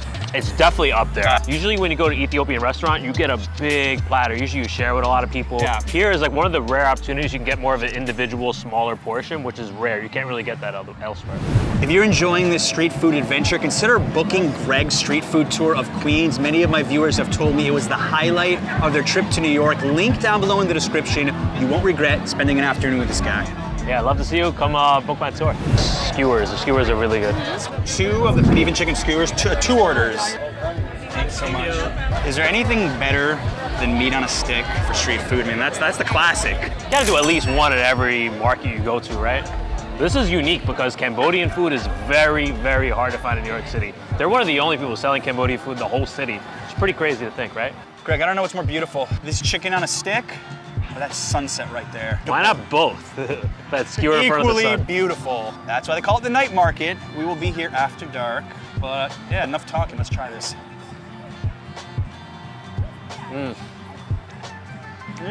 Anybody can put meat in a stick. Not anybody can do it this well. So juicy and tender. What I love about Cambodian barbecue sticks is that all the marinade you really taste. There's turmeric in here, there's lemongrass, there's so much flavor. Sometimes even a little bit of lime leaves too. And it's so hard to find this in New York. I wish there was more. All Cambodians in New York, if you can just start opening up some barbecue stalls, please, you will get a lot of people. It's so good. How can you tell all the flavors? I've always been curious about that. I like a lot of different spices in food, so over time I pick it up. Sometimes I don't cook very much, but when I do cook, I do use like turmeric, cumin, spices like that. So it's from the cooking that you have that background, right? A little bit. It's like a mix of that, plus researching the food and trying it a lot. Meanwhile, I'm like, this is good. Bold statement coming. It's maybe the best meat in a stick I've ever had in New York. Probably wouldn't disagree with you there, actually, because the way it's marinated, no one else is doing this. The marination here, that's what's standing out. I think if you were just to walk by and you'd see it, you might overlook this stall, actually, because there's a few stalls here selling meat on a stick, but don't overlook this Cambodian one, do not. So outside of being probably the most diverse street food market in the world, you also have the most diverse crowd in the world. Family friendly, a lot of tourists are watching. What would you tell them? I would say, yeah, this is like the market for everybody. You know, you have everything's priced at $5 or $6 or less. You really get all walks of life here. And it's really not too far coming into the city on the 7 train. It's very family friendly. People come here with their dogs. It's just a good vibe altogether. You can even get beers here for $6, which is pretty good value. Beer and wine. We may do that later. Yeah. Could I get the cassava leaf with the moringa leaf rice? Thank you. What friendly owners. This is what I'm talking about when you come to the night market. Getting that kind of hospitality. Really sweet people, and I love it that we're not shy about saying they're the only people selling Sierra Leonean food in New York. I think most people would be hard-pressed to even pinpoint Sierra Leone on a map, let alone having tried their food before. But here I am trying it for the first time. Very earthy, and of all the food we've had so far today, I would say this tastes the most homemade. Like they were just in their kitchen and brought it downstairs and served it to us. That's the vibe I get from it. I couldn't agree more on that. The rice here is moringa leaf rice. You can see the bits of herb here, of the moringa leaf. And you have the stew. This is cassava leaf stew that already has a very earthy flavor. I think cassava is like a root vegetable, right? So these are leaves from it. It's slow cooked. You can tell they're very just proud of their food, just very friendly, and just, I love like you can't find Sierra Leonean food anywhere in New York. Yeah, just like you said, homemade and like healthy even. This is kind of addicting, I'm not gonna lie. Mm-hmm. And not just this food, just trying food from all over. It's like just close your eyes and point at a spot and you're probably gonna find something that you're not likely to find wherever you come from. Yeah, it's a very nice portion, it's very hearty, and just $5. You really can't go wrong. Overall, it's April to the last weekend of October. They take about a 4 or 5 week break for the US Open. That's in like mid-August to about mid-September. Because this is in Flushing Meadow Park, this is where the US Open is. Literally the stadium is just right over there, so. They got busy tonight too. I think now because the weather's getting milder. Cadet combo, right? Yeah, cadet combo, I'll do one of those. Thank you. Thank you so much. Moon Man, I filmed here 7 years ago. They're a staple of the Queens Night Market. They are. They've been here for over 7 years. Always a go-to. Literally every time I come to this market, which is almost every month, I always get the same thing. They're making Indonesian desserts that you can't really find in New York City, especially the coconut pancake. Yeah. It's got a funky name, Moon Man. It's kind of like a little creative too. It's not just like, it's good branding. And it's fun to watch them make it too. You talked about how it's a whole little show here. This is a cassava cake topped with a pandan jam. It's a little more subtle. They call this the cadet combo, you know, kind of a play on Moon Man. Make sure you get some of that pandan jam. So. I need some, yeah. It's very spongy. All right. Yeah, it's got an interesting texture. All right, it's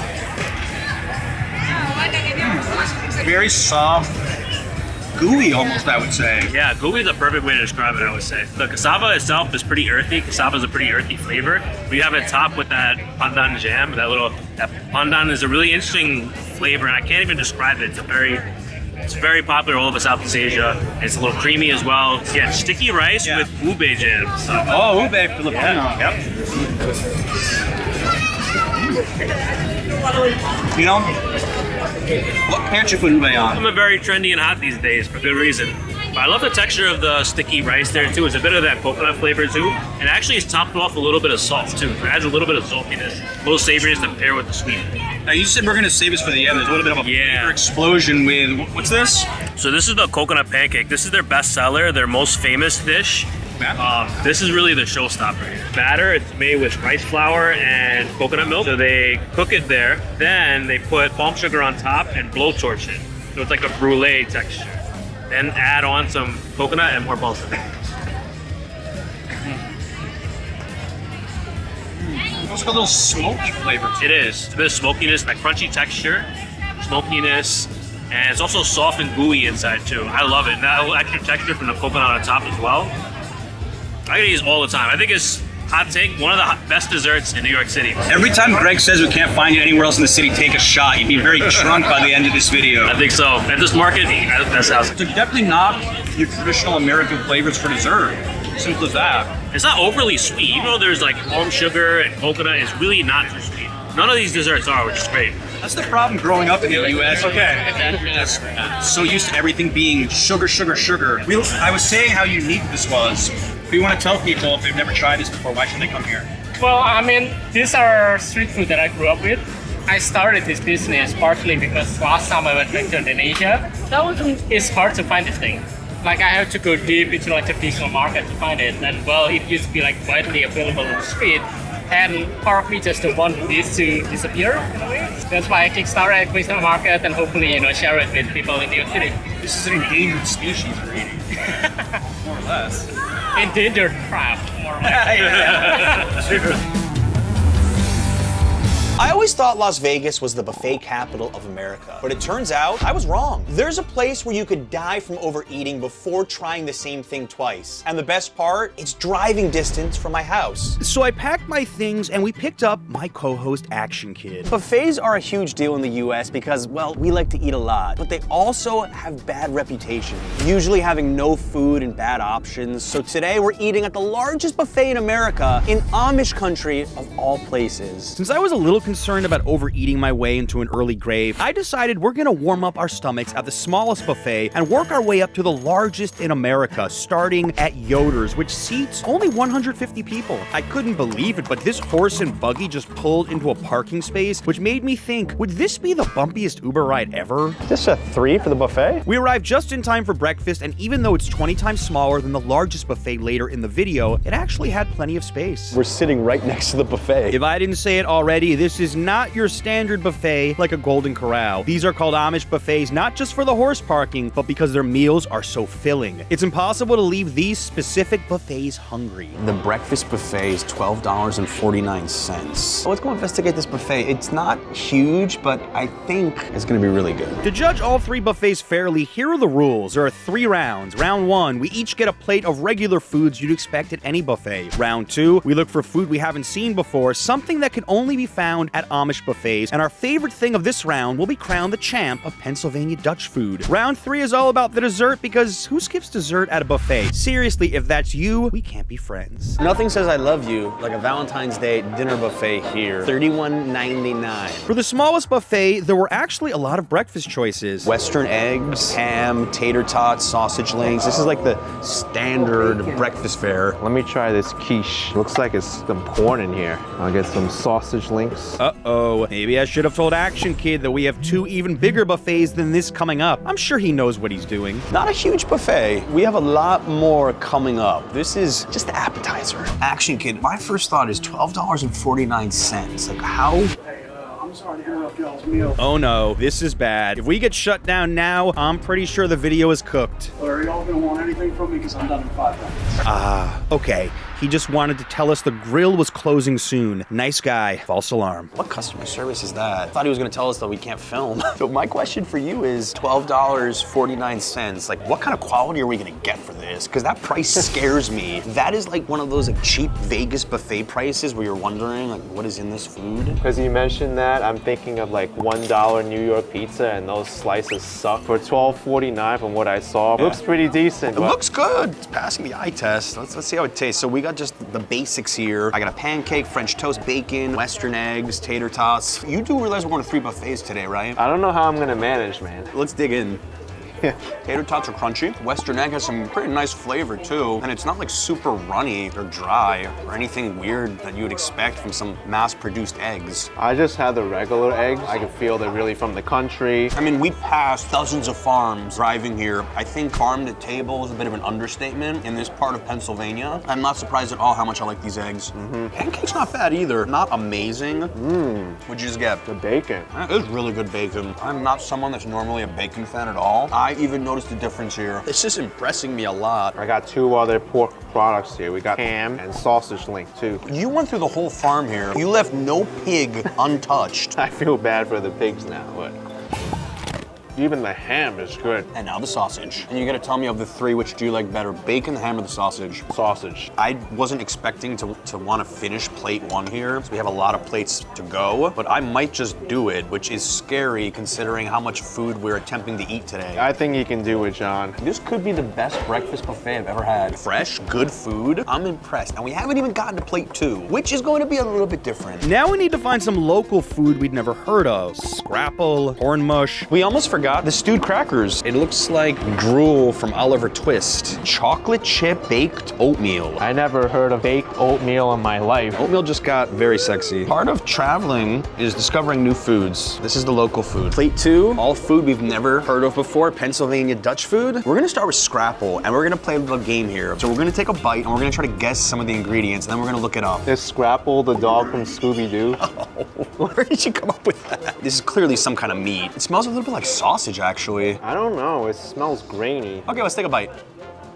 Wow, it's salty, savory, like a sausage link, crispy on the outside, soft on the inside. I don't know what this is, but I want more of it. Meat pudding made from pork scraps, cornmeal, and spices. I have to say, I'm a little disappointed Scrapple didn't make it to New York City much, because I would order it. All right, on to the second one, corn mush, which does not look like it has any meat in it. Kind of reminds me of cornbread. And like a hash brown, if they had a baby. I'm definitely getting the cornbread vibes. It doesn't have the spices though, or like the flavor of the Scrapple. It's a little bit more boring for me. All right, now the stewed crackers. It is just warm milk, saltine crackers, and brown butter. New food for us. Take a big bite of this. Super mushy. I read somewhere that Pennsylvania Dutch cooking is like your grandma just made everything for you. Very hearty, very filling. Not the healthiest, obviously. I think the stewed crackers, like the personification, that flavor, that homemade, that warmth that I got from taking a bite. Kind of reminds me of a pastry more than a meal. Lastly, the baked oatmeal with chocolate chip, towing the line between dessert and breakfast. Whoa. Ooh, what was that? What is this? This would get my picky toddler to eat oatmeal. I didn't know oatmeal could taste this good. It tastes like a brownie. So we have a very difficult decision, and I'm gonna let you go first as the guest. Of the 4 we had that were Pennsylvania Dutch specialties, which one was your favorite? The baked oatmeal. It just has so much punch to it and sweetness. I was this close to saying Scrapple. I'm gonna agree the baked oatmeal with chocolate chip just stole my heart. Like, it just put a smile on my face. I really try something new, and I'm just like, wow, like, this is putting me in a good mood to start the day. Round 3 with dessert was easy since there were only 2 choices. You got jelly, I got powdered sugar, and I don't know what's inside. Probably some cream. Let's go for it. Look at that little cream. There's jelly in here. I really had no doubt that the dessert wouldn't be good because of the high quality of the other foods here. This just seems like a kind of spot that would do dessert really on point. The donut that I just had was actually really good. It's just as hearty as the breakfast we had. You know what, let me take another bite. I think this jelly's pretty good too. I'm shocked you have enough room for that after all the rounds you just had. I might finish this donut. I really did not expect to finish my dessert here. Thought it would be 2 bites max. This being finished. I'm just gonna lick the jelly and that'll be it. I'm not finishing the donut. That's illegal in some states, you know. I don't know if that's Amish or not. That's definitely not Amish what you just did. On the way out, I noticed something. This buffet has a store attached to it, so we had to go check it out. Look at this. This will fit well on a nice doll. Dress her up. So that's your pick for most unique item. I don't even have a pug, and I want a pug now. This is my winner. All right, Action Kid, Yoder's, $12.49. If you are not someone that likes buffets, would you recommend this spot? Worth it or not? Heck yes, you gotta come here. $12.49. I don't know how they make this economically viable unless the local farmers just give them an amazing price. This is a no-brainer, 100% worth it. And now we're going to an even bigger buffet in Amish country. This was $150. Can you guess what the capacity of the next spot is?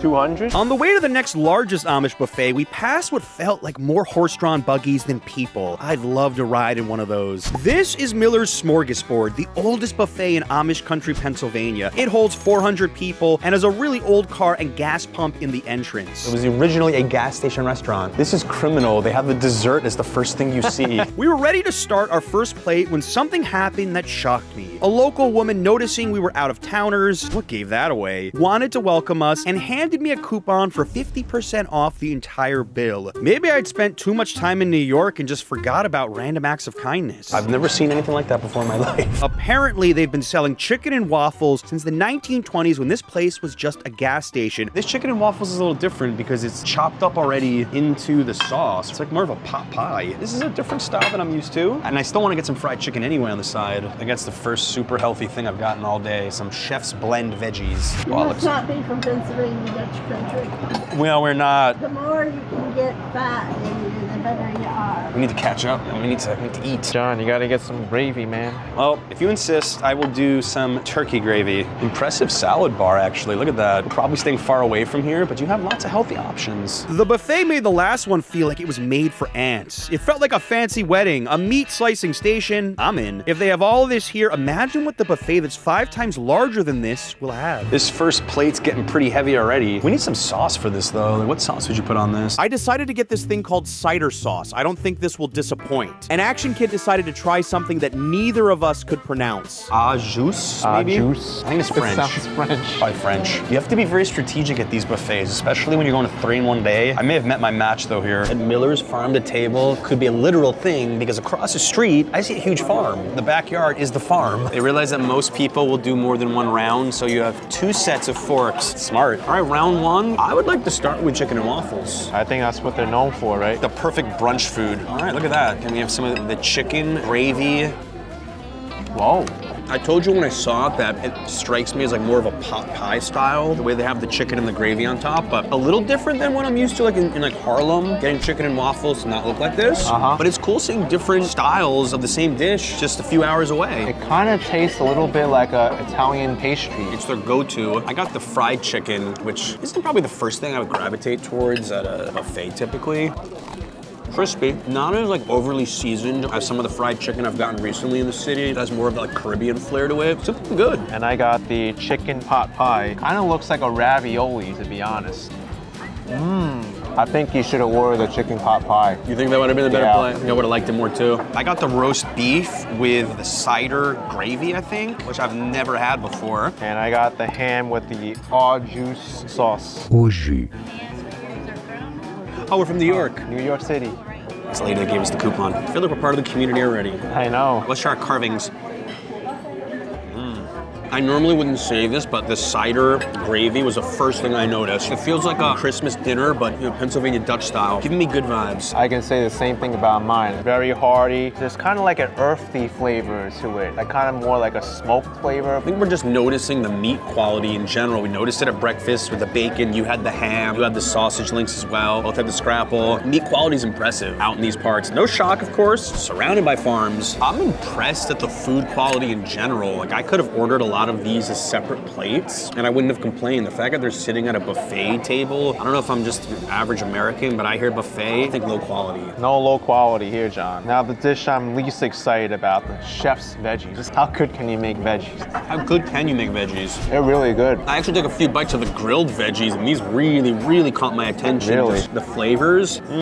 It's hard to cook this well for so many people. Funny enough, I'm trying to compare these to like Vegas buffets. The value proposition here is just like off the charts. You're just getting robbed because you're eating at expensive casinos. I'm gonna hold my judgments till we go to all 3 spots, but this is off to an incredible start. All right, plate 2, Pennsylvania Dutch, Amish food only. So I saw this right away, brown butter noodles. Our waiter said that this is like super Amish. Stewed tomatoes. I'm guessing it's a tomato in some kind of a stew. Oh, the smell of the stewed tomatoes. The second he opened up the tray, and I can see the smoke escaping, the aroma. It's like an Italian restaurant. Oh. I found something I've never seen before, these scary red eggs. Just when we thought we had it all, a local lady clued us in on something we'd never heard of. They call that Amish caviar. Cream cheese and pepper jam? Yeah. Amish caviar? It is definitely a good thing. She also encouraged us to try these peppers, which she said weren't too hot. It was only later that we figured out she was, well, never mind, I won't spoil it. We're gonna try all the foods that we didn't recognize, starting with what smelled the best, stewed tomatoes. Let's rock.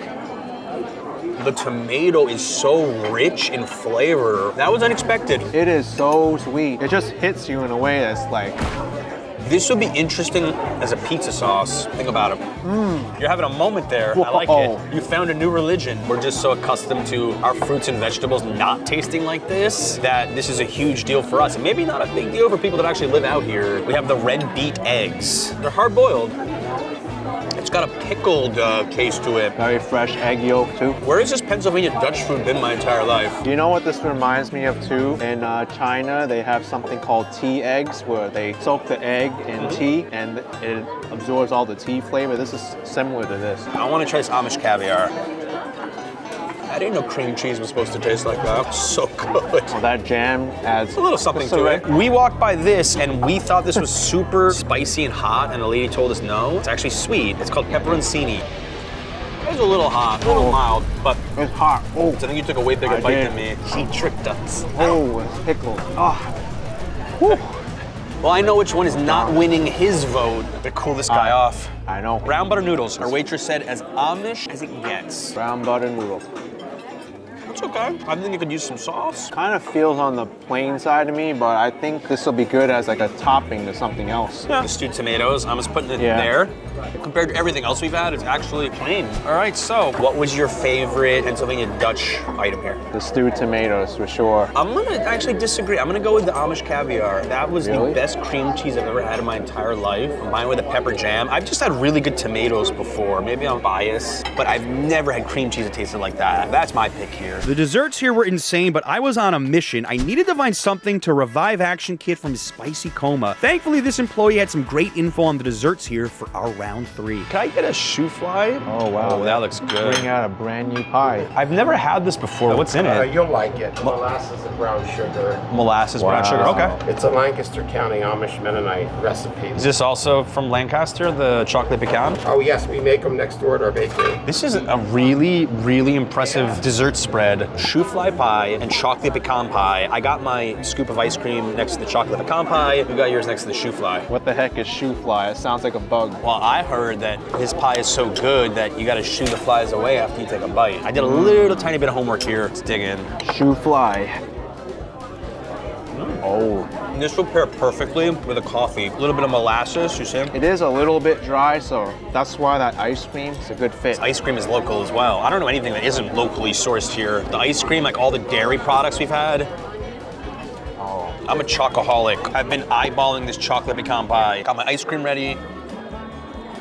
Oh. The chocolate flavor combined with the pecans is fantastic. Oh, it's way sweeter than the shoe fly. It's so sweet. And I love it. I'm 100% finishing this. And then we got the ice cream on the side, which is amazing. This would be a guilty pleasure dessert for me. It's like the Amish grandma you didn't know baked this for you. Tastes homemade. Can't go wrong. If I had to pick like a pure winner, my favorite thing of this whole smorgasbord.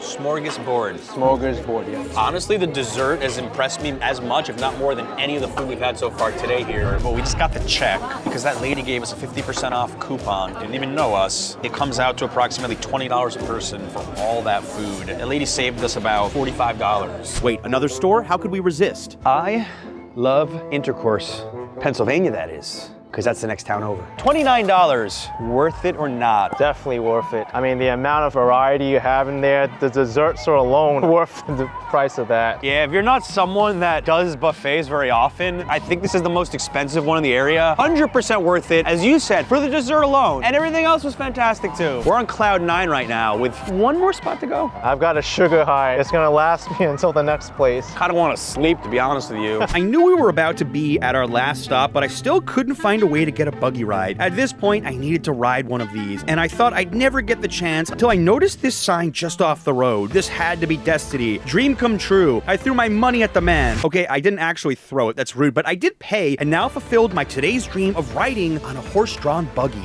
I felt weird sitting here when less than 8 hours ago I was in the busiest city in America. Just me, Action Kid, my camera guy, and this Amish man who had never heard of a YouTube, and if I told him, he probably would think I'm crazy. All Amish men have to grow beards. You see, an Amish without a beard is not married. Oh, when you're married, you grow the beard. Yeah. So the longer the beard, the longer you're married.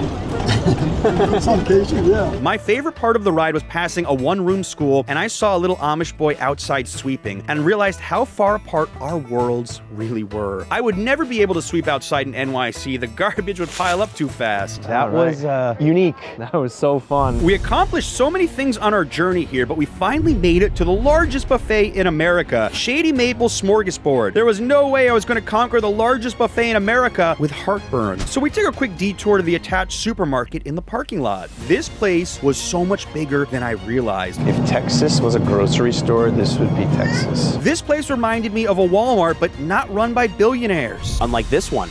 Grandma's Jam House. I'm guessing these are Amish brands. Made by Grandma's Jam House, Accident, Maryland. Looks like a good accident to me. Action Kid and I took our magic pills, and acids, and we were ready to face the king of all American buffets, Shady Maple. This feels like a Vegas buffet with the way they have all the ropes and the lines ready. This is intense. I think we're about to do some battle here. About 25 bucks each. Came out to 88 total.